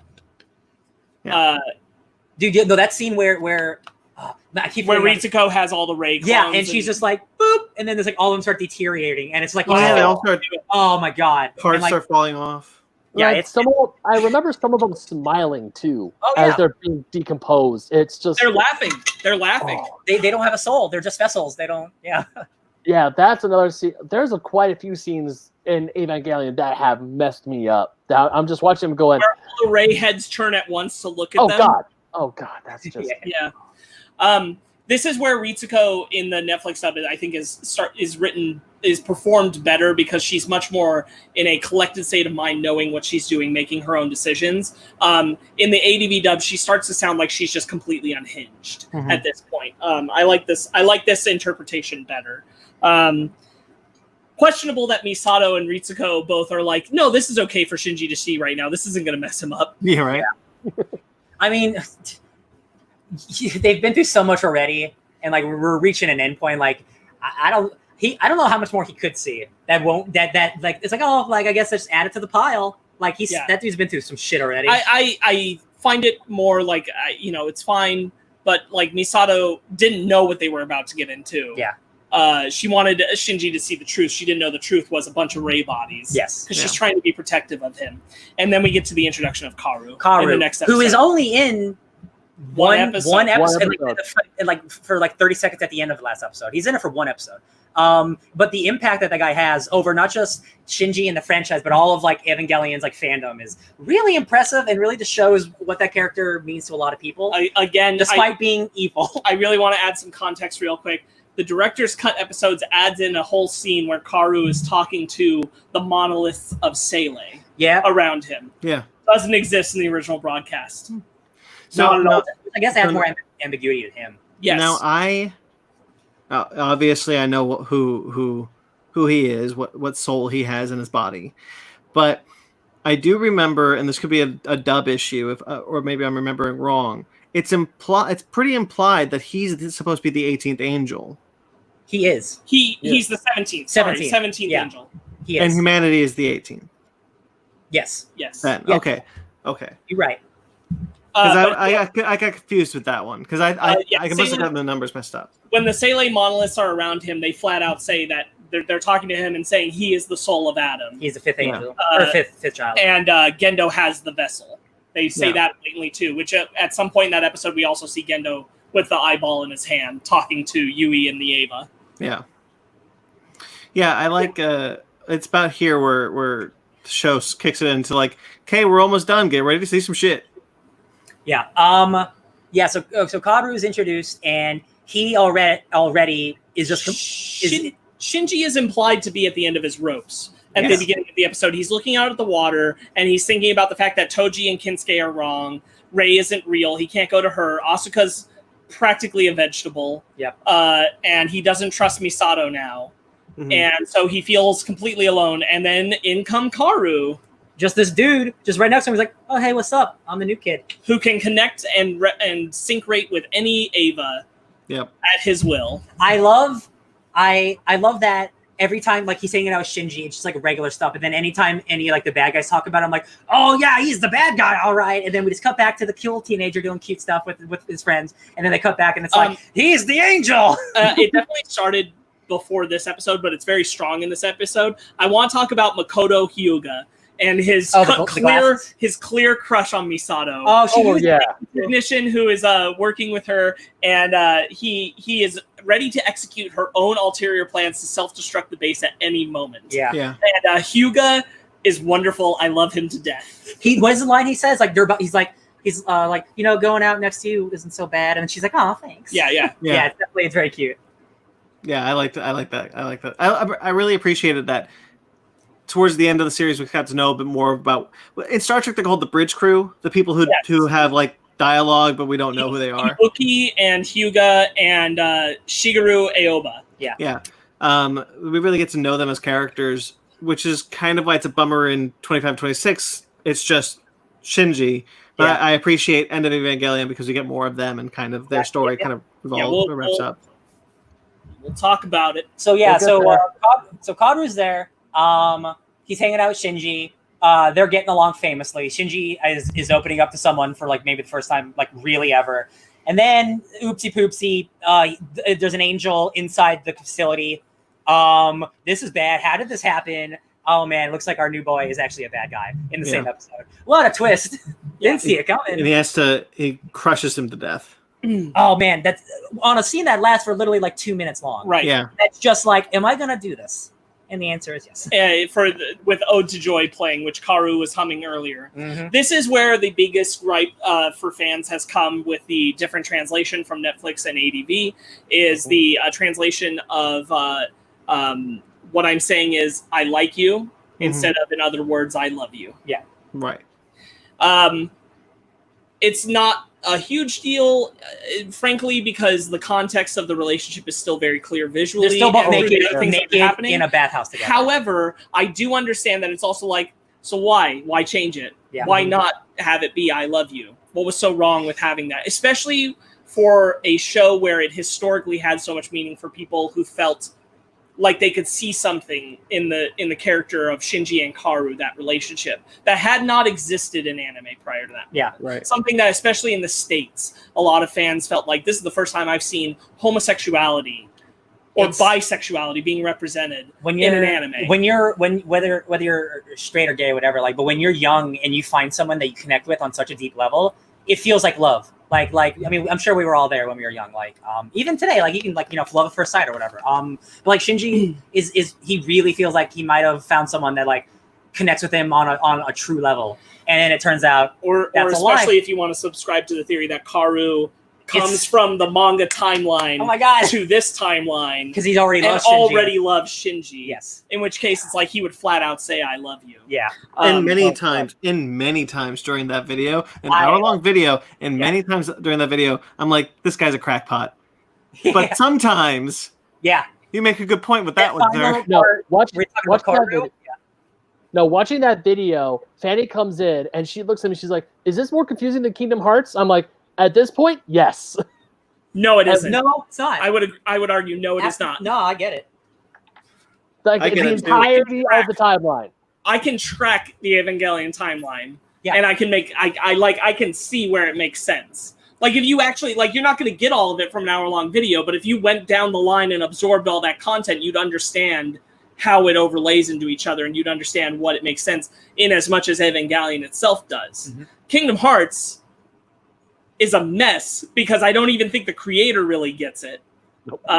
So, second phase coming this year. Yeah. Woo!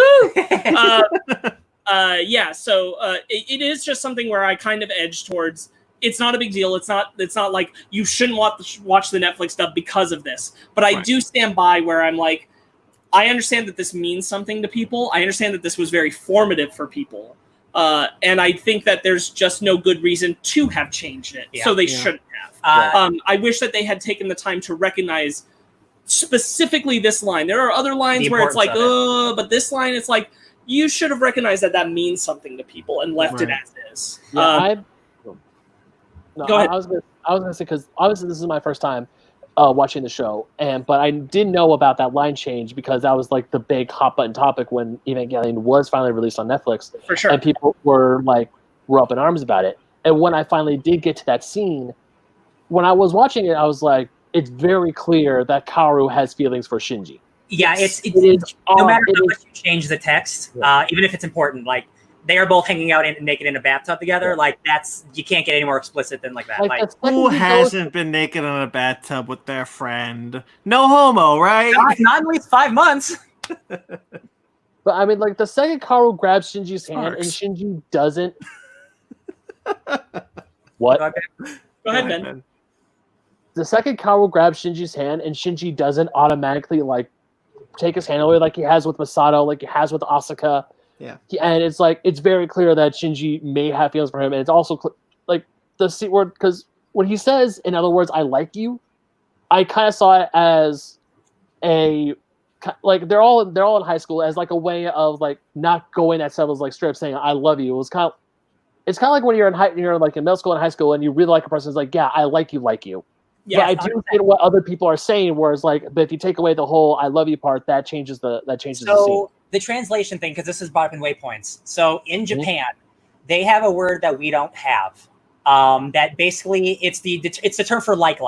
It's between liking and loving, right? So for some people, or at least for the translator, his thing was the actual word that they use is not love. It's the teenage version of like I like you. So for him, not saying he's right, for him, he felt that the I like you thing felt more romantic teenagery than just saying I love you.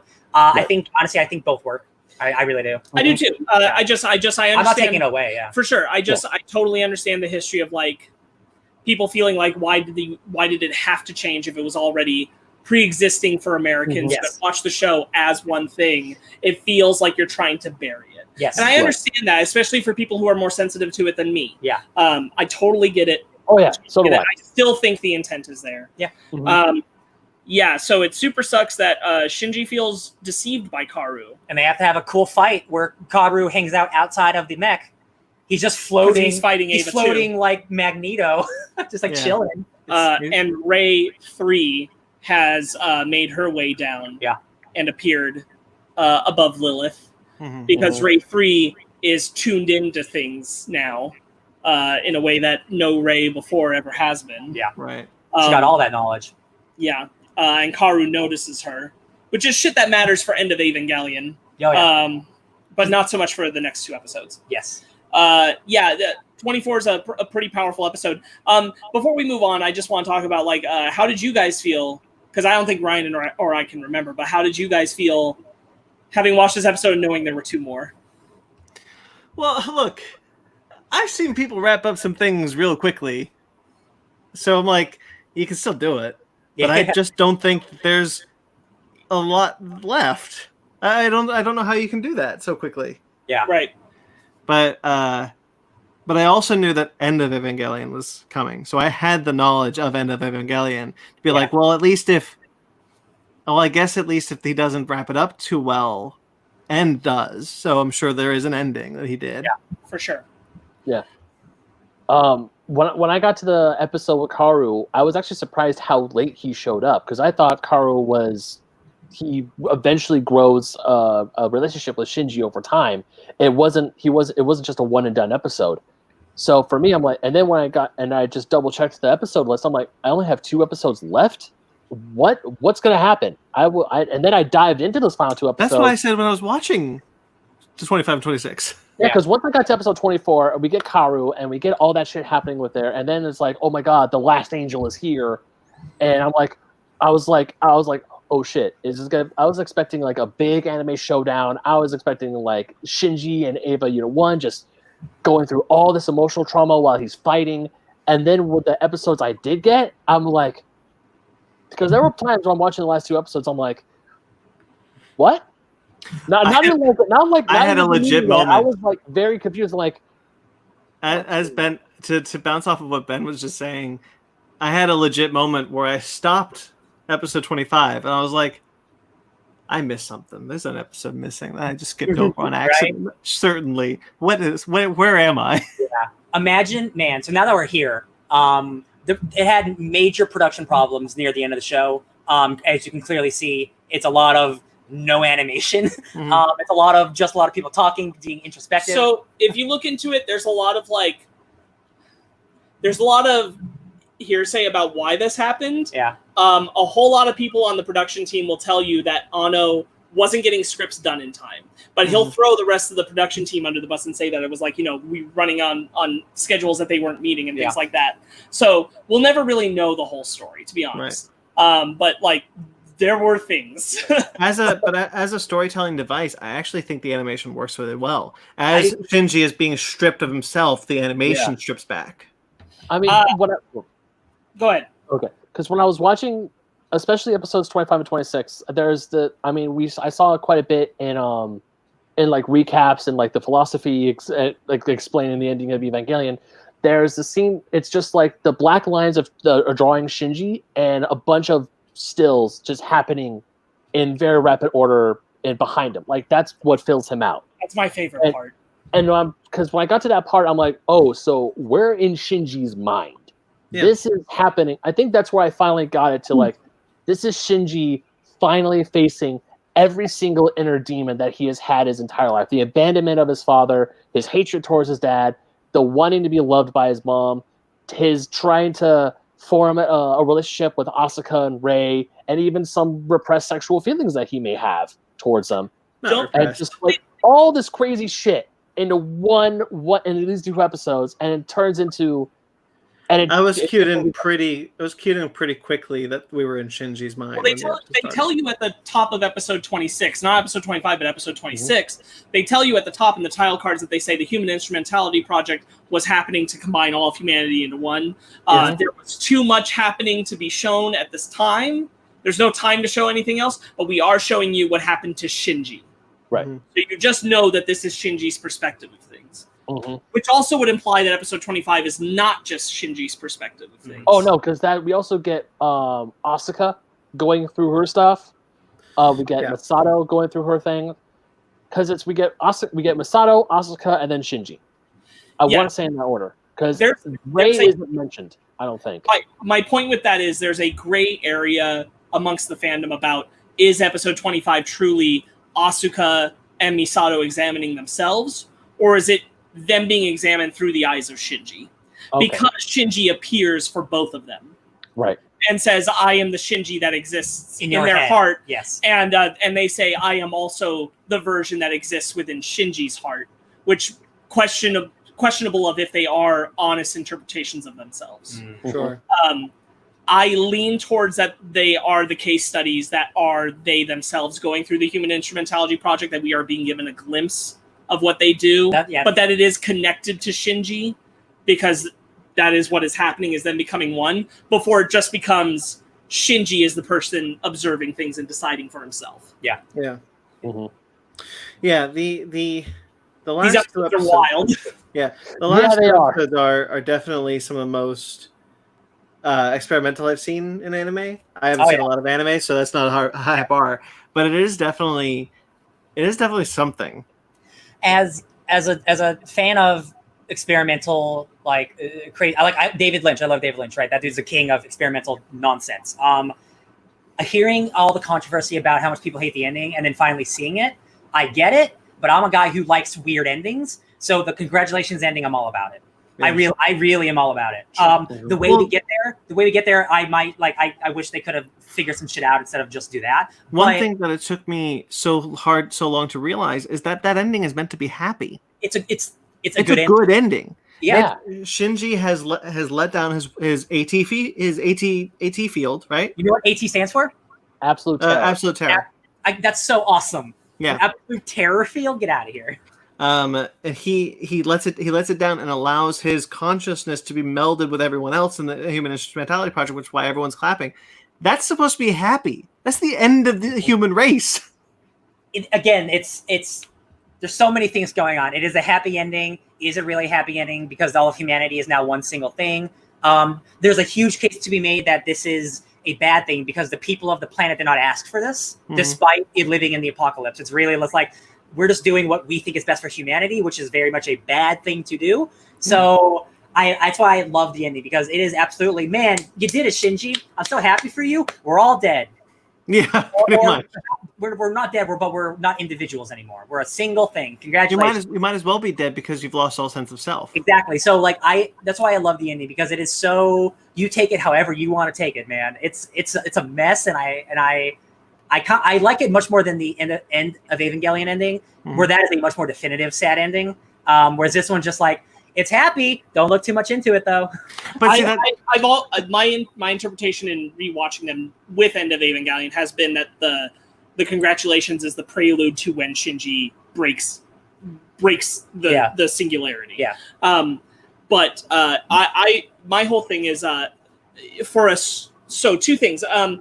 I think 25 and 26 would have been stronger if we had not done the episode where Shinji was lost in the LCL. Yeah. And he basically had the same argument with different words. Sure. It's true. Now, here's the thing. He's asking different questions of himself in these episodes, which is great, but the answers are the same.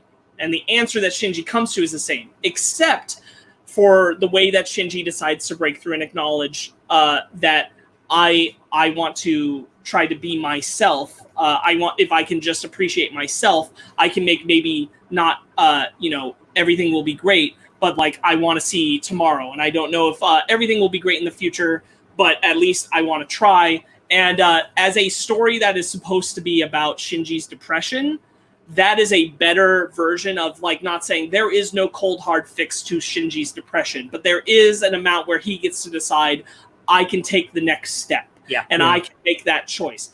And I kind of agree with something that the people on Waypoint say, which is that I think the ending would have, the perfect ending to me is ambiguous, which is that Shinji breaks the glass and then there's white and nothing. And you are left to interpret what that means because the future is unknown. And that's what Shinji is throwing himself into. An unknown future where every time he's going to keep trying, even if, he says specifically, even if I keep coming to the same conclusions, even if the same things keep happening to me, I'm going to try. That's what depression really feels like, is trying to just get yourself through to the next day. And that's what trying makes, to take on the hope that, I don't know that I'll be okay today, tomorrow, all that, but I like to believe that in the future I will be. Yes. Mm-hmm. And I think that would have been a stronger conclusion than him breaking into the congratulations, even though the congratulations is like it's super iconic to me in a way. And I kind of like it for that. I do think the stronger emotional ending is the unknown for Shinji. He breaks through and it's unclear what will happen in the future because it's unclear to Shinji, but he wants to try. So the same dialogue, the same emotional beat, but not the congratulations. One of the things that I actually find interesting about the end of the show and the end of Evangelion, the movie, is that it should be reversed. Yeah, at the end of Evangelion, he stops the Human Instrumentality Project and maybe saves the human race, I guess. But it's meant to be sad. It's tonally very sad. It's totally very depressing. And if you really look into it, it is depressing. And then the end of the show, it should be depressing because he loses his sense of self. All humanity has been wiped out into this whatever. But it's happy. And it's totally supposed to be happy. I just find that really interesting. The kind of contrasting sides of the two endings. Oh, I agree. Yeah. Again, much like the credits, where something really sad will happen and then a pop song will start playing. Like, it does that exact same thing where it's the opposite, where it makes you feel the opposite. Like, everyone's happy here, but I'm pretty sure the world just ended. Yeah. Or at the end of Evangelion, it's like, I'm really sad, but they're alive. Yes. They're the only ones alive. Yeah, if you want to read it that way. Yeah. I like the ambiguous ending of End of Evangelion because you can read it as like, they're the new Adam and Eve and they have to repopulate the human race. Or everyone else is going to walk out of that ocean.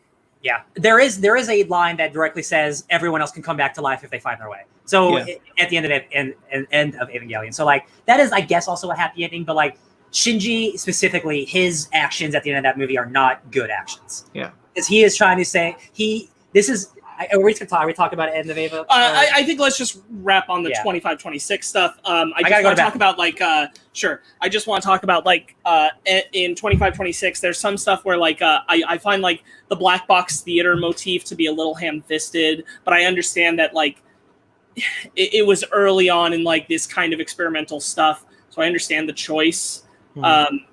But some of it works, some of it doesn't. I wish that we were given more clear context of that we are seeing Misato's true experiences and Asuka's true experiences in the Human Instrumentality Project rather than the vagueness of like, are these Shinji's painted images? Just to make that feel more fully fleshed out. Because I'm much more interested in knowing that they're recovering through their experience rather than it possibly not really being theirs, but belonging to Shinji. Yeah, I got you. I really like the entire sequence a lot of Shinji falling through the white space. Yeah. and Gendo creating the line, which orients his world, and like the discussion of like you can be any shape, you can imagine all of this, you can be just one person, but you'll always just be one person unless you have another person to help you center yourself, and all that kind of stuff is visualized really well. It's pretty much all of the new animation is in that sequence and is really cool. Yeah. I like the sequences in 25, 20, 26. It's just it's such a confusing watch going from 24 to 25. Yeah. And if you go from 24 to end, which has 25 and 26 again, I think it's a much smoother transition. Sure. I mean, like in an ideal world, like outside of 25's like very beginning, which is taking place moments after the end of 24, there's a perfect world where you edit in where the things of 25 and 26 actually fit to End of Eva, and things like that. I'm just going through a couple of notes that are specifically about the show before we move into End of Evangelion real quick. If anyone else has anything else to say about these last episodes. No, most of what I have left is about the movie.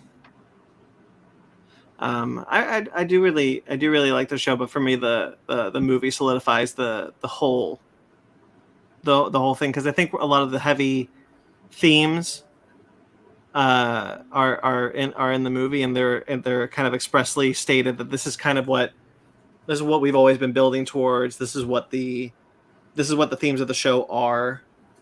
And I think there's a lot of interesting stuff to dig through. I agree. But much like an Endgame, there's no way you can watch that movie without having the thing before it. No, absolutely not. Right. I feel bad for people who are just like, oh, there's a new anime movie out? Oh my God, what? Why is he jerking off into his hand? Oh God, right? Jesus. What's your favorite angel from the series? What was the one in space, the Technicolor one? That dropped the orbital bombs? Yeah. Yeah, it's cool. I like that one. I want to say the pyramid one, the diamond one. Yeah. Where they had to like fire a sniper rifle at it. I want to say that I'm pretty sure, but the one I remember the most is the big giant eyeball with the wings. Yeah. Yeah. What about yours, Ryan? I like them all so much. I mean, I really like. I don't think she counts. I really like Lilith's design, even though she's. She's not Adam, but she's just a Lilith or whatever. She's the black seed of life. Oh yeah, we didn't touch on the idea that the Geofront in Japan, that's her seed of life. Yeah. Yes. It's the moon. It's the black moon. Yeah, that's so wicked. Yeah. Yeah. And they just kind of built inside of it and created and that's why she was there. She was always there. And the white moon, Adam, was in Antarctica. Yeah, I think my favorite is the black and white sphere, because that's not the Eva, it's the shadows, the Eva. Yeah. Or the Adam, excuse me. So I will touch on a couple notes here. In episode 19, Shinji's strongest moment is when he's trying to get the Eva to go for him. Before it goes berserk, he says, "Everyone will die, and I don't want that anymore." Just hitting on how Shinji wanted everyone to die before that. Yeah. And I really like in the Netflix dub, it's a lot clearer that the different actors, the different voice actors, are repeating the moments of Asuka saying things in Asuka's case study than in the ADV dub. It's not as clear that it's the other voice actors doing it, but in the Netflix one, you can clearly hear like, oh, this is Misato. In the regular one, Asuka. it's just Asuka. It's just Asuka all the time. That's what I thought. Yeah, it's much better to have it be these different voice actors and Asuka saying, no, that's not me. That's not me. Yeah. Ritsuko and Misato both exemplify relationships with abusers of different kinds, and it's a real shame that there's no stronger stance given to their struggle against these patterns. And even though Misato comes out on a little bit better in the end about it, these are probably their weakest characterization elements, are the things related to this idea of like them being in these relationships with the abusers as a pattern of like women being desperate for the affection of bad men. Yeah. And it's just sucks that that's the only perspective given in the show. Girls like bad boys. We can go on to End of Evangelion has expands on two sequences that you see in 25 and 26. I'm so bad with names. Misiko? Mitsuko. Misato. Thank you. Her lifeless body, and then the other one's lifeless body. Mitsuko. Yeah. Are in those last 2 episodes, and you don't know why they are. You don't know what happened, but you get that. You find out in End of Evangelion exactly what happened. There is that opening fight with Sile invading Nerv is messed up. Yeah, I love but you know what's more messed up? The opening. Yeah. Where he jerks off to Asuka's comatose body, which we cannot not talk about. Yo, Hideki Anno, what's going on? So here's the thing. I like a lot of things in End of Evangelion, but I really, really hate Shinji. And the thing is that nothing in the show ever made me hate Shinji. He felt like a victim. He was narcissistic and selfish, but he was never a bad person. Mm-hmm. Shinji is actively an asshole in End of Evangelion and a victim. But that's not an excuse, and it sucks. Yeah, he regresses all of the progress he made, and in End of Evangelion, he's back in his shell. Even worse than before, where he doesn't even talk, where he's just sad all the time until he actually does something. And I'm like, I just watched 26 episodes of you learning how to overcome this, and now we're literally back to square zero. No, that's what I thought too. No, it sucks. I'm getting back when shit's going down, and when Misato is trying to get Shinji back, and Sile is attacking her, and like, we need to get Shinji up, and Shinji's just like laying down. All of a sudden, I'm like, dude, I remember you were up and ready to kick ass and take names. Why are you like this again? Yeah. What the hell happened? And so again, like, credit to Waypoints, I think they say it really well. Shinji in the show is a character suffering from depression. Shinji in the End of Evangelion is depression incarnate. Yeah. And that's just what he is. He is just depression itself. And that's not a good character. No. And it's not a good character arc, and it's really crappy. Yeah. I think sorry, if you want to touch more on that. No, go ahead. No, Ben. Are you talking to me? Okay. No, but I mean, going back to the original tour, talking about the scene with Shinji over Asuka's comatose body, and I was like, what? Like, when they just when it's just Shinji over Asuka, and that we hold that scene for way too long. Hold on, it's so long. Yeah, I'm like, what the hell is going on here? And we get that split second of that. It's real time. And then we get that shot with his hand. I'm like, doesn't he even say to himself like I'm so gross? I'm the lowest. So gross. In the original dub, he says, "I'm effed up." Yeah, he swears. Yeah, he says, in the ADV dub, he said, "I'm effed up." I mean, again, it's not okay because you recognize that it's bad, but you still put it in your show, or your movie. You know what I mean? Like, you're not subverting my thoughts. No, he wants you to hate Shinji. That's why the sequence is in there. I don't know why he does, but the sequence. The only thing that makes sense to me why that sequence is in there is because he wants you to hate Shinji. I just don't understand why you make it again. And he's going through lots of depression himself, so like he might just be in a completely different mindset while making this movie than making the show. Yeah. But he just had the entire show try to make us sympathize and like relate to Shinji and help him overcome his trauma. Why would you make the sequel thing not that? Why? I don't understand why he'd choose this. Is what I mean. Oh, I agree. From a tonal story point of view, there is some stuff that I saw that there's some hearsay, and we don't know if this is true or not. But he made the movie. He obviously made the movie in response to the criticism of the last 2 episodes. But there's some sites that I've seen to speculate that it could have been spiteful. Yeah. And he was kind of doing it to be like, okay, fine, you want the answer. There's an amount of him being blatant that he didn't like how fans sexualized relationships between the characters that he didn't intend to be that way. Yeah. Whether it's Shinji and Asuka or Shinji and Misato, and there's an amount that you can say that, but like that doesn't. I stand by the point that like I shouldn't have to contextualize how Anno is feeling about what he's trying to say to those fans about those moments in observing the text. If I'm just observing the text of the movie, Shinji's gross and this sucks. Yeah. And there's just no way around that. I'm just gonna ask real quick, because we're not live, can we take a brief pause because I'm really confident Luna has to go to the bathroom. Yeah.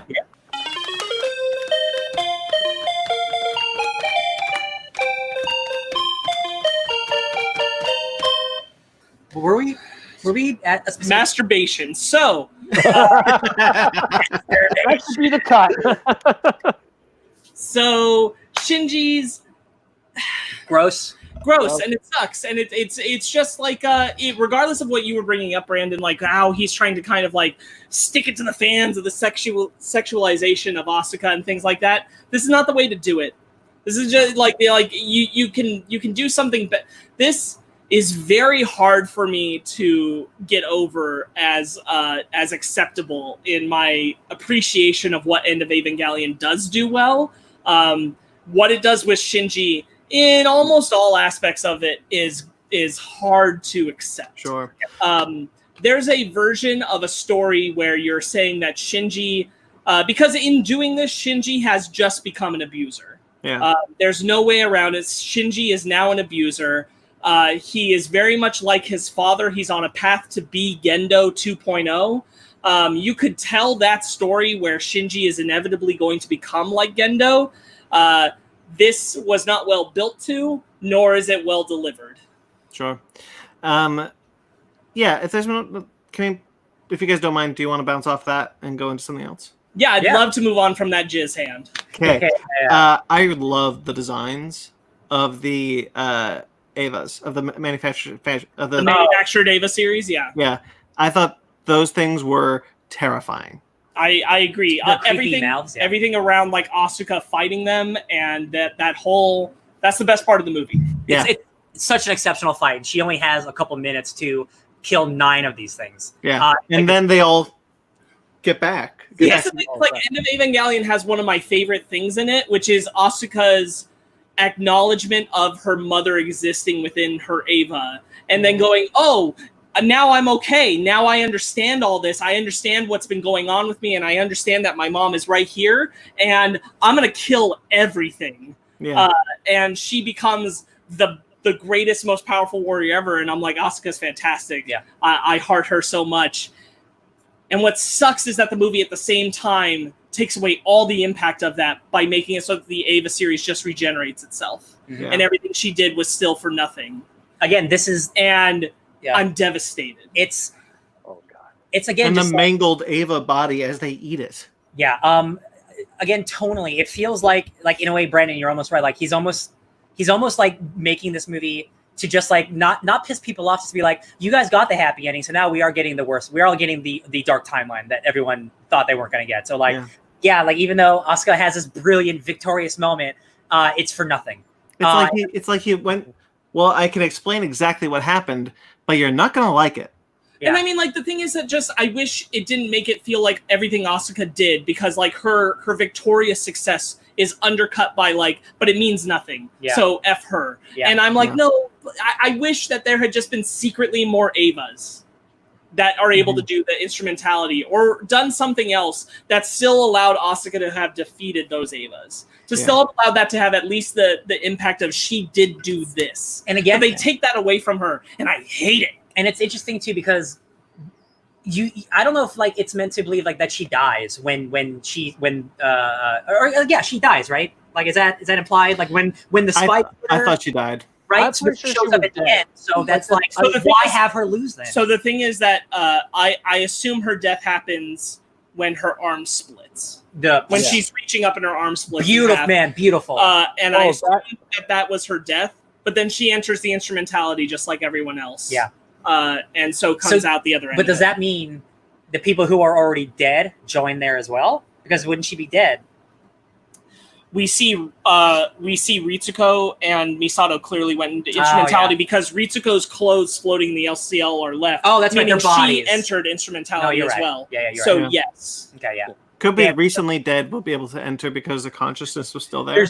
There's Civil War soldiers who are like, oh, it's my time! We waited long enough! Yeah. Right. I really like that. I really, really like that moment with them. Oh, crap, I forgot what I was going to say. Ben, you go. No, I was going to talk about Asuka's fight scene. Because, I mean, obviously we see Asuka comatose. We see her in her own funk for the few episodes.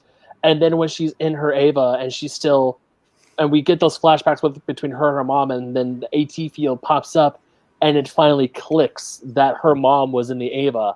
and then we see Asuka, like essentially the version of Asuka that we all know and love, the no holds barred, ready to kick ass and take names. And I was cheering for her the whole time when she was just wrecking those Avas. And when she gets unplugged, she's like, I got 5 minutes. That's 20 seconds for each of these mother effers. Let's go. Plenty of time. Yeah. Yeah. And then when she's reaching up and after those Avas, I'm like, oh no, don't tell me this is it. And then when her arm splits, I was like, damn it all. Her eye gets impaled, blood pouring down her. The Lance of Longinus, the manufactured Lance of Longinus that hits the Ava unit in the head. Yeah. Yeah. Just every all those things, and when the other Avas come in and start eating Unit 2, I thought that's it for Asuka. She's done. She's done. She's dead. She ain't coming back. And that's pretty much true in a fashion. Yeah. Yeah. Yeah, Gendo does a thing that I also, much like Jizzhand, Gendo does a thing that I'm just kind of like, why did you need to do that? When he merges Adam's embryo with Rey, and he does it by grabbing her breast and then pushing in. And I'm just like, can't you do like the stomach or? Yeah, it's he brings it down towards the stomach after. Yeah, like if you're doing that anyway, you just want to be a pervert. Yeah, it's again like I don't what Anno is trying to tell us with this, but to me it's just like it's just gross. Like it is gross. I think there is still like some context to the fact that Rey looks like Yui. Sure. And Gendo has spent years, I think, in fantasizing Rey to be a replacement for Yui. Mm-hmm. It doesn't make it acceptable. I understand. I understand that relationship has never not been sexual on some level to Gendo. Right. Whether or not he'd ever acted on it before, it's always been somewhat sexual, or he wouldn't have made Rey look like Yui. Yeah. Right. Because that's a choice. He made that choice. And that's really gross. It is gross. But Gendo's gross. It's not surprising. Yeah. Gendo's the father of Shinji. Yeah. And he's constantly been an abuser. Gross man all the way around. The imagery of the Lilith Rey is terrifying. Dude, that scene is so cool. So Lilith, Rey is like, Gendo, I'm not gonna help you. And Gendo's like, excuse me? And she's just like, yeah, bye. And she just gets absorbed into Lilith, and then Lilith becomes this giant, beautiful thing. Well, even before that, there's this part like when Rey is talking, like Rey is also like completely naked. I'm like, okay, that's weird. But then her arm just falls off. Yeah. And I'm like, what? She doesn't have a soul, so that vessel is falling apart. Yeah. And I was just like, this is freaking. And then of course Gendo does like the whole like, I'm gonna put Adam into you, and she grows her arm back, and then she's just flips off Gendo. Essentially, is like, yeah, I'm not gonna help you. Screw you. I'm gonna do my own thing. At some point before all this, she's just floating in LCL. Yeah. It's not clear really what that means, why she's doing it. Yeah. She just is. Maybe because LCL comes from Lilith. Yes. Maybe that's what's keeping her from deteriorating. There's an argument to be made for that. It's left completely ambiguous and unclear. Mm-hmm. I have a lot of problem with Rey's characterization, specifically because she decides that she's going to go do all this for Shinji, which makes no sense because Rey 3 has no memories of Rey 2. She isn't Rey 2. She's not that character. So this doesn't make a ton of sense. I saw a reading of it that I assumed was what they were doing. So, but let me see if I can accurately explain it. Sure. It is the fact that she was cloned from the mother. And she is doing it because she knows that Gendo has mistreated their child, and so she's doing it as like a revenge to be like, you shouldn't have mistreated our kid. I think that's doing a lot of reaching. Yeah, especially because nothing in Rey 2's existence gives us any indication of that, and this is a further stretch removed than that from the initial Rey. So that's hard for me to say is supported by what we're given. Sure. I think you can do leaps to justify it for sure, but I don't see that in what we're given. You know. Mm-hmm. Ben. No, I was going to mention that the scene, like when the instrumentality is starting, and Gendo is being picked up by Ava Unit 1, and Ava Unit 1 bites his head off. Yeah, baby. Yeah. That's something specific about it, or no? Because I was saying that's because Eva Unit 1 obviously has a soul, but I was trying to kind of support Brandon's things like this. Essentially, that's UA soul. Oh yeah, Gendo for mistreating Shinji this whole time. But it's also not super clear because Eva Unit 1 is in the sky. Yeah, you're right. Because I was like, but wait, Eva Unit 1's up in the sky, so. Because it's like, is that really happening, or is this just Gendo's interpretation of his death? I don't know. I don't know why that. Eva Unit 1 doesn't look like that at that moment and is farther up in the atmosphere. Yeah. So I don't know. The only thing that I took away from it that's important is that we see everybody else turn into orange goo, but Gendo doesn't turn orange goo, which implies that Gendo's not welcome to instrumentality. Yeah. That's the only interpretation that mattered to me, is that Gendo is not allowed to be part of instrumentality, which is kind of like an ironic FU to him. Because he's the one he's the one who wanted it to be with Yui. Now, no question about instrumentality and the third impact.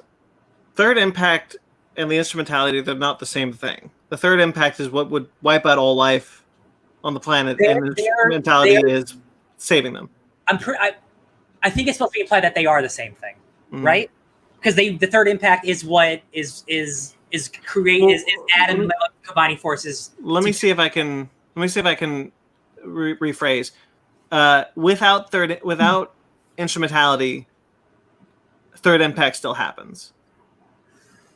Yeah. Oh. Yes. So look, third impact is Lilith's connection with Adam. Yes, to create the super god. That's the super god. That's third impact. That's why they don't want them together. Human instrumentality project is the combination of all humanity into one, which is what Gendo wanted to happen, and ultimately what is happening by the choice and will of the Rei Lilith thing that decides, I'm going to do that, but not for Gendo, for Shinji, and let Shinji decide.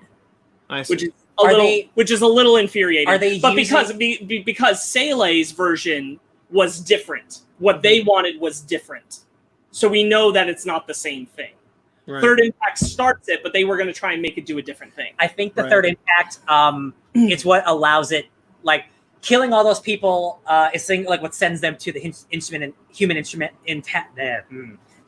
instrumentality project. I think they are simpatico together. Right. Like you need one to have the other one basically happen. I think. Because I could have sworn that, because when I was watching the videos like explaining it, they're saying that they want to start the third impact because the third impact will trigger the human instrumentality project. I think so. Right, which means that they are not necessarily the same thing, though. Yes. Right. Which is what I was asking. Like there would have been a third impact even if they hadn't created instrumentality. Oh. Yes. Third impact could have happened and killed everyone and not put them into a big one unit bubble. Because second impact didn't do that. Yeah. Right. Before we start talking about like the human instrumentality project and all that fun stuff, there was one thing I wanted.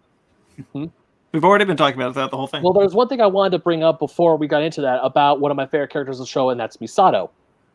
And when she kisses Shinji right before she dies. Yeah. And even then, I'm like, hold up. Because throughout the show, like, she is Shinji's guardian.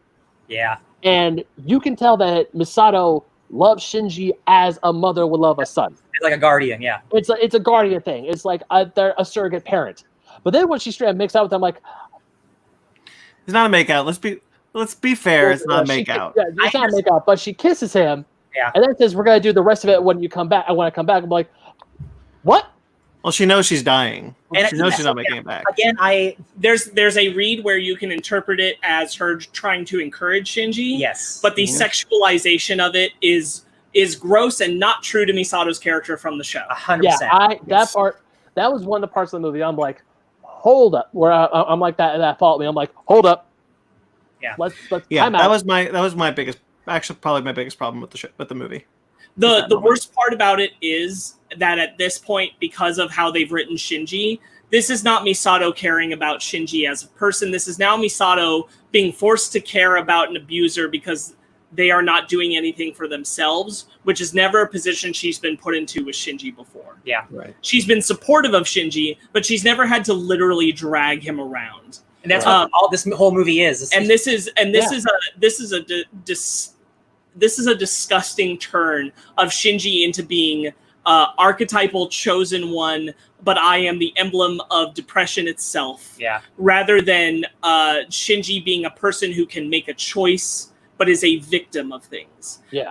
And that is why so much of what happens with Misato and Shinji in this movie really, really just sucks eggs really bad. Yeah. And again, like I'm so curious about the mindset behind making this, because almost all the characters are different and not in good ways, and like in really regressive ways that people love that show. That those characters are not in this, except for maybe Asuka. But not that bridge trio. That bridge trio shines in this movie. Oh my god! Oh yeah. They got the most screen time. Yes, man. Yeah. Yeah, I like them a whole lot in this movie. There's a particular part where like the Lilith Ray comes up through them, and I think it's it's Aoba. No, it's Ibuki who freaks out, but Aoba's looking at it. He's like, "Well, this op failed." Oh yeah. Here's the thing about that, because when Ray shows up, she essentially like Ghost Ray transforms into what they want to see, except for the guy with the long hair. I can't remember his name. Aoba, thank you. Like Aoba is just cowering under a chair, screaming when a whole bunch of smiling rays touch him, and then he just bursts into orange Fanta. Yeah, and then that's the instrumentality. That's the LDL. And then like when oh god, is it Ibuki glasses guy? That's not Ibuki. Ibuki's the girl. Oh yeah, that's Hyuga. Yeah, Hyuga sees Masato, kisses him, instrumentality. And for Ibuki, she's like screaming and freaking out, but then she sees Dr. Ritsuko and she's hugging her, and then finally splurt. Yeah, like you see who you like love the most, or who you like want to see. Someone who you want to see before you die. And it's so that whole scene is so I love the whole scene because it is so messed up. But the reason it's so messed up because there's a really happy song playing in the background, just like tumbling down. Well, just the world is fucking ending, you guys. Sorry, I keep swearing, but just like this whole show. It's juxtaposing like happy and sad in just ways that a lot of things that I like do, and a lot of things I don't do, just I never see anymore. So it reminds me a lot of the anime adaptation of Metropolis, if you guys ever seen that, because that is all about the end of a city and a beautiful songs playing at the end. Despite having so many issues, the actual instrumentality happening, the visuals of what's happening are so bonkers, and I love them so much that it makes me forget a lot about the shit that's in this movie. So and there's a lot. So like if I didn't see Shinji and Misato's stuff leading up to Shinji being in the Eva, and I only saw the bridge trio, and I only saw the stuff with Asuka, and then all the Lilith Ray stuff, and the instrumentality is plugged in from episodes 25, 26, all that stuff is plugged in, so all that character work stays. Mm-hmm. It works for me because I still care about Shinji at that point. I still can recognize all these things that are happening to them. Yeah. It's these other forces of the end of Evangelion movie that are actively destroying some of the characters like Shinji, like Misato. Frankly, I don't like that they give Gendo this out, where it's saying that he's he pushed Shinji away because he knew that he couldn't take care of him and he wasn't good enough. And it's like, oh, you're just Shinji, but an adult. Yeah. Which I'm like, this doesn't track. This doesn't track with the Gendo I saw on the show. Gendo I saw on the show is a straight up asshole, and he knows it. Yeah. And he owns it. This is not you. This is you being like, oh, but I was actually being noble in removing him because I was protecting him from me, the monster that I am. And I'm like, F you, Gendo. That's so stupid. Doesn't he say something when he's laying down? He's like, I don't deserve to be loved. It's like, oh, shut the hell up. Yes, he's just adult Shinji, and it's stupid. Yeah, it's very stupid. Yeah. Yeah. I do like the imagery of Eva, one biting his head off, and I love it.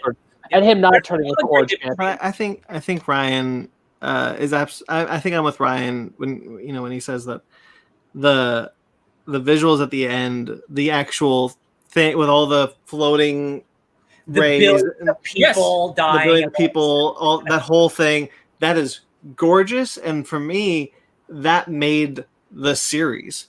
Was watching that moment was like it solidified. Like this is great. Yeah, there's like some 65% of the movie that should just be incorporated to combine with 25 and 26, and you've got it.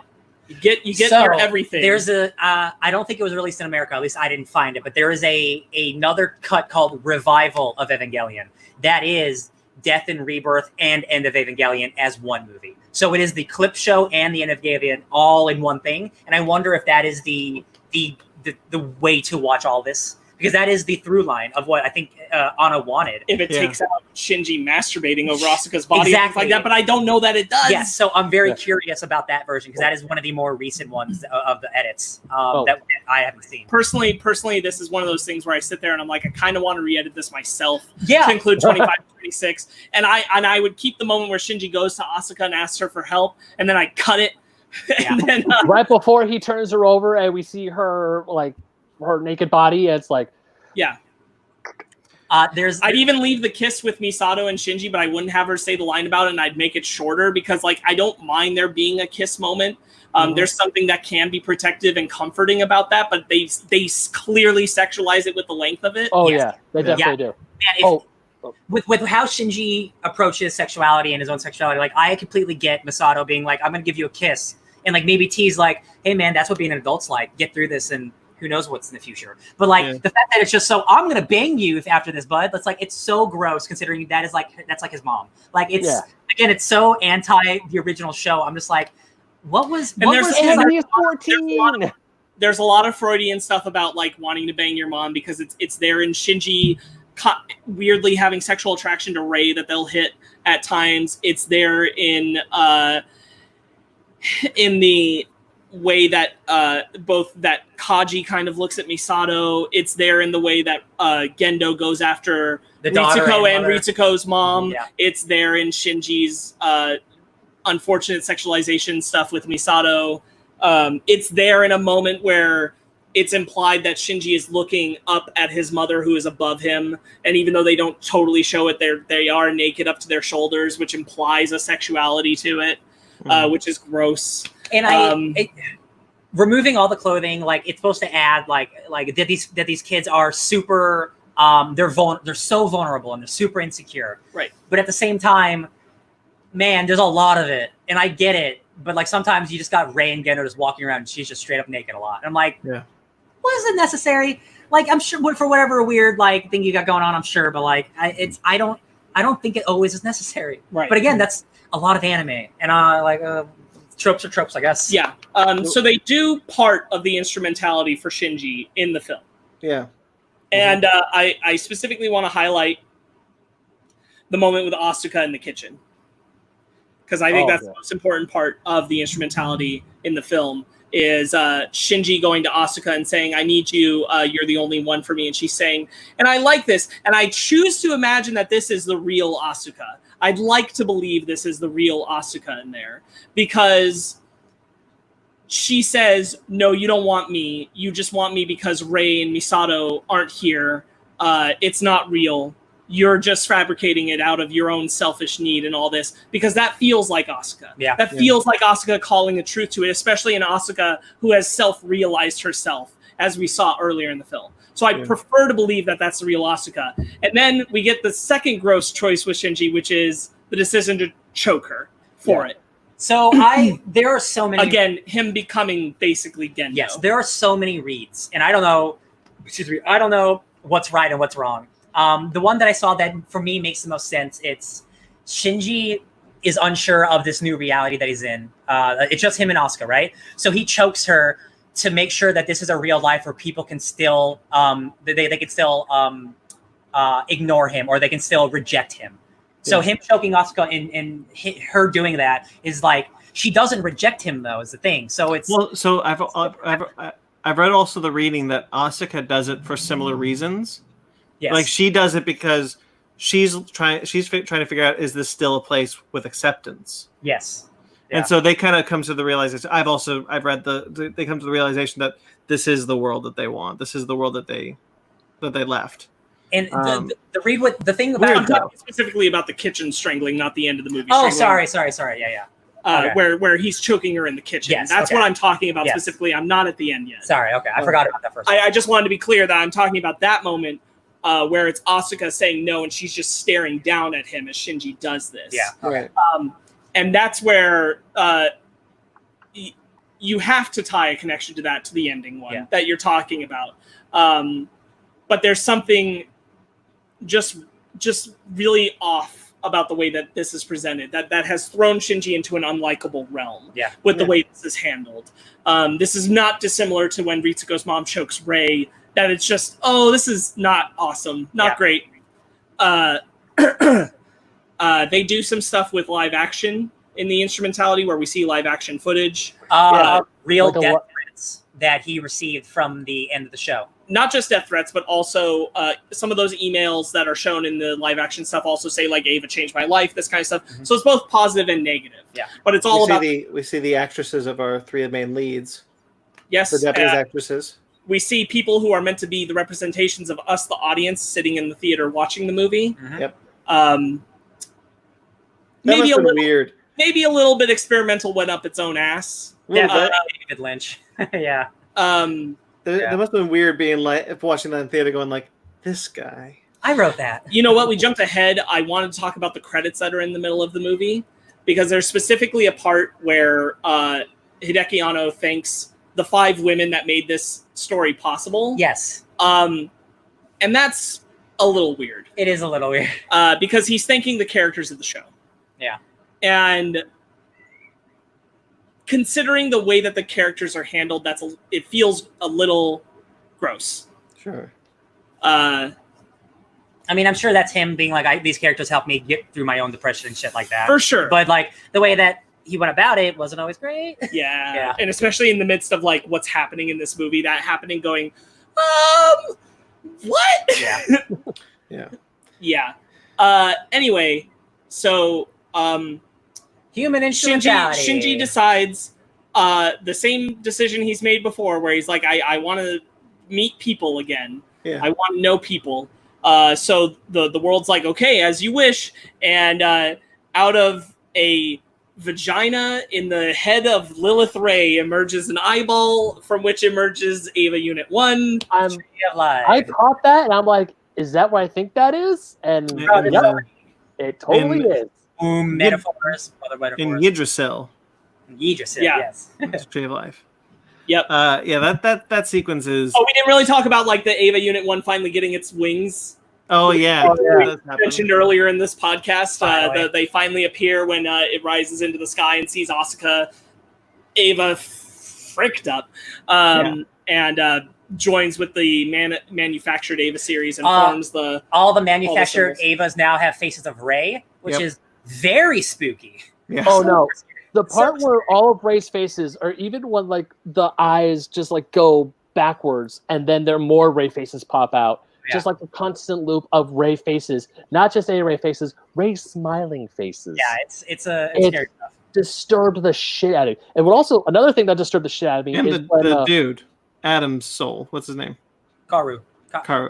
Karu. Yeah, he's in there. He's in there too. Yeah, but another thing that scared the shit out of me, or not scared the shit out of me, but freaked me out, is when like Lilith Ray is like full power. She's like breaching out of the planet. And then we see all those giant light crosses in a big wave around the planet. People are screaming. Yeah, that's for real, like, my favorite thing. It's because that's when. Because correct me if I'm wrong. That's when she is putting in motion the instrumentality product for the rest of the world. Correct. Yeah. The entire population of the planet dying at the same time. Yeah. Yes. So as we see this wave of these giant light crosses piercing the sky, and the screams that followed as it's encircling the whole planet, I'm like, happy song. This is messed up. This is just wow, holy shit. And that visualization is incredible. Yeah. Mm-hmm. Yeah, it's one of my favorite visuals in the movie. Yeah, for sure. There's a lot of really cool like visualization to End of Evangelion and what that is and everything. I kind of wish Karu hadn't shown up at all, because it's not really Karu. It's unclear the context of it around it. Uh-huh. I thought it was Adam's soul had rebonded with his embryo. But that's not clear, because Adam's soul was just in Karu and Karu was killed, and it's not clear where Adam's soul is, because Adam's vessel was with Gendo, and that's in Lilith now, but not the soul. Well, there's tons of stuff that's not clear about this movie, so.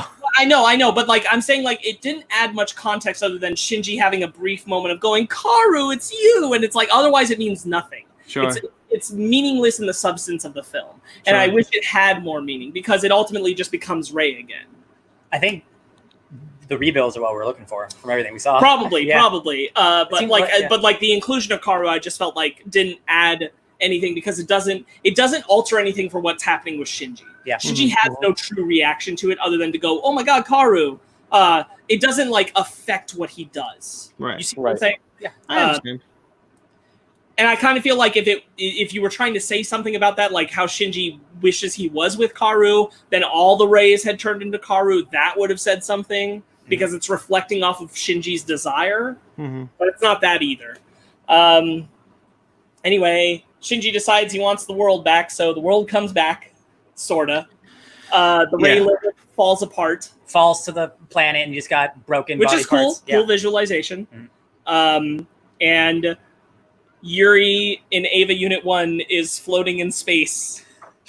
The line is something like, this is the history of the human race, or like this is the show that the human race was alive as it just floats away in space forever. Yeah, and like it's all those things, and then Yuri in Ava Unit 1 is floating away, and there's like some mention of like this is what Yuri always wanted because Yuri believed that as long as like a good person is alive, there's hope for tomorrow and that kind of thing. So Yuri always wanted this. And I'm like, stuck in a robot, weird, flying in space. Oh, I don't remember that. Yeah, it's something that Fuyutsuki mentions as her belief. It's a read. I doubt that's her dream, but I'm sure. Whatever. Wow. We're led to believe it's less ambiguous, but we're led to believe that everyone could come back to life. Everyone could. There's a specific line, and I don't know like the exact wording, but it's like if people have the will, they can return to life or something to that. Like, like whether it's reincarnation or a different time loop, which is something our video you watched brought up. He gave them all choice. Yes. Right. So I guess people can choose heaven or return to apocalyptic world.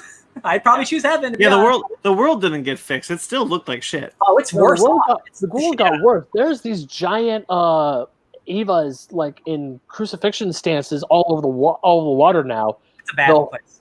The whole there's like this big giant smear on the moon, and like and then also half of a Lilith head is just chilling in the creepy half smile. It's terrifying. By the way, watching that, Ben, you watched the same video. I'm sure the hour-long different timeline video. How Rebuild could potentially fit into it. It was very fascinating to me, and I really want to watch Rebuild. Does because it's a time loop. Evangelion's been established as a time loop, so that the Rebuild is the next step of the story. Yeah, but it's got like the Red Seas, I guess, and the smear on the moon, and the smear on the moon. Yeah, and again, like I've only seen the first one, and the first one is pretty much just like almost beat for beat the first couple episodes of the show. But every movie after gets less and less canonical and more different. Mm-hmm. And the stuff we saw in 3 is just different. There's a time jump, like they're adults. So I don't even know what the 4th movie could be. It could literally just be a completely brand new thing. So that's why I was saying next year I bet there's going to be a huge Evangelion resurgence again because that final movie's coming out. We'll find out. So we finally get to the ending, which is Shinji and Asuka laying on the sand. Yes. And this is what Ryan and I were talking about with the choking sequence. What that could mean. And Shinji gets over Asuka and begins to choke her. Yeah, I did not like that. And she caresses his face, and he cries over her. And then she said, "Disgusting." Yep. Yeah, it's like it's like what Ryan and I were talking about how that could be read that they're trying to see they're trying to make sure they still have the ability to reject, the ability to accept. Is this a real life? Yeah. Bad things can happen. And there's a version of this movie where that could have been executed well. It could have been through like Shinji choking Asuka in the kitchen in the instrumentality and her like dissolving or disappearing and him knowing and acknowledging this isn't real and falling further into the instrumentality until he brings himself out and that this is his way of translating to that. And in a movie where I hadn't earlier in the film watched him masturbate over her comatose body, I'd be like, cool, yeah, I can agree. Yeah. Right. But unfortunately, in this movie, that all happened. Yeah. And this is a gross bookend to the way the movie started. That's why that I don't like. That's why I am a bigger fan of the original ending, despite all the last 2 episodes not really being like substantial, quote unquote, or whatever.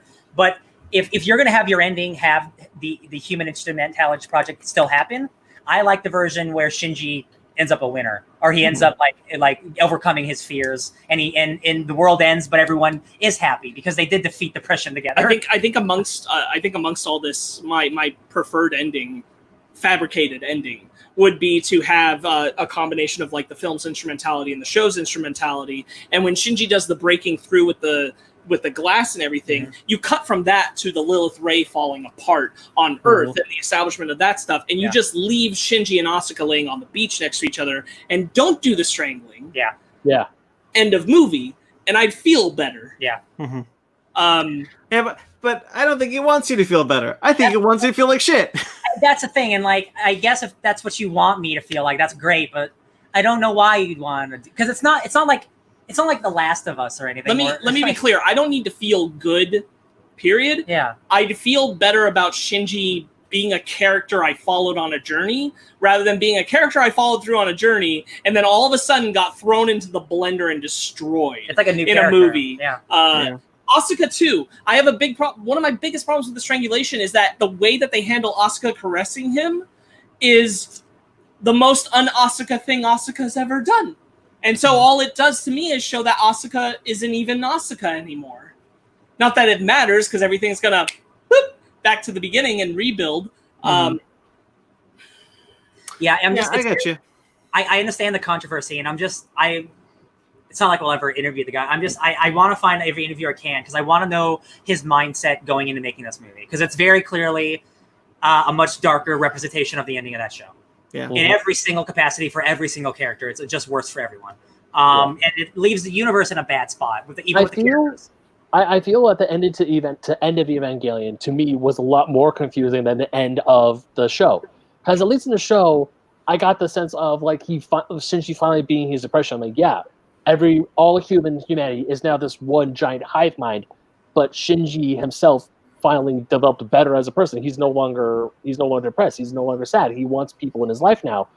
But this, like when we got to that scene of him and Asuka on the beach, I'm thinking, oh wait, Asuka's not dead? Yeah. She's okay. I mean, she's bandaged up, she's missing her eye, and her arm is in one cohesive piece now. But then when he rolls over and starts to strangle her, I'm like, why are you killing her? I thought at first, I'm like, is he trying to kill her? What are you trying to do by strangling her? And then when she like caresses and says disgusting, I'm sitting there at the end thinking, I have more questions now than I ever did at the end of the actual anime. Yeah. May I, Sparks? I felt that End of Evangelion to me was a more satisfying ending. And kind of because I had more questions than I did at the end of the last 2 episodes. Mm-hmm. My questions in the last 2 episodes was like, okay, wait, how do we get to this point? Like I get what's happening, but how do we get here? But for as End of Evangelion, I found it the more ambiguity of it wasn't frustrating to me; it was exciting to me. Mm-hmm. That I can look at this and be like, oh, there's so many different ways that I can go. My only questions were about like, what did that mean, and not how did that happen. So to me, I preferred those questions, and therefore preferred that movie as an ending. Right. I think Sparks is right though. The 2 together would be perfect. 100%. Like I'm waiting for with some alterations. Yeah. Mm-hmm. If you could, again, if there was like a Full Metal Alchemist Brotherhood version of this show, where it's like, you cut out stuff, you reanimate or whatever. It was more true to the manga? More true to the manga or whatever. I don't know. No, I'm just saying because that's what Brotherhood is. Yeah. I like to imagine that episodes 20, like the instrumentality stuff, is what happens in End of Evangelion, but just the ending is different. Like I'd like to imagine if I watched Neon Genesis Evangelion again, I would just watch parts of End of and then come back to the ending that I like, because you can still have everyone die and then congratulations, we're all here together. Yeah. So I think both can work if you do want to Frankenstein it together. It's interesting. We live in a world where we watched a video where there's literally dozens and dozens of different interpretations and alternate endings and all that shit. It just makes it even more fun to talk about. There's a timeline where Gendo shaves his beard and implements the shave impact. The food impact. Contextually, Anno's perspective is that all of it is true. It's a Grant Morrison all approach. Of the show is true. All of the movie is true. Yeah. All of that happens. I like it. Yeah. It's true. me too. All of it. Mm-hmm. I wish I had a specific thing I was going to say about that ending. It's really damning with the movie that you've taken someone who was someone we could root for fighting against his depression, even though he can be selfish at times, even narcissistic in his. But other characters even call Shinji out on it and say, you know, in like your willingness to say that you are nothing, you are putting it upon others to feel like you are different from them, that you are special because you're the only person going through this kind of pain, and that it's other people's jobs to lift you out of it because you are unique. And they're in saying that you are unimportant, you are making yourself the most important to everyone else. Right. And to take that story, which was, I think, well done throughout the show, for the most part, the battle of Shinji's depression, to bring it to the movie where it becomes, he is exactly what he was always saying. He is monstrous. He is toxic. Everyone shouldn't care for him because of the actions he takes in the film, is a hard turn to deal with. Sure. As a person who never valued Shinji as the main character, even as I enjoyed his arc in the show, but for me, the main character was Misato, or arguably Asuka. That's who I locked into. There are things that detract in the movie, but not as hard. But if you do consider Shinji to be the true protagonist, it really sucks the way that arc kind of inverts on itself and becomes a more or less destruction of the progress of a real struggle with depression that Shinji was going through, a real battle for mental illness for a person who we can recognize as a sympathetic victim, to become a gross and disgusting abuser and victim at the same time. That is the saddest part about End of Evangelion for me, and I wish there were any way to work around that. I wish there were any way where Anno came back and recognized that and remade it, even because he's so interested in doing remakes, that he saw this, and that maybe that is the rebuilds, but even then that still acknowledges End of Evangelion as canon. Yeah. That Anno even could in some way acknowledge some growth of recognizing that what went there wasn't great. But we don't live in that world, and that's okay. Yeah. Well, I got nothing more to add, I don't think. I mean, we've only been talking 3.5 hours. We can go another 6, whatever. No, that's good. I'm glad we went through this. I think the show's pretty cool. Obviously, no show is perfect. No. Unless you're called Hannibal. I don't dislike having the show or even End of Evangelion. I do think that overall End of Evangelion benefits the contextualization of what you saw in 25 and 26 better. Yeah. It's just that Shinji between the two feels incompatible, and that's the only part that really jars me. I know, I 100% agree. And if you can get around that, again, like if you can make some kind of fan edit in your brain, or maybe I'll make one literally, where it all kind of meshes together in the perfect version of the story, that'd be great. Yeah. I'm really glad we did this. I really liked going through it. Really liked digging into it. I was happy I got to finally see it. You have the rebuild movies, right? Yes. Cool. So I'm definitely gonna watch those like probably this week, because I have had nothing but Neon Genesis on the mind for like 2 weeks. Oh, I'm about to own all the manga for the. I would love to come over and borrow them. So we will definitely in the future, when we have an open spot, we're gonna do the rebuilds as topics. Ryan and I already kind of discussed this. We think we should do 1 and 2 combined, because 1 is very much the show, and then 2 isn't. And then we'll do 3 on its own, and then the eventual 3.0 plus 1.0. Well, we got some open slots, so we'll see what happens. Yeah, it's quarantine, baby. We'll find some time. Yeah. So we'll probably all be going through the rebuild soon, and maybe. The nicest thing I can hope for is that maybe the rebuilds will justify, on some level, some of the events of End of Evangelion enough to not leave the lasting impression of bad taste in my mouth that End of Evangelion does. It's very weird, because this is something that I just encountered 2 months ago. For me, for years, the End of Evangelion was Congratulations. Yeah. Hey, you know, having that recontextualized in these last 2 months has been a little jarring and weird. Yeah. One of the reasons why I was waiting to say something about it was for this podcast. Weird overall experience to have. But still a valuable. I understand why Evangelion has its legacy, and I understand why there is such an attraction to the show, and I do think it has a certain value for a lot of its aspects, even with detractors, and a certain amount of like recognizing that we especially in America are having a much different conversation about sexism and sexuality than Japan is or did. And that's a big cultural shift to kind of be looking at this through the lens of. Yeah. To put it in context of like comic books, like, and this is not me disparaging any anime before this or anything, because obviously there's been great animes before the show that came out in 1995 when anime's been around for a long time. But much like The Dark Knight Returns or a Watchmen, it was a cultural milestone that shifted the way people viewed and made anime, or in terms of comic books. Before this, a lot of the robot shows, before Gundam. The super robot shows were just like kaiju shows. Ultraman, you fight monsters, great. Gundam was really the first one. It's like, hey, what if the people had drama in their life, right? But it was never to the extreme that Evangelion got to. And then when 95 hits or 94 hits and Evangelion comes out, it's like, oh, we can do this in anime? We're allowed to? And of course, it happened before, but not to the extent that it didn't reach as wide of an audience as Evangelion. As we mentioned before, Evangelion is the most popular Japanese anime. Yes, it's the cultural impact that Evangelion has had in Japan. If you're an American and don't know much about Evangelion, it is as popular as like a Mickey Mouse Disneyland. Like the marketing that they use for Evangelion is all over Japan, all over everything. Like we joked, we saw some stuff for like shaving equipment. They had like fruit merchandise. It's like Japan's Star Wars. It is that prevalent in their pop culture. It is that. Honda is actually doing a crossover with Evangelion right now. Oh shit! Really? Honda Toyotathon though? Can I get a Toyotathon Evangelion? No Toyotathon. So that'll be in the Shmoney timeline. I'll buy an Evo 1 car. Dude, you kidding me? Hell yeah. To be fair, I'm a Unit 02 kind of gal. I like the red. I'm a big fan of the red. Yeah.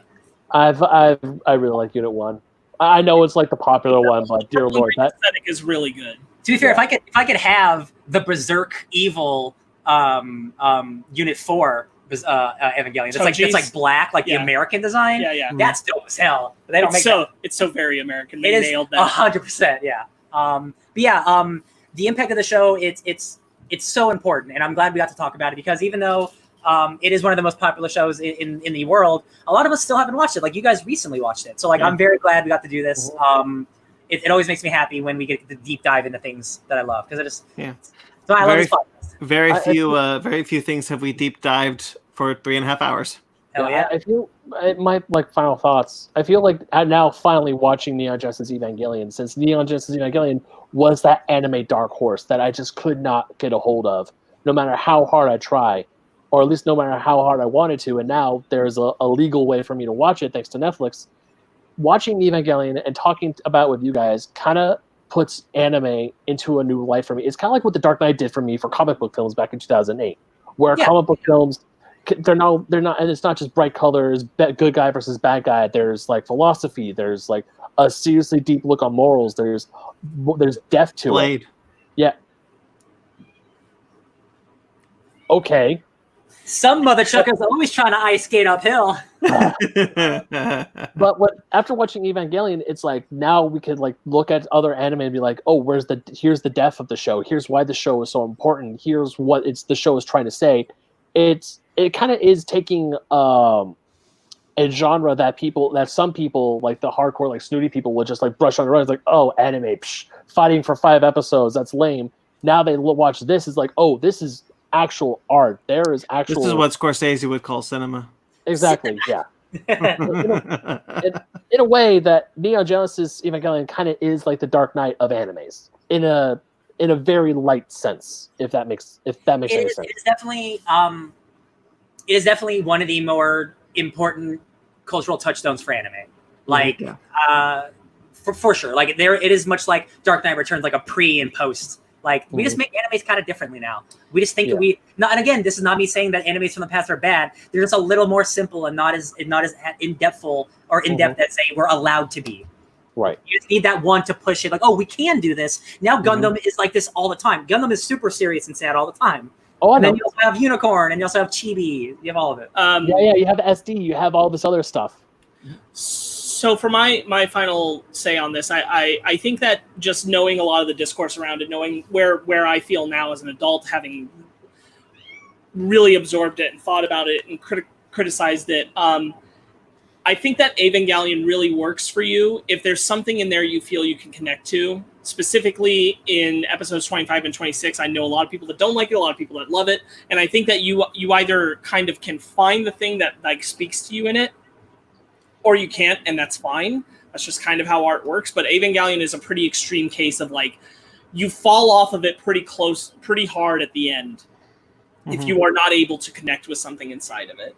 I think just for most of us, there is something in there that we were able to kind of like go, but this part I connect to, and that's kind of what's resonating us through, even into End of Evangelion. Like, I get this. This is where me and the show are like simpatico, and then past that, there's still some hard stuff there to get past. Right. And I think that for a lot of people, that can be a hard bridge to cross if you just cannot make the connection with that stuff, which isn't a fault of yours. It's just like none of that. If that doesn't resonate, then I think that's why a lot of people, especially with the end of the series, kind of drift away from it and go, nah, that didn't stick a landing at all. Which again, like I am a dude who likes weird, artsy, experimental shit. So like, it is not for everyone. Right. And I do not get mad at anyone who looks at 25 and 26 and going, "You kidding me? This is what you're going to get me?" And I'm like, "Yeah, sorry." I want to say that I think it was the Dorkly video that said best that the true meat of Evangelion is Shinji's depression, whereas the giant robots and the angels, the robots, that's the set dressing. You come for the robots, you stay for the sadness. Exactly. Yeah. And I 100% agree. Neon Genesis Evangelion is definitely one of those animes that definitely isn't for anyone. I'm pretty sure that one of my friends who, if I want to try and show him anime, get as much as I would like to show him Evangelion, I'm pretty sure that's going to put him off. Be like, yeah, no, this isn't for me. Yeah. I'm debating whether or not to show Zara. I've been tempted to show Megan the show, and I still probably would like to at some point, but I'll probably never show her the movie. Yeah. Or I'll show her some edited version of it. Yeah.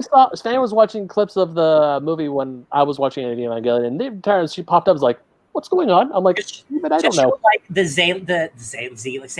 Sele attack, and then show like the human instrumentality stuff. Yep. And then just be like, "That's all the movie is. Don't worry about it." Yeah. Okay. So, Ryan, do you have anything more you wanted to add, or no? Just God's. What's it say? God's in his heaven, and all is right with the world. God's with the world. Congratulations. All right, so that'll be it for the Manda 200 topic. This Never is a theme song. This is as long as our Star Wars special with Downright Nerdy. That means our regular episode we're going to record, it's going to be hella short, right? So let's see if there's a book club at the end of this. Yeah. Bye, guys. Bye, past us. Bye, Ben. Congratulations. Congratulations, Ben. Bye. Change clothes. Hey, welcome to the Fake Nerd comic shop. Yeah, hi. Do you have any books? Can you be a little more specific? Anything readable? All right, thank you, Future Us. Whoa! How did we get here? Whoa. Thank you, Future Us, for putting Past Us into the video. Now we're back in the future present. Time travel is weird, man. It's our book club. So, Ryan, take it away. Hey guys, it's me, Ryan Oleopoulos, and after watching all of those DC AMU movies, I wanted to do a little more Titans talk, because I really like that Justice League Teen Titans movie, and I didn't want to read something that I'm super familiar with, so I picked a miniseries that I read when it was coming out about 2.5, 3 years ago, called Nightwing: The New Order. By Kyle Higgins and Trevor McCarthy. We're going to find out real soon. I think this book is really cool. It's an Elseworlds tale about my favorite DC character, Dick Grayson, the man with zero cynicism, and what happens when you give a man who has zero cynicism 100% cynicism, and it sucks. And Dick Grayson sucks in this book, and in a good way, because like he is Dick Grayson to his core. He cares about people so much, but instead of doing the good thing, he does the bad thing, and then we get this shitty world of police brutality and no more superpowers. Trevor. Yeah, Thank you. He is responsible for a bomb going off in Metropolis that wiped out 90% of the world's superpowers, including aliens, which I'm not sure if. Okay, real quickly, this is it's apocalypse tech, so I will allow everything that the bomb has. Yeah, I will too. But like one of my pet peeves in comic books, all comics, I'm not singling this one out at all, is whenever there's like a metagene, Superman has it, or like Martian Manhunter has it. I'm like, but that's just their species. Sure. Like, well, if something wipes out the metagene, I feel like Superman and Martian Manhunter and people with magic should be exempt. Again, it's apocalypse tech that's not just metagene. It wipes out all powers. And again, that's why I'm not singling this comic out. Oh yeah, for sure. The Civil War tie-in Secret Wars book did the same thing that wiped out all meta powers, and I thought that was also really cool. Yeah. I'm not saying it's never not. It's not even a criticism on the thing. It's just as a pet peeve. I would like to see a story that doesn't do that. Yeah, I feel you. Yeah, but it's not even worth mentioning. Yeah. So I enjoyed this one. I want you guys to talk about it. Yeah, I really like this. I really like this one. Dick Grayson had a what's it called? A crisis of self. Yes. And I think that comes off really well in this book. And how he he's a company man through and through, but once it's his son, he's like, oh, maybe I made a mistake. Yes, he's him and Kate Kane are very much the opposite sides of the same coin. They both become company people. But one listens to their conscience at the end, whereas the other one just like, nah, I gotta double down because this is what I chose. That's who I am, and I'm a military lady. I think the stuff between Nightwing and his son Jake is really good. I love everything between him and Corey. I love the designs. This is where my love for Beastman comes from, I think, because I want Beastman, the Beast Boy, to grow up, and this is what he looks like. He's a cool lion man who got stuck halfway between transforming. So he looks like a goat Thundercat. He looks like a Thundercat. I think Wally's design looks cool. Like I like all the designs of the characters. I like Superman still doing his best, being depowered. I really like Mr. Freeze. I really like Mr. Freeze's design. Yeah, and the design of the lantern constructs, the blue and green lanterns, looked really cool to me. I love the art. One of the things I loved was Lois Lane being a Blue Lantern. Yeah, sure, that's cool, man. And her, even though she still doesn't know how to work a Blue Lantern ring, one of my favorite lines in the whole series is when she's like, "I'm Lois Lane. I am all will." To agree to a Blue Lantern, because Blue Lantern is hope, and Blue Lantern ring is oh god, what's the word I'm looking for? Doesn't it? It's like a it like powers other rings or something like that? Well, it powers the Green Lantern ring. So the Blue Lantern, when a Blue Lantern is next to a Green Lantern, when they're in proximity, the Blue Lantern's ring is unlocked 100%. The Green Lantern ring is boosted 200%. There you go. That's what I was looking for. And she uses that against him later too. Yeah. It was a pretty good moment. Yeah, so look, because I thought Clark was like possibly dead, and then when he does show up, I'm like, oh, thank God. Yeah. I mean, the story as a whole is something that I really dug. John Stewart's design. I love John Stewart's design. Oh yeah, he's back. He's back being a straight up Marine again. Mm-hmm. Yeah, with the power ring this time. Mm-hmm. Yeah, but one of the things I love about this. No, one of the things I love about this book is that it takes Nightwing and puts him in a different light of him being the one who said, "Nope, no more powers. Just screw them all. We suck. Powers suck." I've been going around fine with no powers, and he does the thing. Yeah. And seeing him as the company man, I was actually expecting him coming home to see Jake and Corey together, but instead seeing Jake and Alfred, and even him and Alfred still debating about, hey, I don't think what you did was the right thing. I was like, damn. That when you find out why Dick Grayson decided to use the bomb, it was the death of Batman. Mm-hmm. That's brutal. It's brutal. like very like injustice-y. Yeah, but seeing how Corey was mind controlled. Mm-hmm. Yeah, but seeing how Corey still left him to join the Titans Resistance, I'm like, that sucks. No, it's not a good move on her part to leave her son either. No. It's a bunch of people making mistakes and having to live with them or grow past them or try to make it as best as you can with what you got. I wish that the story had explored more Corey's justification for leaving her son. Yeah. Because I don't feel like it's there. Yeah. And I had a really hard time buying Dick selling out the team at the end. Yeah. I think that there's enough justifiable counter shit that he knows what he's doing when he sells out the team at that point is I think he knows objectively it's the wrong thing to do. Yes. And it's hard for me to buy that choice other than to force the conclusion of the story. As someone who's played The Last of Us, I completely understand parents making really bad decisions.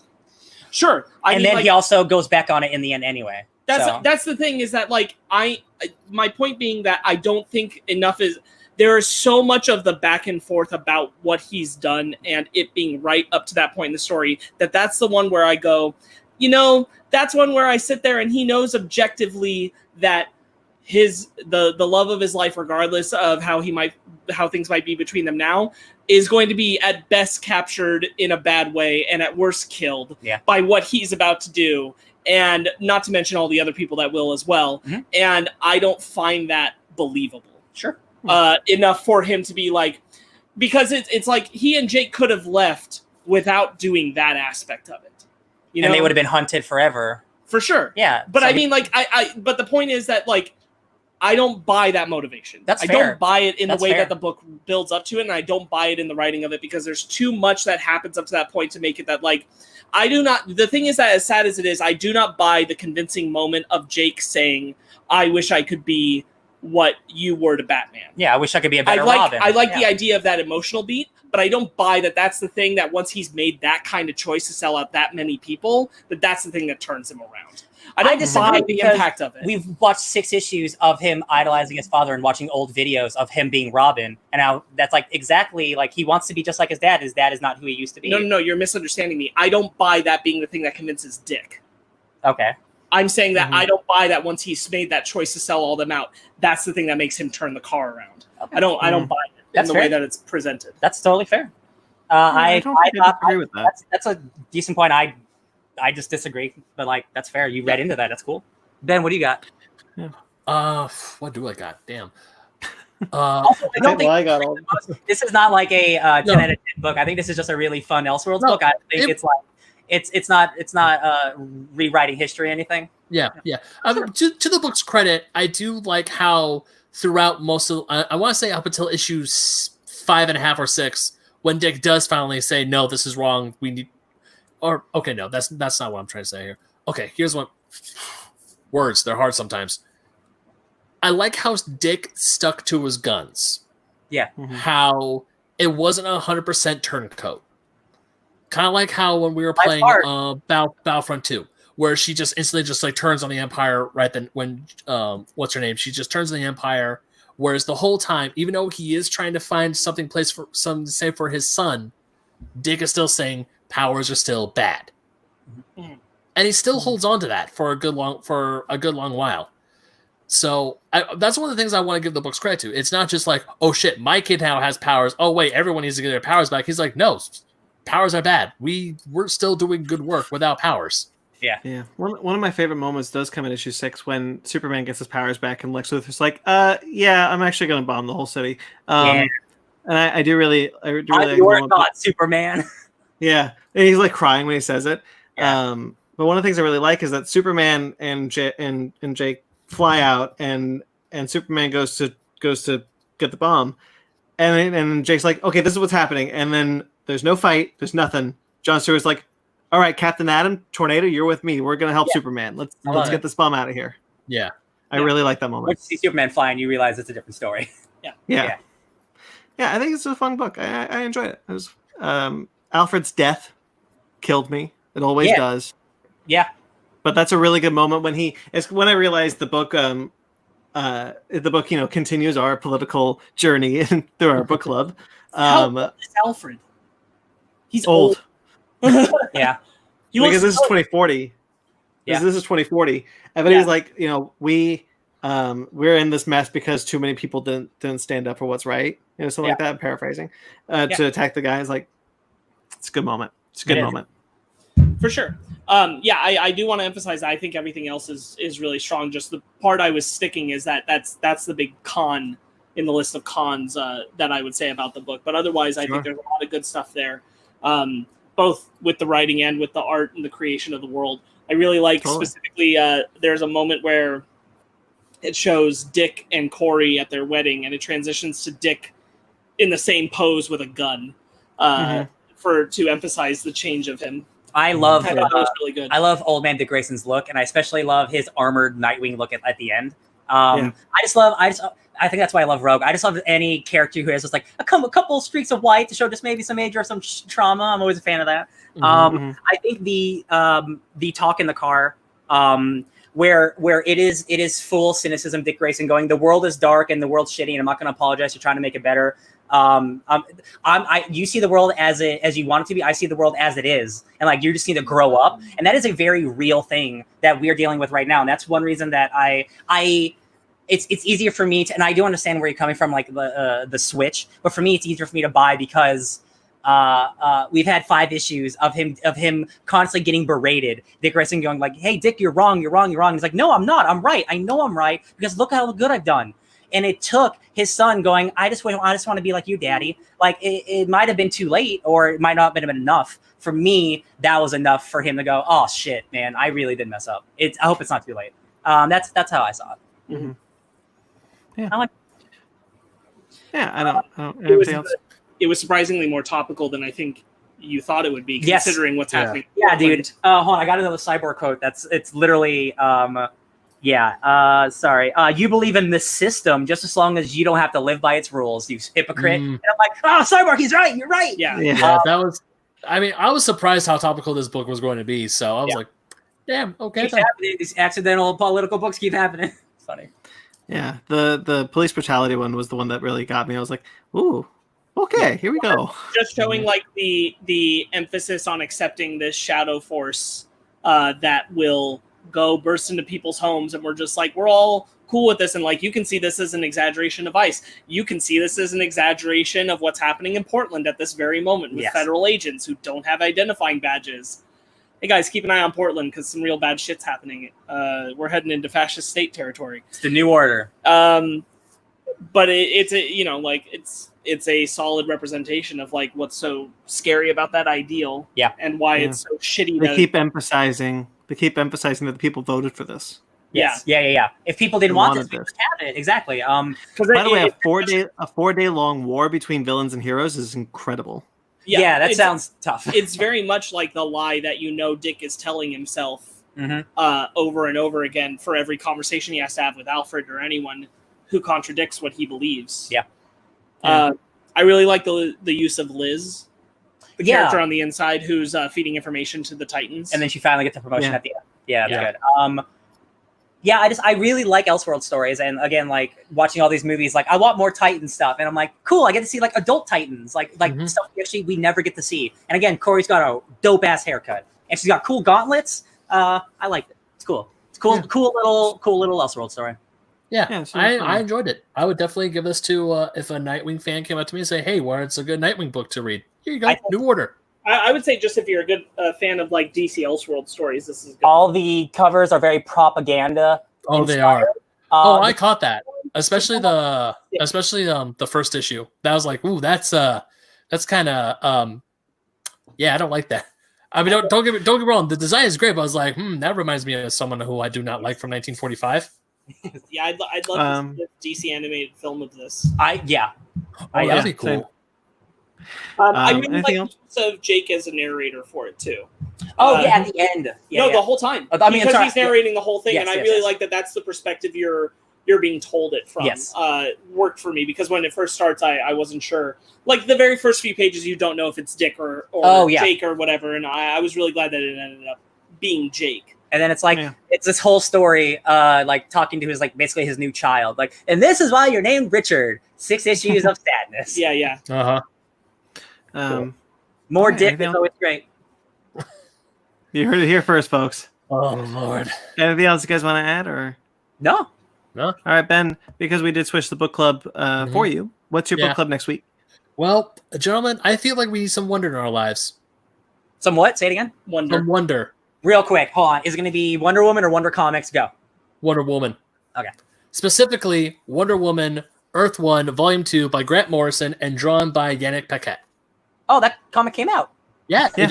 That was my reaction too, Ryan. Did we do Volume 1 on this podcast and I missed it? Did we do Volume I 1? don't think so. I don't think so. Well, I guess we're going to be reading Volume 1 if you haven't read it. Okay, never mind. So that's not Volume 2. It's going to be Volume 1 then. I feel like we did we do Volume 1? I definitely have never read I'm Wonder pretty Woman sure Earth the 1. only Earth ones we've done are maybe Superman and definitely Batman. Yeah. I know we did We haven't Batman. done Superman. We haven't done Superman. We've done Batman, and we've done Green Lantern. Green Yeah, Lantern. we've done Green Lantern.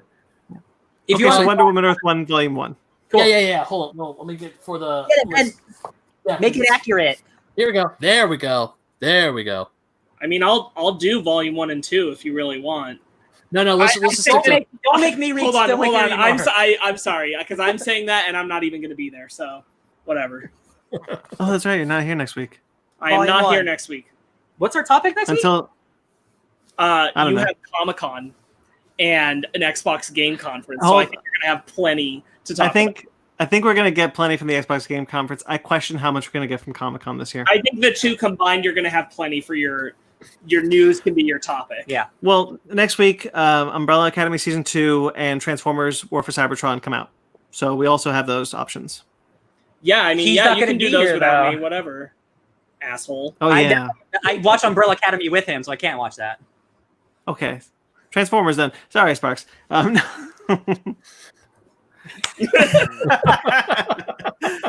No, so next week we'll probably just do a news only thing with Yeah. So stay tuned for that.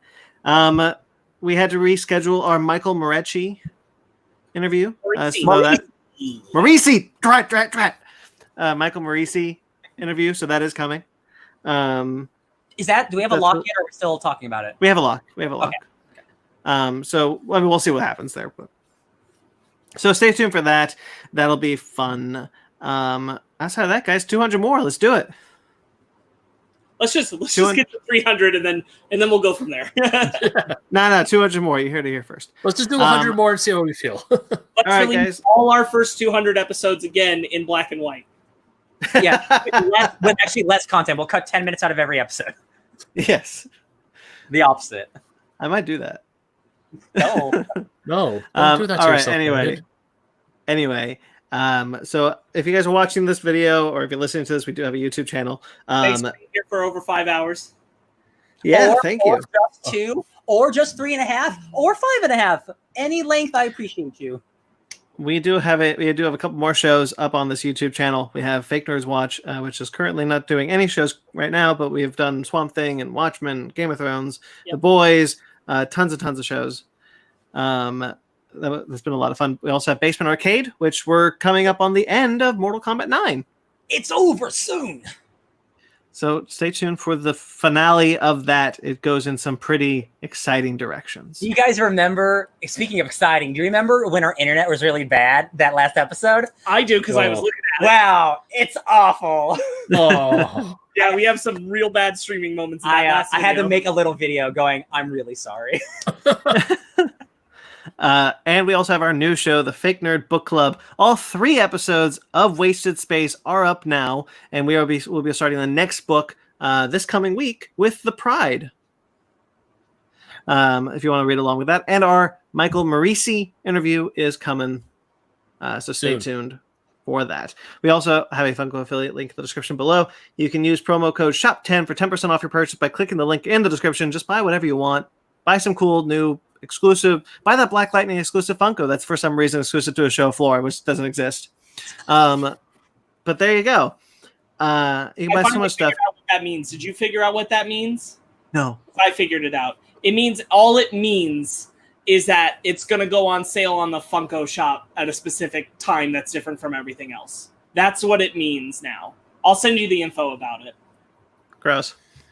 We also have a Patreon, a TeePublic, and Patreon and a Teepeon? What's wrong with me? A Patreon, a TeePub, and a TeePublic. You can click the links in the description below to go There's there. a category where you can get a TP in a bottle. Is that what you were going for? Definitely that. The ship in a bottle is still up there on our Patreon if you want to donate to that tier. We've sold a couple masks guys, we still have we still have masks out there. We sold 2. I have to sign 1. We'll see what happens with that. But yeah, so guys, stay safe. Look, it's a serious matter. We goof, but we are worried about our friend over there. Not you, Ben. I mean, no, we are worried about you, Ben, and stay safe out there. If you need a mask, help support your 6th favorite podcast and buy one of ours. So stay safe. Or we have a website. You can go to www.fakenerdpodcast.com. You find all the links to everything we have there. Go check that out. You can also check out Bored and Annoyed, where Ryan talked about Cowboys versus Aliens. I did. I talked about that earlier on the earlier That thing. link is in the description below. Okay. Thank you to everyone who listens. We greatly appreciate it. Thank you to everyone who's watching. We've been doing this for so long, I haven't changed this to watching. But thank you to everyone who's been watching our live quarantine shows. Thank you to everyone who's listened for 200 episodes. Look, Woo-hoo! I really want to know. If you've been there since 1, tell me. Yeah, please. Who are tell you? us. I've been there since 1. You're on the show. You don't count. I wasn't when it started. It doesn't count. Doesn't count. Don't give it to him. Don't do it. I won't budge. Yes, thank you, everyone. It's been a blast doing this 200 roller coaster of episodes of this podcast. So thank you for allowing us to be in your homes and maybe you think of us as friends. Maybe you want to come up to us and stalk us. Hey, you do you. But don't do what he said. Don't do it. We're all at home. That's true. Stay if you want indoors. to stalk us anywhere, just stalk us on social media. That's Please, safer. Give more likes and follows. And Brian's TikTok. We do appreciate it. Emma's TikTok. But we do really appreciate it. Thank you to Jeremy Vellucci. We got some new stuff coming from him soon. I was hoping to put it in for the 200th episode, but he is busy.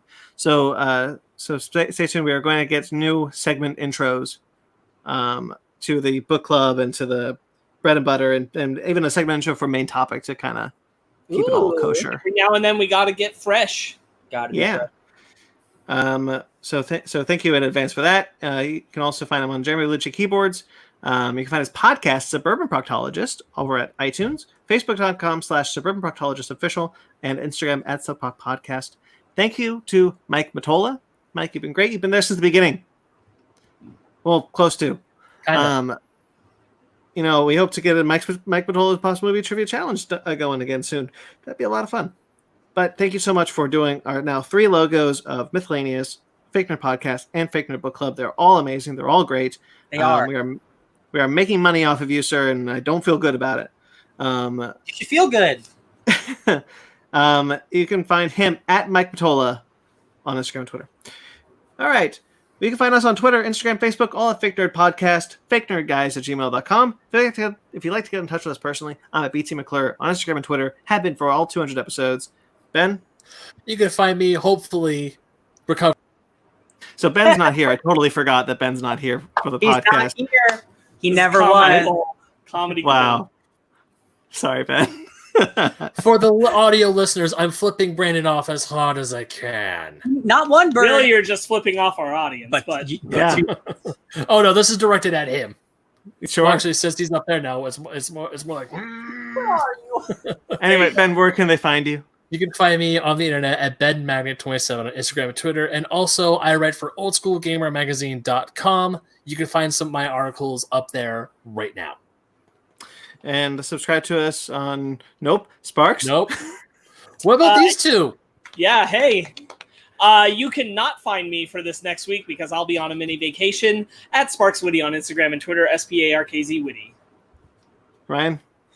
Hey guys, I'll be here by myself with the animals having a hoot and hollering time at DJ Tony Snark. I'll probably be streaming, twitching something down here with all the animals because I got nothing else going on. It's a Ryan Eliopoulos Cat Emporium. That's right, it is. All right. Now, subscribe to us on iTunes, Stitcher, Google Play, TuneIn, Spotify, iHeartRadio. If you're watching this, like and subscribe. Like this video, subscribe to this channel.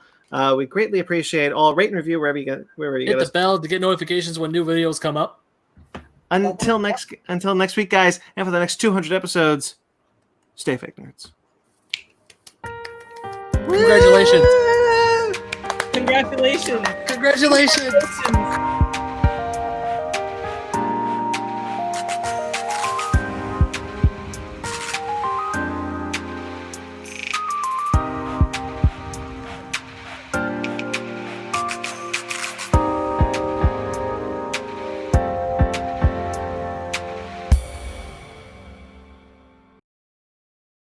I'm so excited to for the opening of like Sunday's show. I'm gonna write this whole thing. It's gonna be so dumb. Just full of Evangelion references. And the Dead Sea Scrolls were predicted right, my guys. Oh Lord.